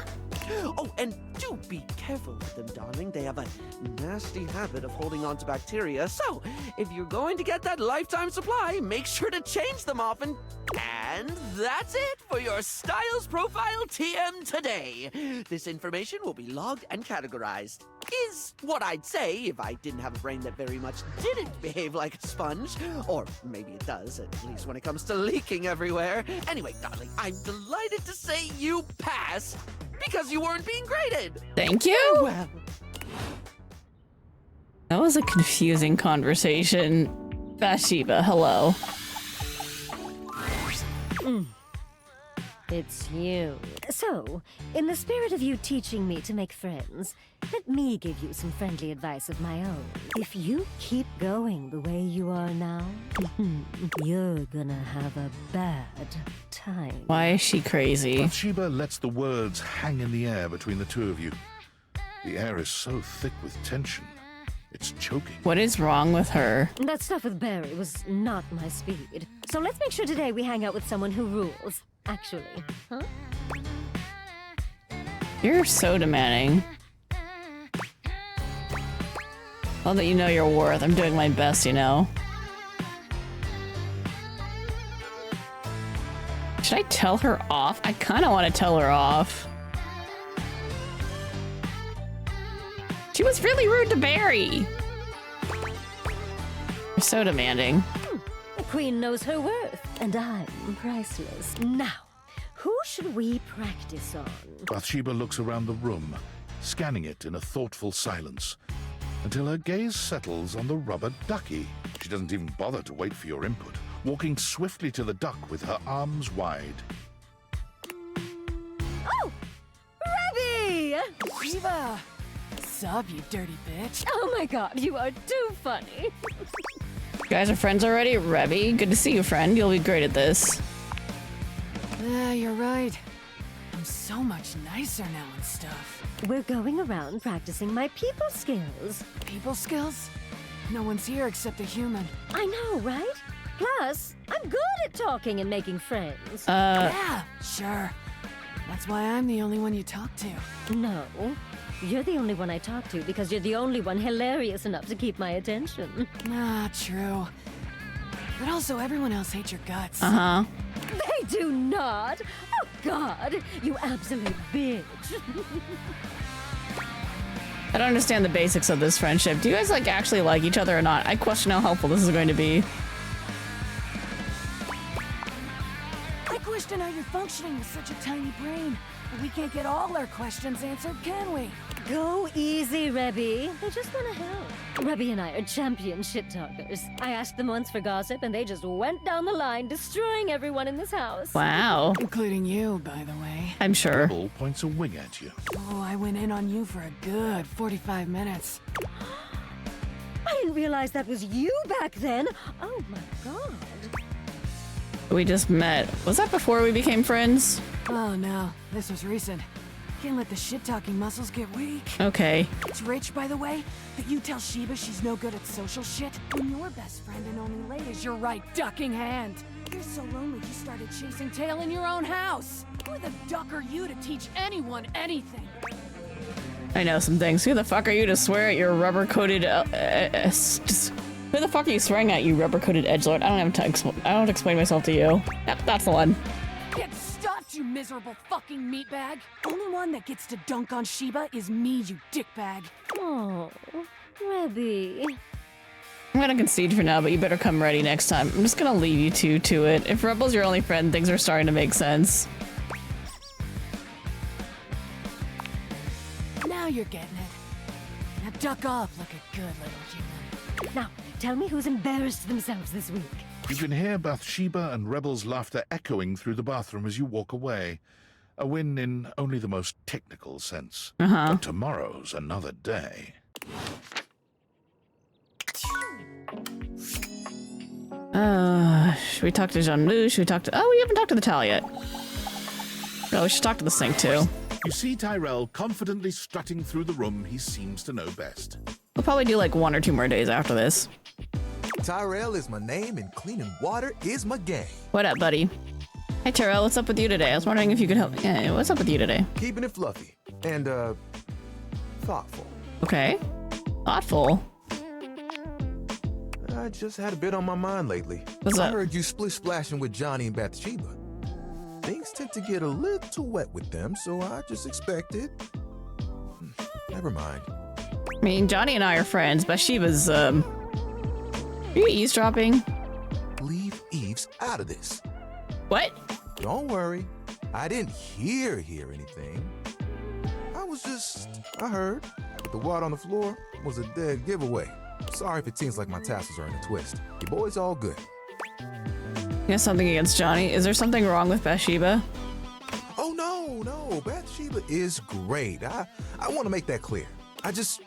Sometimes I get a little concerned. I think I just wish you had talked to me sooner. But I'm glad you got to visit with Bathsheba. I really am. You're so cute when you're jealous. Jealous so quickly. I'm not sure. You're so cute when you're jealous. I mean, it would be true if I were jealous. Which I'm totally not. You sure about that? Of course I'm sure. I mean, I know y'all splash around having a good time. Leaving water all over the floor. Water that I have to clean up. Are you salty about something? Am I making too much of a mess? Am I making too much of a mess? No, you're great. I don't mind cleaning it up. It is my specialty. Absorbent is my middle name. Is it really? I can be more careful next time I take a bath, I promise. No, it's fine. I'm used to coming second, I guess. What makes you say that? Honestly, I would never put a towel as the main character in any... what makes you say that? I'm always there for the messes in life. Never the memories. Whew, look at me. Getting all sentimental and we just met. You think I'm jealous? How about this? Let's get to know each other a bit. Then you might make me spill the beans. Until then, splash away. I'll get the puddles. Don't worry. All right.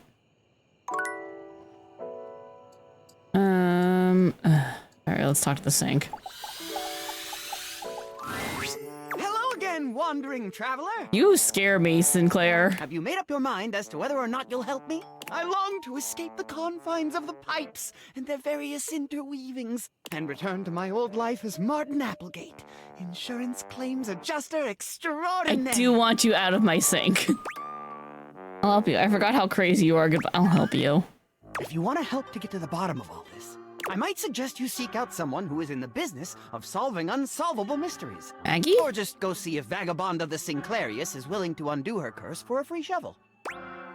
I'll do my best to help you. I think I know just the magnifying glass.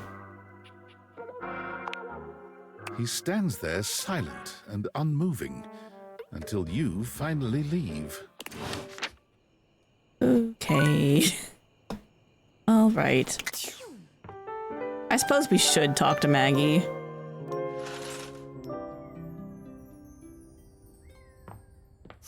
Wait, what was my progress with Maggie? What were we doing?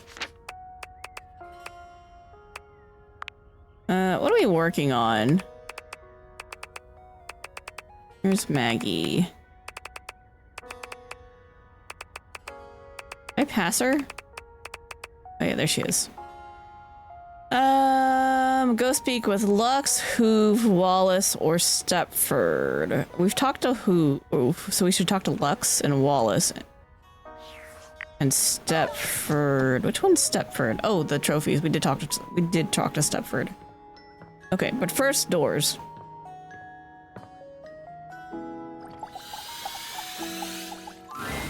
Dorian stands directly in your way, unmovable and unimpressed, and facing away from you entirely.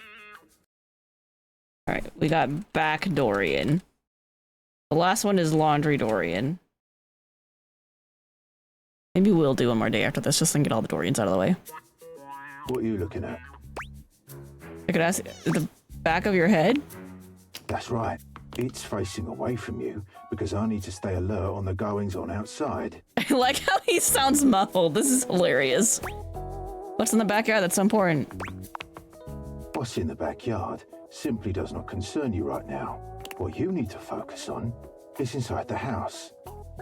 If you want to speak about why, talk to Front Dorian. Are you his evil twin? Okay, I'll talk with him.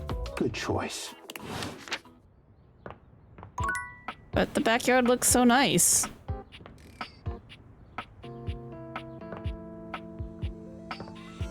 We should talk to one of the Luxes.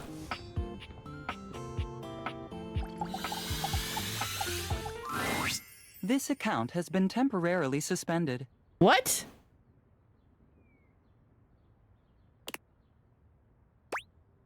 Can I get my money back? What do you mean suspended? For how long? Where's Lux? I'm sorry, but we cannot answer that question. Thank you for using our platform. Please consider buying a premium subscription. Goodbye. The fuck?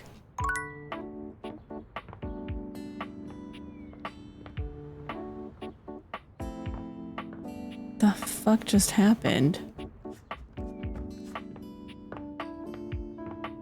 Alright, we're gonna talk with Barry and Bathsheba. Barry's usual sunny smile is nowhere to be found today. He looks surprisingly frustrated with something. Something wrong? Hello, sweetie. I'm afraid you've caught me at one of my rare, inopportune times. Ready and able as I am to be available at the drop of a hat. Why do they drop hats? Never questioned that one. You know how sometimes you just accept a sentiment at face value and then suddenly one day you realize you have no idea what it means and you just said it because people have always said it? Yes. You have to look that one up. Okay. Focus, Barry. Right. Quite right you are, hon. Actually, that's the sticky issue keeping me all too occupied. You know how we were talking about my useless brain having more holes in it than a natural sponge? I do, though in my experience, putting yourself down with derogatory sentiments like that is the opposite of helpful. I'm not quite sure what so many references to sponges and holes, but I remember it's not helpful to put yourself down. Don't be self-critical to the point of self-flagellation. It's a unique approach, but I can give it a go. Now, I've been taking the advice to start writing things down so I don't forget them. Look, the first thing I wrote about was you advising me to start writing things down. Nice. I even remembered to use yellow eyeshadow to highlight the important things. I thought the plan was to use orange. It's okay, Barry. The most important thing to remember is that it's okay to forget. It doesn't mean you did anything wrong. At least, I think it was yellow? Wait, no. It was orange. Okay. Oh, the first thing I attempt to try and organize my thoughts, and I make a bigger mess than my first 15 attempts at contouring. You're right. Yes, you said orange before, but it's yellow now, and that's okay. That's okay? Yeah, when you have a thought like that, it might help if you try and stop yourself to ask, does this serve me? I'm not sure I follow. Not Barry Allen, correct. Does it serve you to beat yourself up over using a different color than you planned? I did remember to do that at least, yeah. You didn't do anything wrong, you did it differently, but you still did the thing. Yeah, I did the thing. Yeah, you did the thing. Well, that brings me to the actual problem with the whole writing to remember thing. Okay. And what's that? What do you do when you forget to write stuff down so you don't forget it later? Oh yeah, I can see how that's an issue. Right? I've managed to jot down some important things, but I keep forgetting to do it. Then I forget the thing I forgot to write down, but I don't forget that I've forgotten it. Huh. I would just not worry about it. I just remembered that there's something I forgot to write down and then forgot because I keep forgetting to write things down before I forget them. Okay, let's focus on the pauses first. You still have been writing, even if you forget sometimes. Has it helped? Pretty impressive, I suppose, forgetting to remember the things. Wow, I really don't know what to say at this point. Sounds... No, I mean, making progress. It's fine. Is it helpful? When I remember, it really has. Whether it's just a to-do list or things you've said to me that I don't want to forget, it feels like getting some sense of control, if that makes sense. Good, just keep that up and then it'll eventually become a habit. Habits are hard to develop. That's good. I think that's the kind of positive thing you really need to focus on. It does feel really positive. Like I accomplished something, which is silly when it's just writing a few sentences down. It's not silly. Any kind of progress is the spice of life. If you're struggling to do something, even if other people don't, you deserve to feel proud of yourself when you go for it anyway. What matters is that you try. Everything else is just what comes next. Yeah, just feel proud of yourself. You have such a beautiful way of looking at things. I don't even feel compelled to draw a tenuous simile involving makeup. I just love the way you think. Aw, thank you. I care about you, and I'm proud of you for working this. Saying that you need help is always brave, especially if you think your struggle is silly. You're right. This is hard for me. Remembering is hard. Focusing is hard. Sometimes it's hard even when I do remember, when I am focused. Sometimes I know I should do something, and I just don't. I'll say I'll do it later, knowing full well I'm just going to forget. I think that's what they call executive dysfunction. I'll be there for you when you're ready. I think empathy. Well, that just sounds plain ominous. It just means that you have trouble starting things sometimes. Really?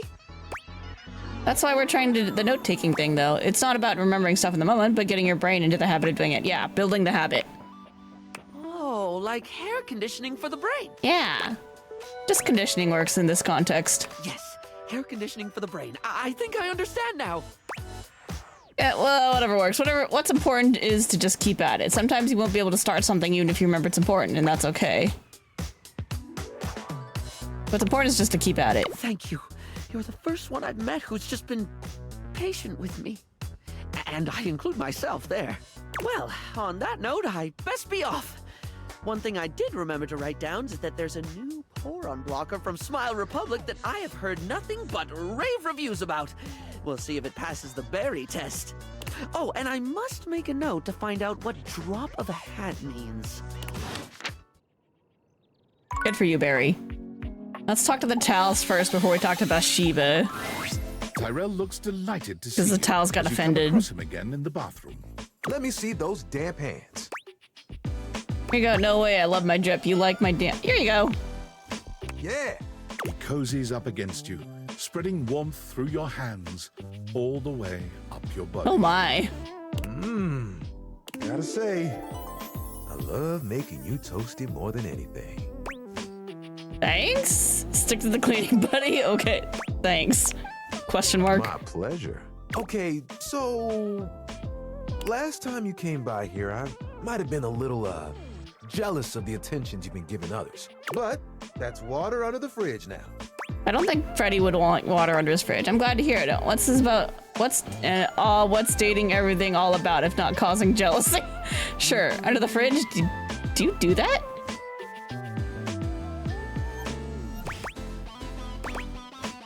I'm glad to hear it. Let's not make this complicated. And look, since you came by, you get to see my newest... I never know what to call it. Did you fold a new towel? Let me see. Formation. Fabrication, design, fabric friend. Fabric friend. We can work with that. Let me introduce you to the newest iteration of my buddy. My dear fabric friend, Towel Turtle. Tyrell holds his towel buddy out to you. Oh my god, so cute. Little turtle. Aww. Let me tell you, it took us a couple tries to get the shell just right, but it was worth it. Is this what you want to do with your time? You're really good at this. Maybe this could be your career. What? Making towel animals? Yeah, it's really cute. I like it. This really is just a thing for me. A way for me to express myself. Plus, me and my buddy have a special bond. Why do you keep them around? What's so special about it? Why do you keep them around? They've seen me through a lot. Aw. Remember when you got me from that thrift store? I was wrapped with my towel buddy. I remember you saying it was as good as new. Well, let me tell you, I've seen some massive spills in my day. Things you wouldn't believe. Did you know what pasta sauce can do to grout? It ain't Well, that sounds pretty. terrible. What? I didn't have to take on the task alone. Nope. It was a team of us, all dedicated to helping keep things nice and dry. I was happy to be with my friends, working together. Hell, we used to hang out at the bathroom bar most nights and just chill. There's a bar in your old bathroom? The towel bar. Oh. Towel buddy over here would do tricks, turning into different things, making us laugh. Every colored towel you could think of, all in one place. And the linen closet? Always a party. Sometimes it was so full, you couldn't get a shelf. Those were the good times. Where's everyone else? The story's way too long. I feel a twist in the story. Where's everyone else? It makes me shudder to think of it. It was a day that will go down in infamy. It was spring. It was raining something crazy. And our owner had their grandkids over.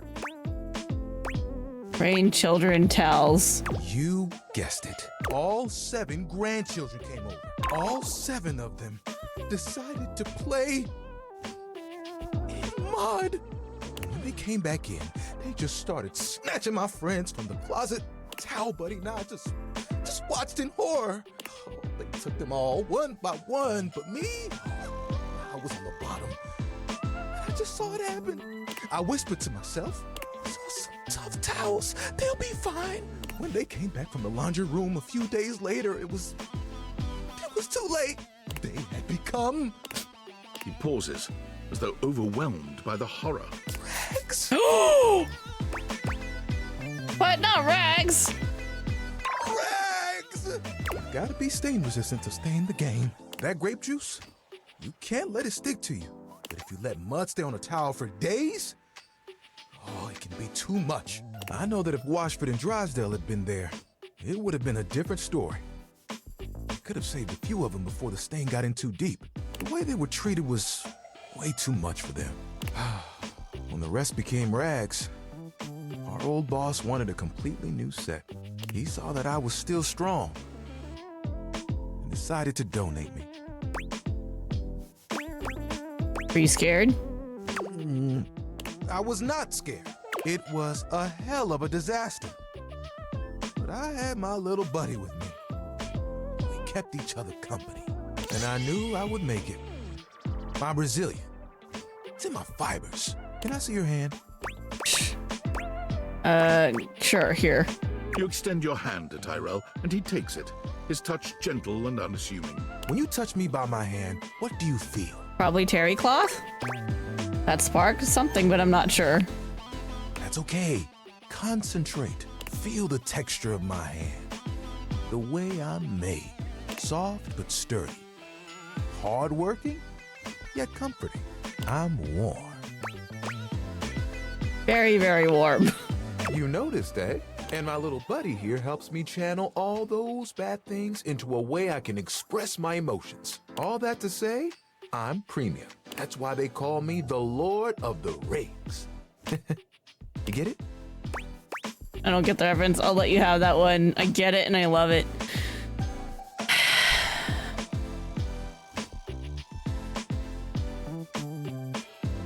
I'll let you have that one. It's a good one, I know. After all that, you still want to do the same work? I'm surprised you still love what you do. I like it, but it isn't what I want to do forever. What else do you want to do? Picture it. The music of summer playing over a speaker. Perhaps a Bluetooth. The smell of sea salt and tight canvas in the air to your right.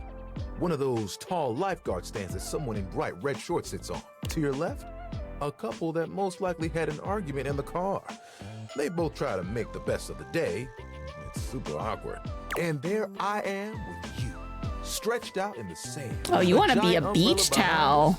Blocking out the sun. Sand's a harsh one though. So is salty seawater. And us just chilling. Can you guess what I want to do? You want to be a beach towel? Ding, ding, ding. That's right. Beach towels have it made. They just lay in the sand all day, taking in all the sights. At night, they get to sit next to a fire and listen to someone play one of 3 songs they know on the guitar. I'd still get to dry people off, and the sun would help me do my job better. And who could ask for a better view? Clear blue waters, open skies. My towel buddy could be there too. Oh, I could fold you into a fish or a seagull. Do you want me to go with you? That means I'd have to leave. Do you want me to go with you? Oh, of course. We'd have to go together. Just promise me you won't get mad if I track sand in the car. I mean, that's a given. It's a given when a beach is involved. But you do great work here. We need you here. I don't think as a beach. Yeah, I don't think I can leave the house yet. I don't think you as a beach towel would work. You do great here. Fine. We can go to the beach. You would? You would leave the house? Mostly just because I want to go to the beach. I think you would make an awesome beach towel. I'd love to see it getting to lie out. Yeah, I think you'd make a good beach towel. I'd be good at it too. You know, that's the first time I've told anyone my dream. I'll be honest, I was a little worried that you might think it was silly. I mean, no, sounds like an admirable thing. I don't think it's silly at all. We all have dreams. There isn't anything wrong with that. Tyrell fans his face with his hands. Tyrell, don't cry. I was gonna drive you up. You're the best, you know that? And think of all the sunsets we could watch together. I do like me some sunsets. You and me, cuddled up real close. It would be like nothing else mattered. Even if it was just for a few moments. Oh, that would be awesome. We've got to make it happen. As long as I'm there, I'll be happy to make your dream come true. It's settled. You know what the really cool part of this is? You're part of that dream now, too. Hey, I've got an idea. Towel buddy. Remember that one I've been saving for a special moment? I think it's time. We'll be right back. Tyrell disappears from view for a few moments. Yep, just like that.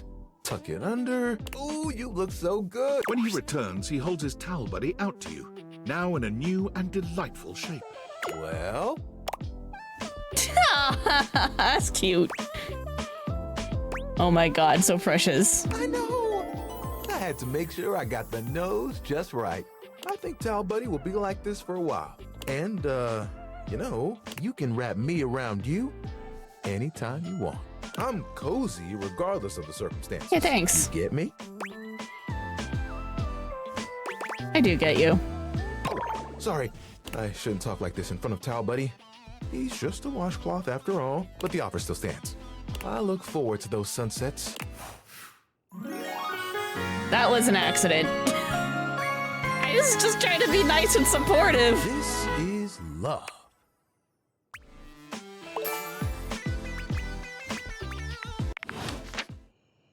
I just wanted to be supportive. All right, Bathsheba. Back again, huh?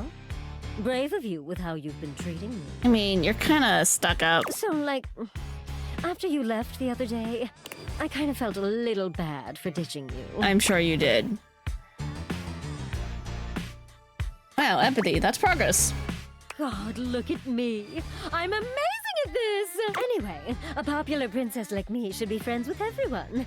And I basically am, but I committed to hearing your little lessons out. So, what have you got for me today? I should probably choose who we're talking to. No more of your little friends. Please, no more shit-talking buddies. I'm gonna trust you. Good, you should. I only have to make good choices. I got a real great one for us today. She points at your bathroom mirror, strolling over to look at herself. Amir! Amir steps forward, greeting Bathsheba with a kiss to each cheek. Bathsheba, my darling, I am truly blessed by your beauty. Oh my god, stop. No, it is true. Just look at yourself. The way your just bathed curls frame your perfect face. The gentle peak of your décolletage from your robe. Class and sass in equal measure. God, I like you.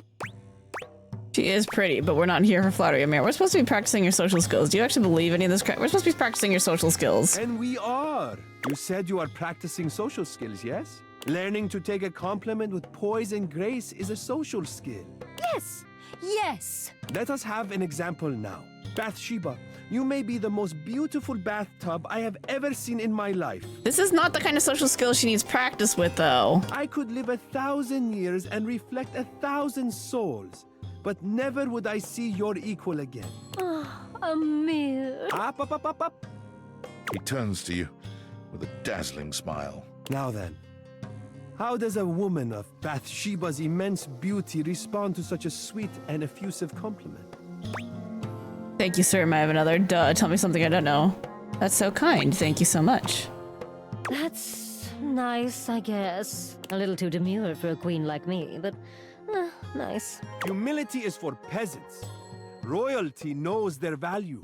Okay, but like, what if someone doesn't compliment me? Is such a thing possible when you look the way you do? Well, yeah, because she kind of has a bad personality. Possible and overwhelmingly likely. You can't go through life expecting everyone to worship you. You tell them to take another look at your fine self and change their approach.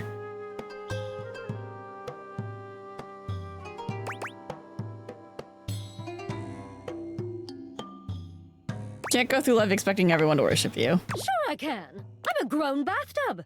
If they can't recognize my devastating beauty, I'll just go talk to someone else. Gorgeous, yes, just beautiful.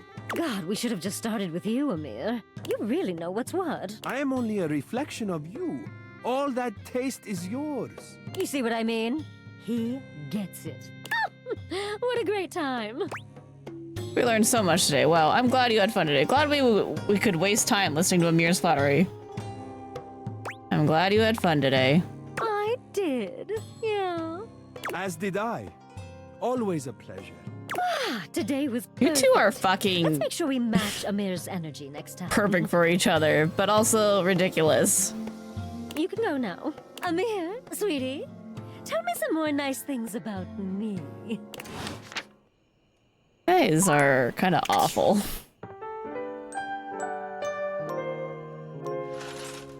Alright, I gotta go get my last Dorian.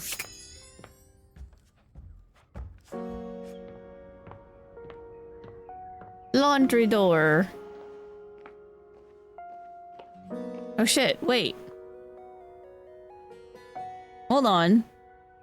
We did front door, electrical closet, bedroom door, attic, tiny ironing board. Crap. No, this is too many doors. Do I not count the front door? Maybe I don't count the front door. Looking for the place to do laundry? Right this way. Alright, hold on. Let me just write this down. Laundry Dorian. Seems like we might need to do a different Dorian, like the utility closet afterwards. Not utility. Laundry closet door? We have loads of strange folk here. Would you like to hear? Sure, why not?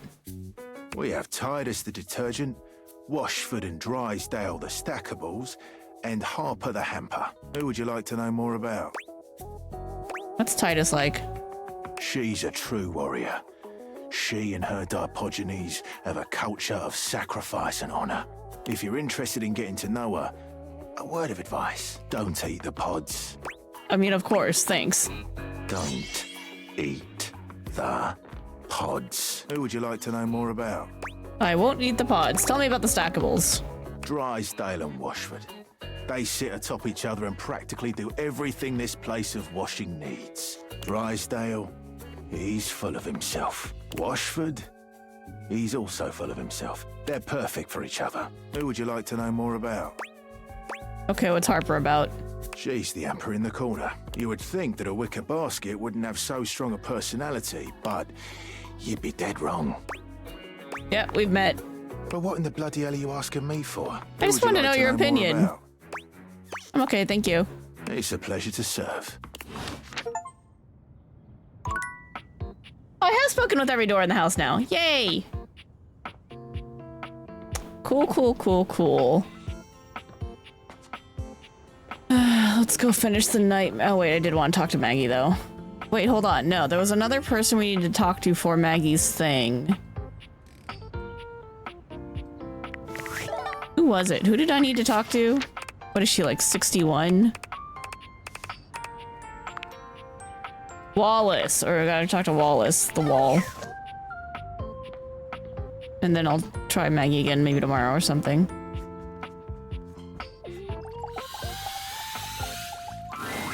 Whoa.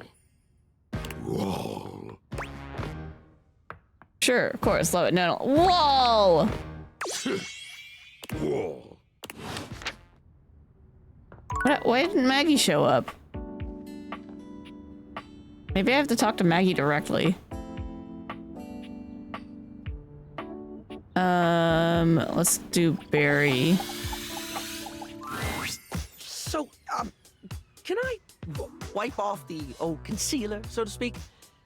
I've got something that's been on my mind a lot since last time we talked. Okay. Sure, Barry, please feel free to share. I'd love to hear your insight. Okay, I don't think I've really got... Sure, Barry. I've been wondering, why am I so fascinated with painting faces, styling hair, trying fresh aesthetics, you know? It's fun. I can't be sure, but I think I've got an answer, and I think maybe you'd understand. If I'm, like, really, truly honest, I don't think I like me very much. Oh. Go on. I feel like I've always been, I don't know, too much. I can practically hear eyes glaze over when I talk sometimes. I know when I'm talking too much. I know I can get too into someone's face, like the world's most enthusiastic pour unblocker. It doesn't stop me. I mean, I think you're fine. I feel myself dumping information when nobody asked me to. Banging on and on about something that interests me, even if I sense I'm boring the life out of whatever poor soul had to hear it.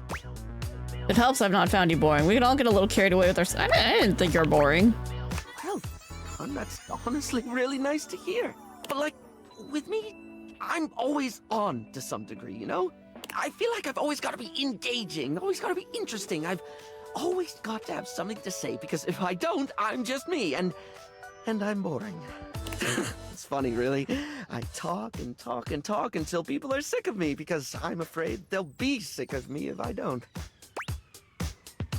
Hear you. I put on a face as well, and people can tell me, and people can tell when I'm trying too hard. I think we all do that to some degree, honestly. Me, that's outgoing to a fault, who's overly confident, who's just so fabulous, darling. It's kind of like I'm wearing a mask of my own face. I'm not pretending to be someone else, exactly. It's more that I work so hard on projecting what I've always thought was the best version of me, because I'm afraid of people seeing all of me. But I have to admit, holding up the mask is so exhausting. Yes, yes it is. Trying to hide the bits of you people find inconvenient hurts. It must be hard. I'm so sorry you feel like you have to hide things. Yeah, I think, hold on, didn't we go through a whole thing where hiding yourself? Oh god, I feel like we just did this. Was it a show? Oh no! Oh. K-pop Demon Hunters. This was that. This was K-pop Demon Hunters. Trying to hide the bits of you people find inconvenient hurts. That's what that movie was. Thank you for hearing me out. It means a lot to feel seen. I'm glad we could help him. Bathsheba looks, for the first time since you've met her, sad and entirely unenergetic. Did you finally realize that you're just talking to sycophants? She sighs when she sees you. Oh, hey. Did someone forget to compliment you? Wow, rude. What's wrong? Everything. Talking to Amir was like so great. I was like, wow, I could use this experience again. So I went around the house, you know, using all the lessons I learned from you. Could you repeat those for me? What exactly do you think those lessons were? 1. Tell others they're being annoying. 2. Whenever you have something shady to say it. 3. Make sure your future friend compliments you constantly. You're telling me that that didn't make you any friends? I can't understand why that is not what I taught you. Yes, it is. I was paying attention. You need to take responsibility for what you've done. Your little friendship lessons made me enemies. I thought I was going to get compliments, and I got insults and rejection. You don't deserve that. Maybe you need to try a different approach. It's what you deserve. You need to try a different approach. Like what? Humility? No one would ever ask a princess to be humble. It's not in me. I don't get it. Everyone around here is so easy to talk to, and they know just who I am. Well, most everyone is. I wasn't expecting the rest of the house to be so mean. Welcome to the real world. I wish I could tell you life isn't like that, but it is. You can't control what others think of you. Don't make it your problem. Welcome to the... I wish I could tell you life isn't like that, but it is. Okay, but like... You can tell me that anyway. It would be nice to hear it. Look, unless you've got some good tea for me, or you're gonna tell me how pretty I am, I just want to be alone. I heard Jean-Lou's upcoming album has been delayed again. You're the most beautiful tub I've ever seen in my life. I'm not doing that. Oh, that is pretty good. But I'm still sad. I just need a little time for me, okay? Let's talk later. Because she's really full of herself. Alright, let's go talk to Maggie. Not super sure how to get her stuff done. I'll meet you at location 1. Which is... Otherwise known as the dining room table. Oh. Oh, I have to talk to the table to talk to Scandelabra. Got it. Okay. All right. Hopefully, I remember that on Thursday. Hopefully, this is where we're stopping for the evening. It is getting late, so she'll end here. All right, that was fun. We made us some really good progress in the game today, so I feel pretty good that we're approaching the end at a reasonable and acceptable pace. Because I felt like we were going a little slow before. Now we're at like 70 something people to talk to instead of just like 50. So we're getting to know. We're getting there. We're making progress. But yeah, that's gonna do it for us for the evening. Nico. Here we go. And to like find my stuff because we got blue screened earlier. Oh, I should quit the game. Okay. Hey, thanks all for watching. Hope you guys enjoyed the stream. This was, you know, impromptu, bonus, not planned, but felt good to do. Felt good to like get a little more time in on games that were, especially like when we don't usually have a lot of time to play this game because we only played for a few hours a week. It felt nice to get some more time in on it. So okay, tomorrow there's maintenance in 14, so we can't do Deep Dungeon. The smart thing to do would have been to do Deep Dungeon today, but I just wasn't in the mood to do Deep Dungeon today, so we didn't do that. I don't know if we'll do it on Tuesday. I don't know. I'll have to think about that. But we'll figure out something else to do tomorrow. What's it gonna be? I don't know. It could be do something else with friends. It could be Ironmon. I'll have to look at the files if I get my shit together and make sure I have seeds ready. Then we can maybe do some Ironmon. We'll see. But for now, thanks everyone who came by today. Thank you to Neoneka for the raid, DJ Mon for the resub, everyone who stopped by, Professor, Dardy Lingling, anyone else in chat, and Miss Lurkers, future fraud watchers. Appreciate all of you. Have a good night, y'all. Have a good rest of your week. We'll do something tomorrow. I don't know what yet, but there's likely gonna be something tomorrow. So I'll see y'all then. More date everything on Thursday, and then Saturday for Expedition 33. Yeah, that's the plan for the week. All right, this was fun. I don't have anywhere in. Whoa, what's going on? I don't have anywhere in particular to send you guys. So go where you will, and then I'll see y'all tomorrow for whatever we get up to. So until then, take care. Have a good rest of your weekend. Bye bye.